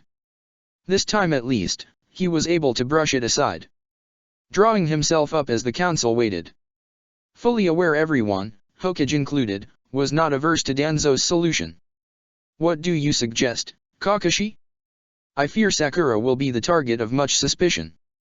Jinchuriki, false or otherwise, are not treated kindly. Hiruzen tugged at his beard, face shadowed as he watched the girl sleep. En route, at least, she will be safe. No. Kakashi's gaze lingered on Danzo. The bandages covering half his face white as ever.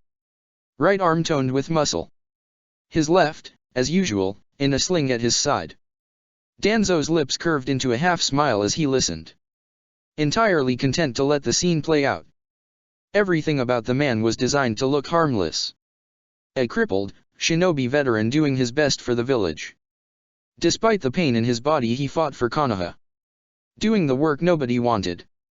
Konoha's Shadow Hokage.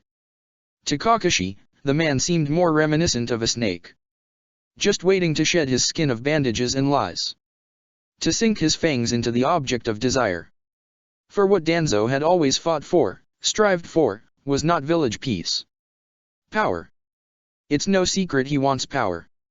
As much as he wanted to, Kakashi did not have the authority to drive Danzo from office. But he could, at the very least, protect Sakura from the poison of Root. Grant me the role of Sakura's guardian, Kakashi said. I'll ensure she is well protected from any that wish her harm. And, the Jounin hid his disgust at the thought, should this Baijuyo chakra prove to be a problem, I will conduct any and all necessary measures to subdue it. He gave Danzo a pointed glance. They both knew what it meant. What Kakashi was insinuating. After all, she is my student. The guardianship of the White Fang is sound protection indeed, Koharu said. Kakashi smiled, hope sparking in his chest. Koharu was highly respected, and where she walked, Homura often followed. Sakura shifted in her sleep, muttering restlessly as the council looked on. Kakashi found himself wondering, not for the first time, if she could have won, defeating Gaara not with brute force, but intelligence. Even so, had it not been for that three-tails chakra, she may well have died.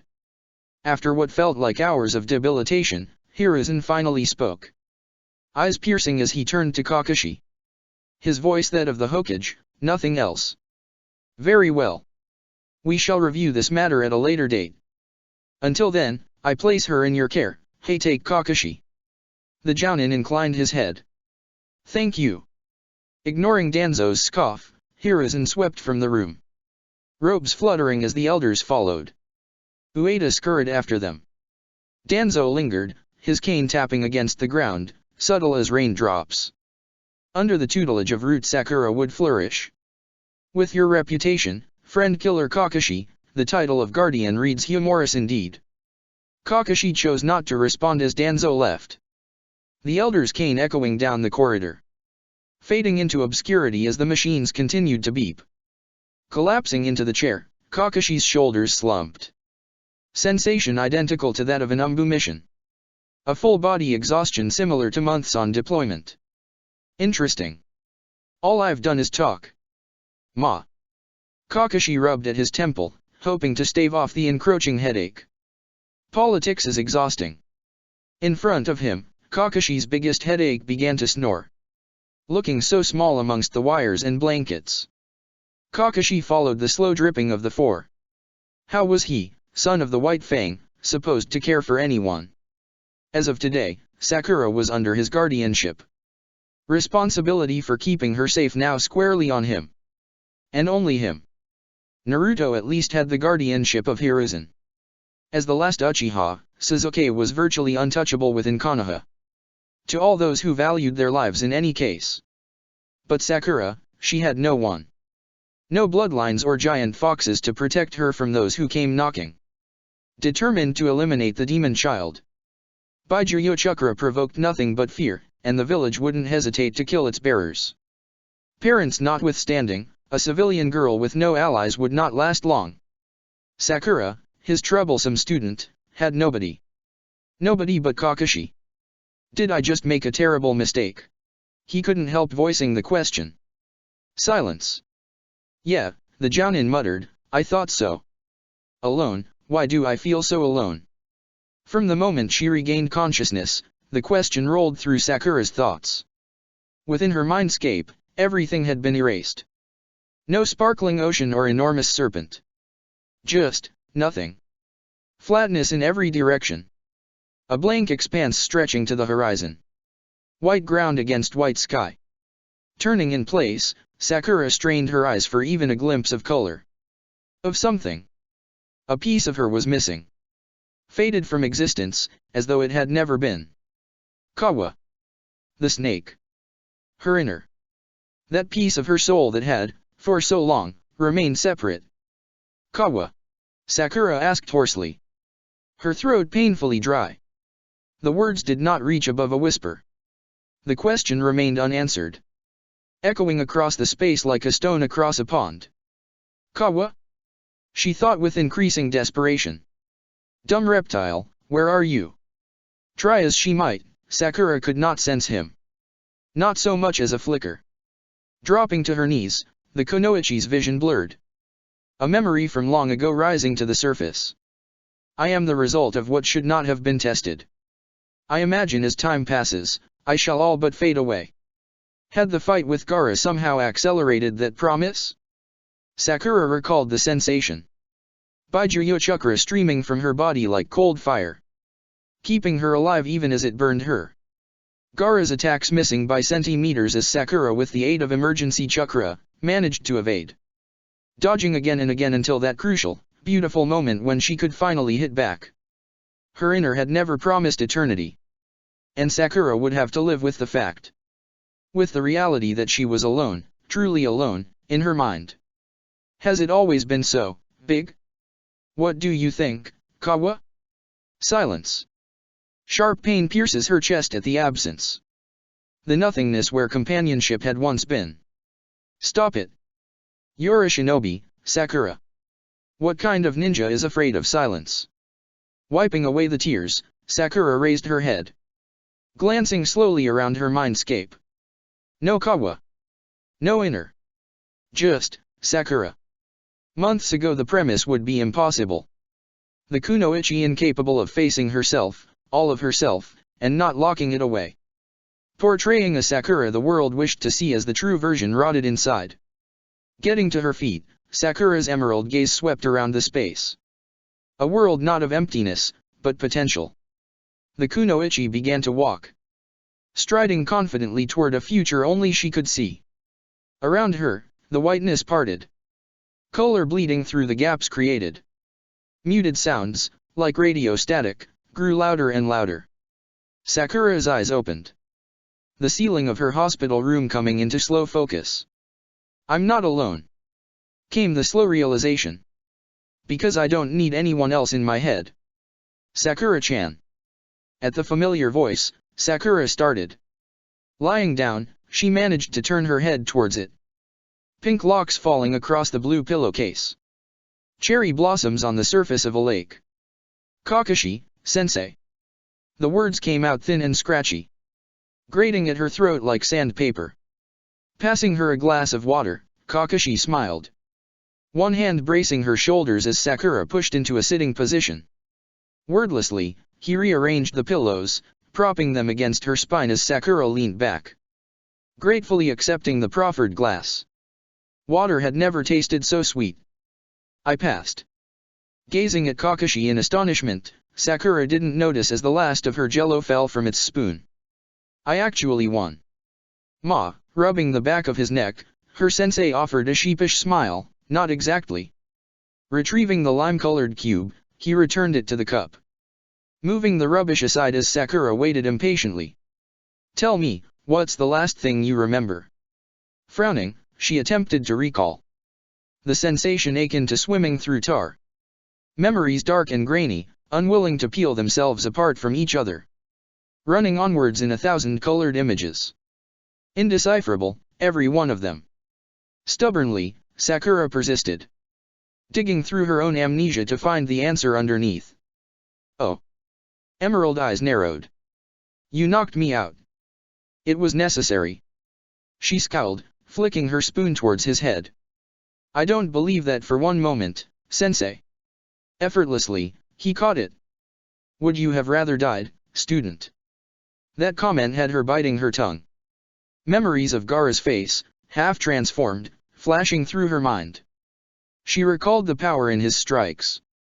The sheer abundance of chakra locked beneath his skin. Gaara, just how close was your Baijuyo to breaking free? Was I close at least? To winning? Kakashi sighed. Due to the nature of your match, intervention on both sides was deemed necessary. As a result, there was no winner. No winner, for that to be declared, I must have done some damage. The momentary pang of guilt quickly drowned beneath a well of pride.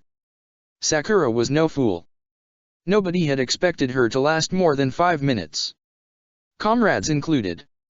Nobody, except Naruto. At the thought of her sunshine friend, Sakura started. Naruto, she said. Loud enough that Kakashi winced. Eyes fine. From what I hear, his match against Kiba was impressive. His head tilted slightly. A subtle action Sakura had come to know meant pride. All of Team 7 has passed to the final stage. Sakura grinned. Damn right we did. Slowly, her thoughts shifted from Naruto to their final teammate. The one haunted by shadows. Has Sasuke's curse mark gotten worse? Kakashi did not look surprised that she knew. Hands lacing together as he exhaled. It's been sealed. Thank the Hokage. And Gaara. Her teacher tilted his head, looking at her so intently Sakura almost flinched. Gaara will continue the exams. Despite his destructive potential, being a Jinchuriki is not an inherent rule breaker. Although, his gaze flicked to the bandages across her arms. Right through the fabric and to the burns beneath, you already knew that, didn't you Sakura? Calm down. He can't know everything. At the moment it's just guesswork. Testing me to see how I react. And why should it? The words, harsher than she'd intended, filled the room. Because Jinchuriki are dangerous weapons that have no right to become Chunin? Have no right to ever make something of themselves? Can you imagine telling Naruto something like that? Kakashi huffed, momentarily amused. Naruto is not one to be discouraged. Sakura smiled. That's one way to put it. Since she had last cut it, Sakura's hair had noticeably grown. As pink strands fell in front of her eyes, Sakura reached to brush them aside. Bandaged fingers closing around a piece before she froze. Hissing in pain as lines of liquid fire shot through the limb. Tremors rippling through her right hand, she allowed it to fall back onto the bed. Biting her lip to keep from screaming. By the time the sensation faded, Sakura was panting. Cold sweat beading on her forehead as she waited out the pain. Fucking ow. Sakura-chan. She glanced up, wincing at the smile on Kakashi's face. One that looked far too fake. I don't like that look. Not at all. The bones of that hand are newly reset. Try not to shatter them again. Experimentally, Sakura flexed her palm. Expletives leaving her mouth as nerve endings protested. Yes, she hissed through clenched teeth. Resisting the urge to punch something. How am I supposed to fight one-handed? How the fuck am I supposed to win? Oblivious to her internal fuming, Kakashi's tone remained deceptively cheerful. Without urgent medical intervention, the damage to your chakra network would have been permanent. Leaning forward, Kakashi gave her a sharp flick on the forehead. Imagine fighting enemy nin without jutsu. That could well have been your reality, Sakura. Rubbing the wound, she opened and closed her mouth. Unable to retort. Channeling such a vast amount of chakra to one location, just what did you hope to achieve? Sakura looked around the hospital room. Wishing more than ever before she could shunshin. Fiddling with the edge of her bandages, Sakura glanced off to one side. Mumbling the answer under her breath. I was trying to copy Tsunade. Kakashi made a choked spluttering noise. Iruka taught us about her in the academy. One of the legendary Sunin. A kunoichi with unrivaled chakra control. Able to control it so finely she can vastly enhance her own strength. For a moment she trailed off. Gazing wordlessly at her bandaged fingers. I guess that's what I was trying to replicate. The look Kakashi gave her was entirely deadpan. Sakura, and I can't believe I have to say this to you of all my students, but Sunin level techniques require training. You cannot just replicate them mid-battle. Sakura shrugged. It worked, didn't it? I made it this far. Kakashi, looking more tired than she's ever seen, merely sighed. Sakura couldn't help but snicker. That expression she'd seen directed at Naruto time and time again. I must be doing something right, for sensei to respond like that. Or everything wrong. Her throat dry, Sakura reached for the water pitcher. Hospital gown slipping up. Exposing her left forearm, fresh stitches pebbled along its length. Split skin held together by blood-covered thread. It was a wound she barely remembered getting. The atmosphere of the room darkened as Kakashi's attention lingered. Had the blade been any deeper, Sakura knew it would have cut bone. By the look on his face, so did her sensei. Sakura, he began slowly, I need you to tell me what happened. Spare no details. She swallowed. White corpses and warm blood filling her mind. About the forest? Naruto and Sasuke know just as much as me. That's not what I'm asking.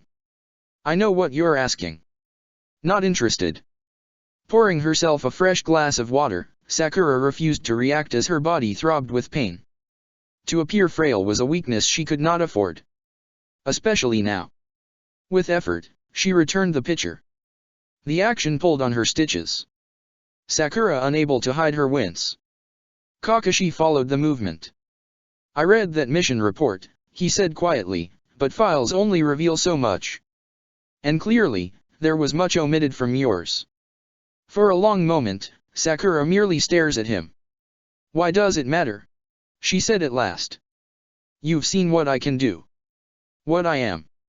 It's clear my power is nowhere close to a Jinchuriki.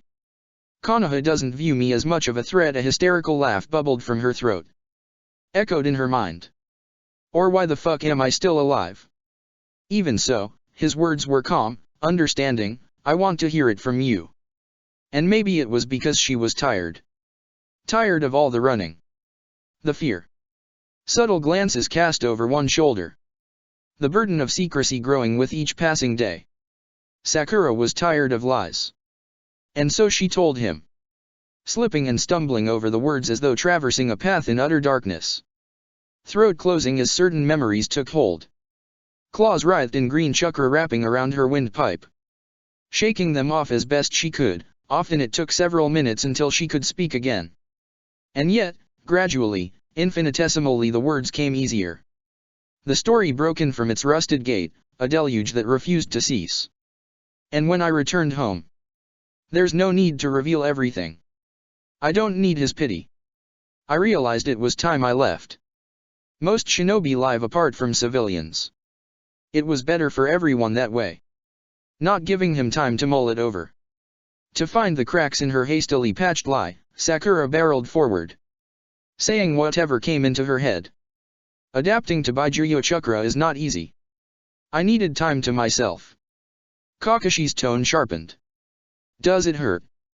Recalling Kawa with a sad smile, Sakura shook her head. No.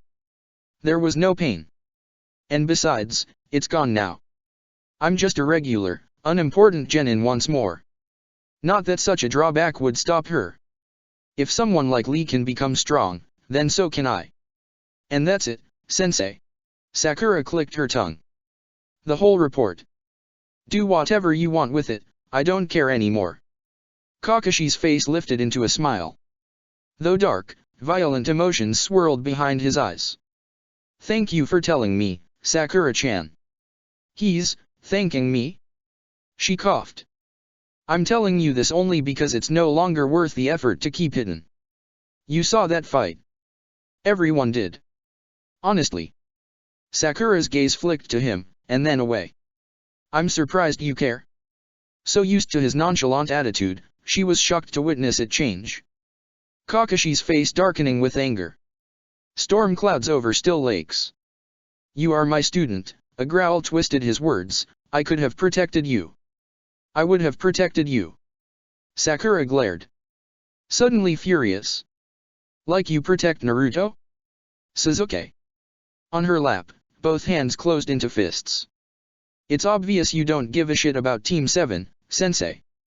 I'd bet all my Ryo you were forced into teaching. Biting her lip hard enough to taste iron, Sakura scowled. And frankly, I don't care. My team is going to succeed even if we have to do it alone. By now Sakura was panting. Teeth bared as she faced her teacher.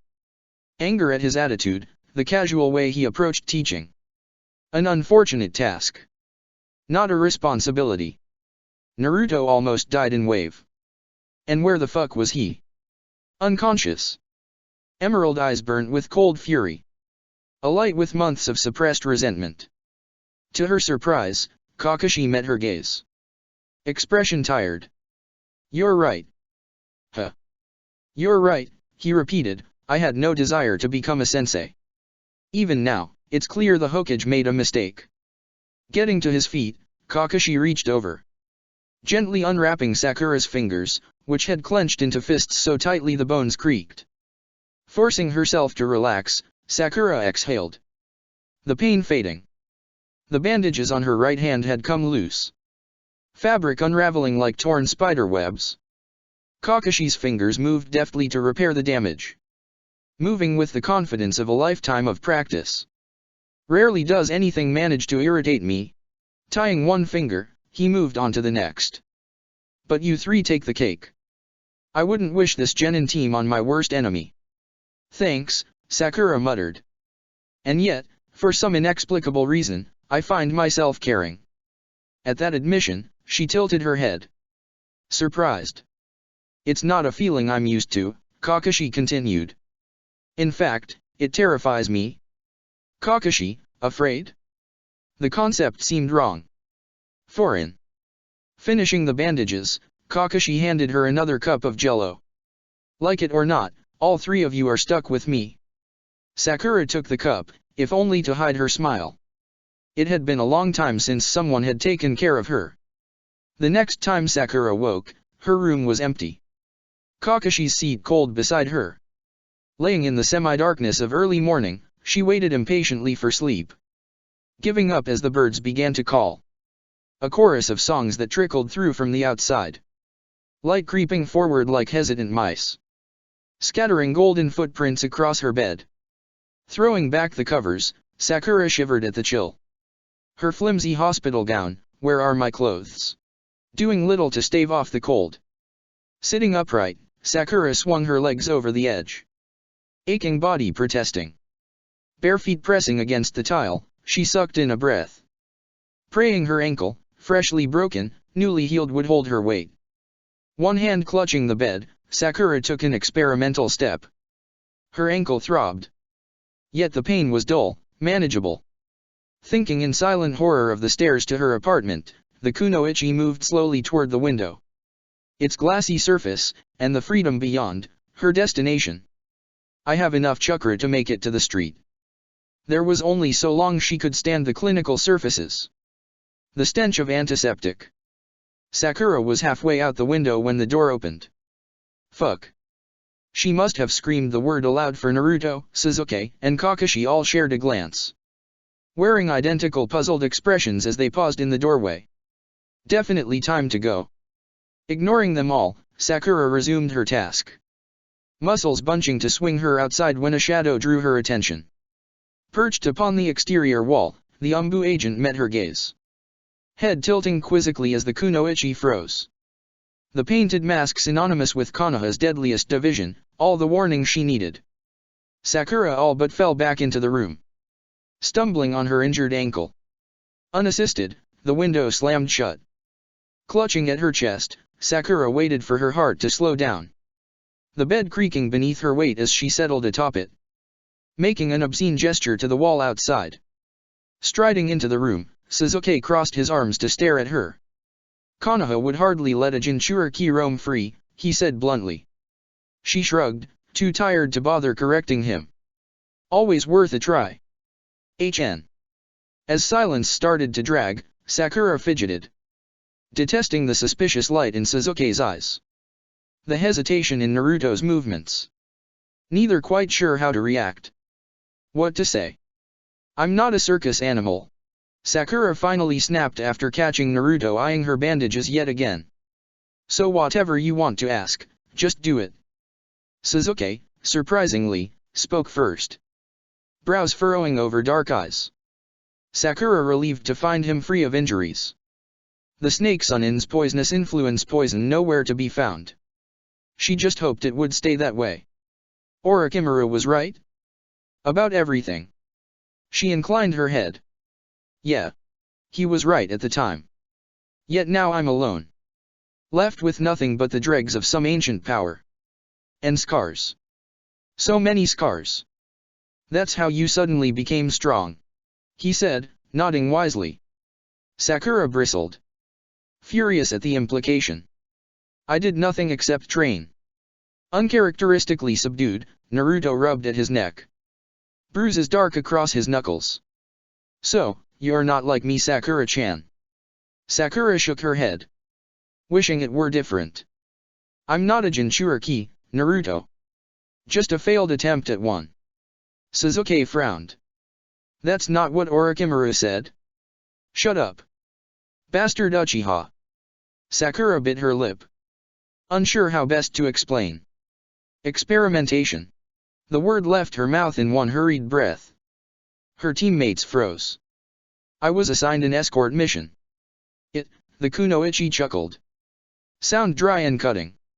Slicing through the room like a scythe through wheat. Obviously, it went wrong. But Sakura-chan, weren't you rescued? Naruto cut in. Voice loud and eyes panicked. Sparkling pools of concern that grew wider the more she spoke. Eventually. After hours and days and weeks trapped in that darkness. Green chakra and muffled screams. Thrown into that cell every day knowing, no one even knew I was gone. Meeting Naruto's perplexed gaze, Sakura forced a smile. It's not a big deal. I was similar to a Jinchuriki. And now, I'm not. Memories of her parents circled like vultures. Dark shapes staining her thoughts. Tainting the world with icy fear. Sakura trying desperately not to show it. How scared she really was. Monster. What have you done with my daughter? No child of ours. Be gone by morning. What would she do, if even her teammates shut the door in her face? Eventually, Sasuke coughed. An unfamiliar expression crossing his face as the Uchiha observed her. Walking to stop at the edge of her bed. You're still part of Team 7. He said at last. What's one more with Baijuyo Chakra? It was a clumsy, flawed sentence. Yet Sakura took it for what it was, a peace offering. She had not forgotten Sasuke's earlier threat. His willingness to sacrifice a teammate to further his own agenda. Unfortunately, I have to recover before punching him in the face. Sakura flexed her fingers. Recalling again that enormous strength. So addictive, that power. And one, with my chakra control, I could potentially master. Grinning, she leaned forward to lightly punch his shoulder. Don't worry, I'll still crush you in the next exam. Jinchuriki or no? Looking more like himself, Naruto nodded excitedly. Whatever happened, you're still Sakura-chan, Dadabiya. Sakura ducked her head. Happy tears brimming at such acceptance. And I have the best chance of winning. Naruto announced cheerfully. I was barely hospitalized. Sasuke frowned, Uchiha look of pretentious disgust crossing his face. You can't win at the Chunin exams, dope. Kakashi's hand came down on Naruto's head. Blonde hair sticking up like tufts of hay. Barely hospital at least, is also not a phrase, Naruto. The blonde sputtered a protest as Sasuke voiced agreement. Kakashi sighed, an incredibly tired sigh, as the discussion devolved to argument. Sakura grinned. Not even bothering to hide her amusement as Team 7 crowded around her bed. Chaotic as ever. Unlike her, Naruto and Sasuke moved unrestricted. Injuries surface layer at best. Even Naruto's ribs, fractured during their time in the forest, had already healed. Naruto's healing speed, just where would he be without it? Easily avoiding Naruto's right-handed punch, Sasuke's body tensed to retaliate. His right leg cocking upwards in what promised to be a bone-shattering kick. Catching Sasuke's shoulder, Kakashi just managed to wrench the two apart. Likely not in the land of the living. Watching the chaos, Sakura would have been perfectly content to remain an observer. Perched on the edge of the bed, her legs swung back and forth. Stilling abruptly as the thought struck. Cold lighting jolting her system. How long have I been here? Just how long did she have before the final exam? What was it? Another survival challenge? Enormous free-for-all battle? Okami, what if I've been asleep for days? Sakura, Kakashi's voice cut through her panicked thoughts. Still holding Sasuke, his free hand rose reassuringly. The final exam is scheduled 1 month from now. You've only been in hospital 2 days. Too long. It's another combat round, Kakashi continued, guessing her next question. Tournament style. Lots have already been drawn. You're fighting Shino, Sasuke said abruptly. Bug boy? Aburame Shino, her former classmate. A quiet student who rarely spoke. His eyes, and the majority of his face, hidden behind clothes and sunglasses. Obscurity clinging to him as tightly as the beetles he so carefully nursed. Chakra insects, the speciality of the Aburame clan. Fed a steady diet of the user's own energy, they grew to be formidable. Sakura had no problem with bugs. So long as they stayed far, far away. Just thinking about those hundreds of black, squirming bodies had her shivering. Hundreds of spindly legs running up her skin, mouths open to feast on her chakra gross. What about you two? Naruto's chest puffed out. Neji. Gaara. Sakura's smile was all teeth. A piece of cake. At most, we'll be, barely hospital at least, dot. Amusement undimming despite Sasuke's muttered curse, the kunoichi tilted her head toward Kakashi. Speaking of hospitals, when can I leave? Although he chose not to answer, the Jounin's gaze slid toward the corner of her room. Sakura following it to find a bag.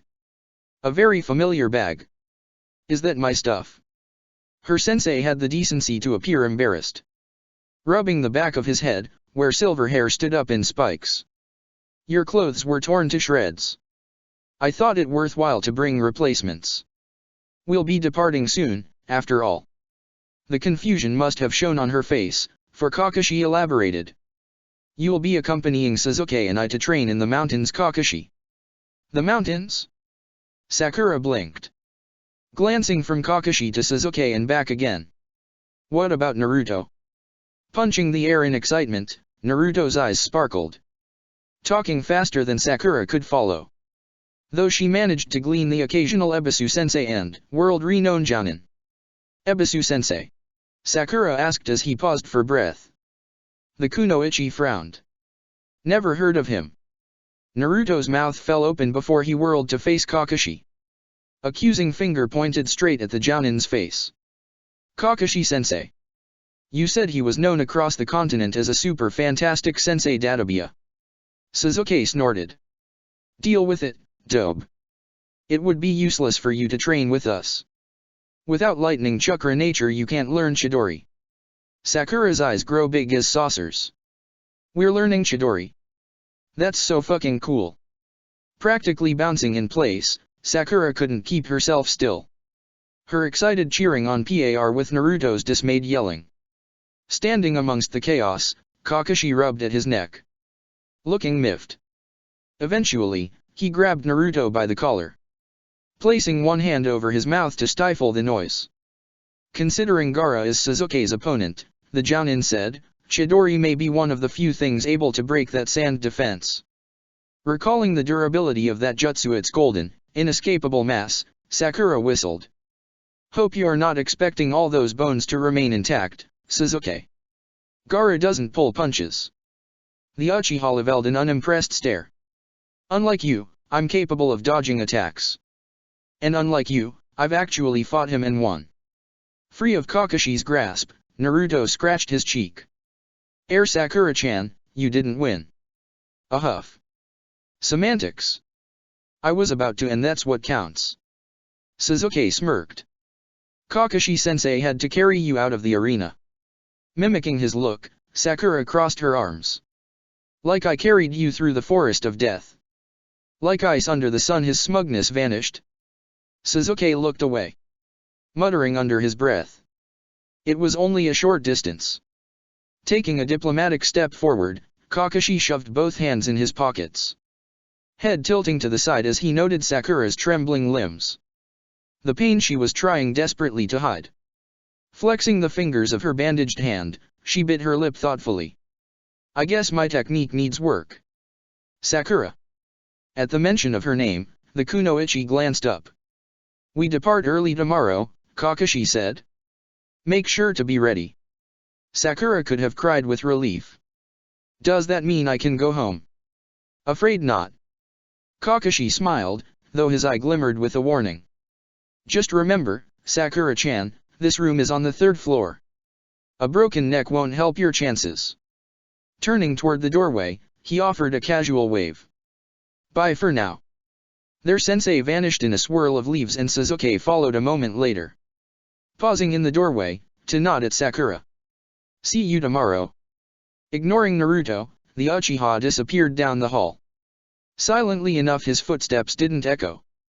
There one instant, gone the next. Leaving only Naruto. Naruto, who had yet to lose that weariness. Pity visible in every shy glance, each anxious movement. As though, if he moved too fast, Sakura was liable to break apart. Sakura could deal with hatred, disgust, horror, even fear. What did she care, if some viewed her a monster? But there was something about sympathy.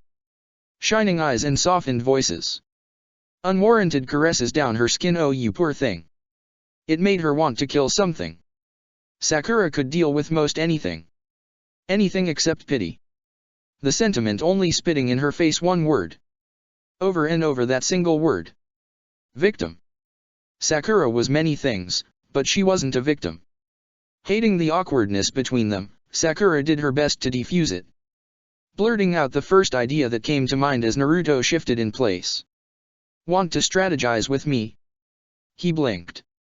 Confusion giving way to a broad smile. One, Sakura noted with relief, was genuine. Sure. It had started off with strategy. As they talked, the light grew long and the conversation shifted. The hospital room filled with words, punctuated more and more often with laughter. Lunch came and went. Naruto stayed. The dusk chorus finished, feathers ruffled as the birds settled down. Heads tucked under wings to stave off the evening chill. Sakura guessed it was roughly 5 p.m., but Naruto appeared in no hurry to leave. What was the point? Just like her, there was nobody waiting at home. No way that would work, Sakura argued around a mouthful of jello. Pointing her spoon nonchalantly toward Naruto. Having lost a bet, her teammate was busy juggling kunao. Switching the blades from one hand to the other with ease. You can't beat Neji with a harem jutsu. Why not? The Uzumaki grinned. Maintaining eye contact even as his pace increased. It works on almost everyone. Even Sakura-chan. Sakura crossed her arms. Are you sure about that? Without dropping a single weapon, he managed to shrug. I'd win with Sasuke clones, believe it. Choking at the mental image of 100 Sasukes, dressed in orange tracksuits and shouting Databia, Sakura couldn't help but laugh. Shaking so hard her eyes started to water and air came in frantic gulps. That is something nobody wants to see. She finally wheezed. A demonic light in his eye, Naruto tossed the kunao. hands pressing through familiar signs. Henge. White smoke exploded around his form, clearing a second later to reveal Suzuki. Complete with raven hair and signature scowl, he was silent in front of her. Scanning him up and down, Sakura felt a grin spread across her face, growing wider as she noted his outfit. An orange tracksuit. Orange clashing terribly with his hair. The Suzuki henge gave a double thumbs up, looking utterly ridiculous. Sakura burst out laughing, stopping only when jello came out of her nose. Naruto gaped at her. About to say something, he was distracted when a kunai fell from the roof. Lodging itself in Naruto's foot, the henge dissolved as he yelled out in pain, hopping around the room while blood spurted. Sakura rolled her eyes. "Idiot," she said affectionately.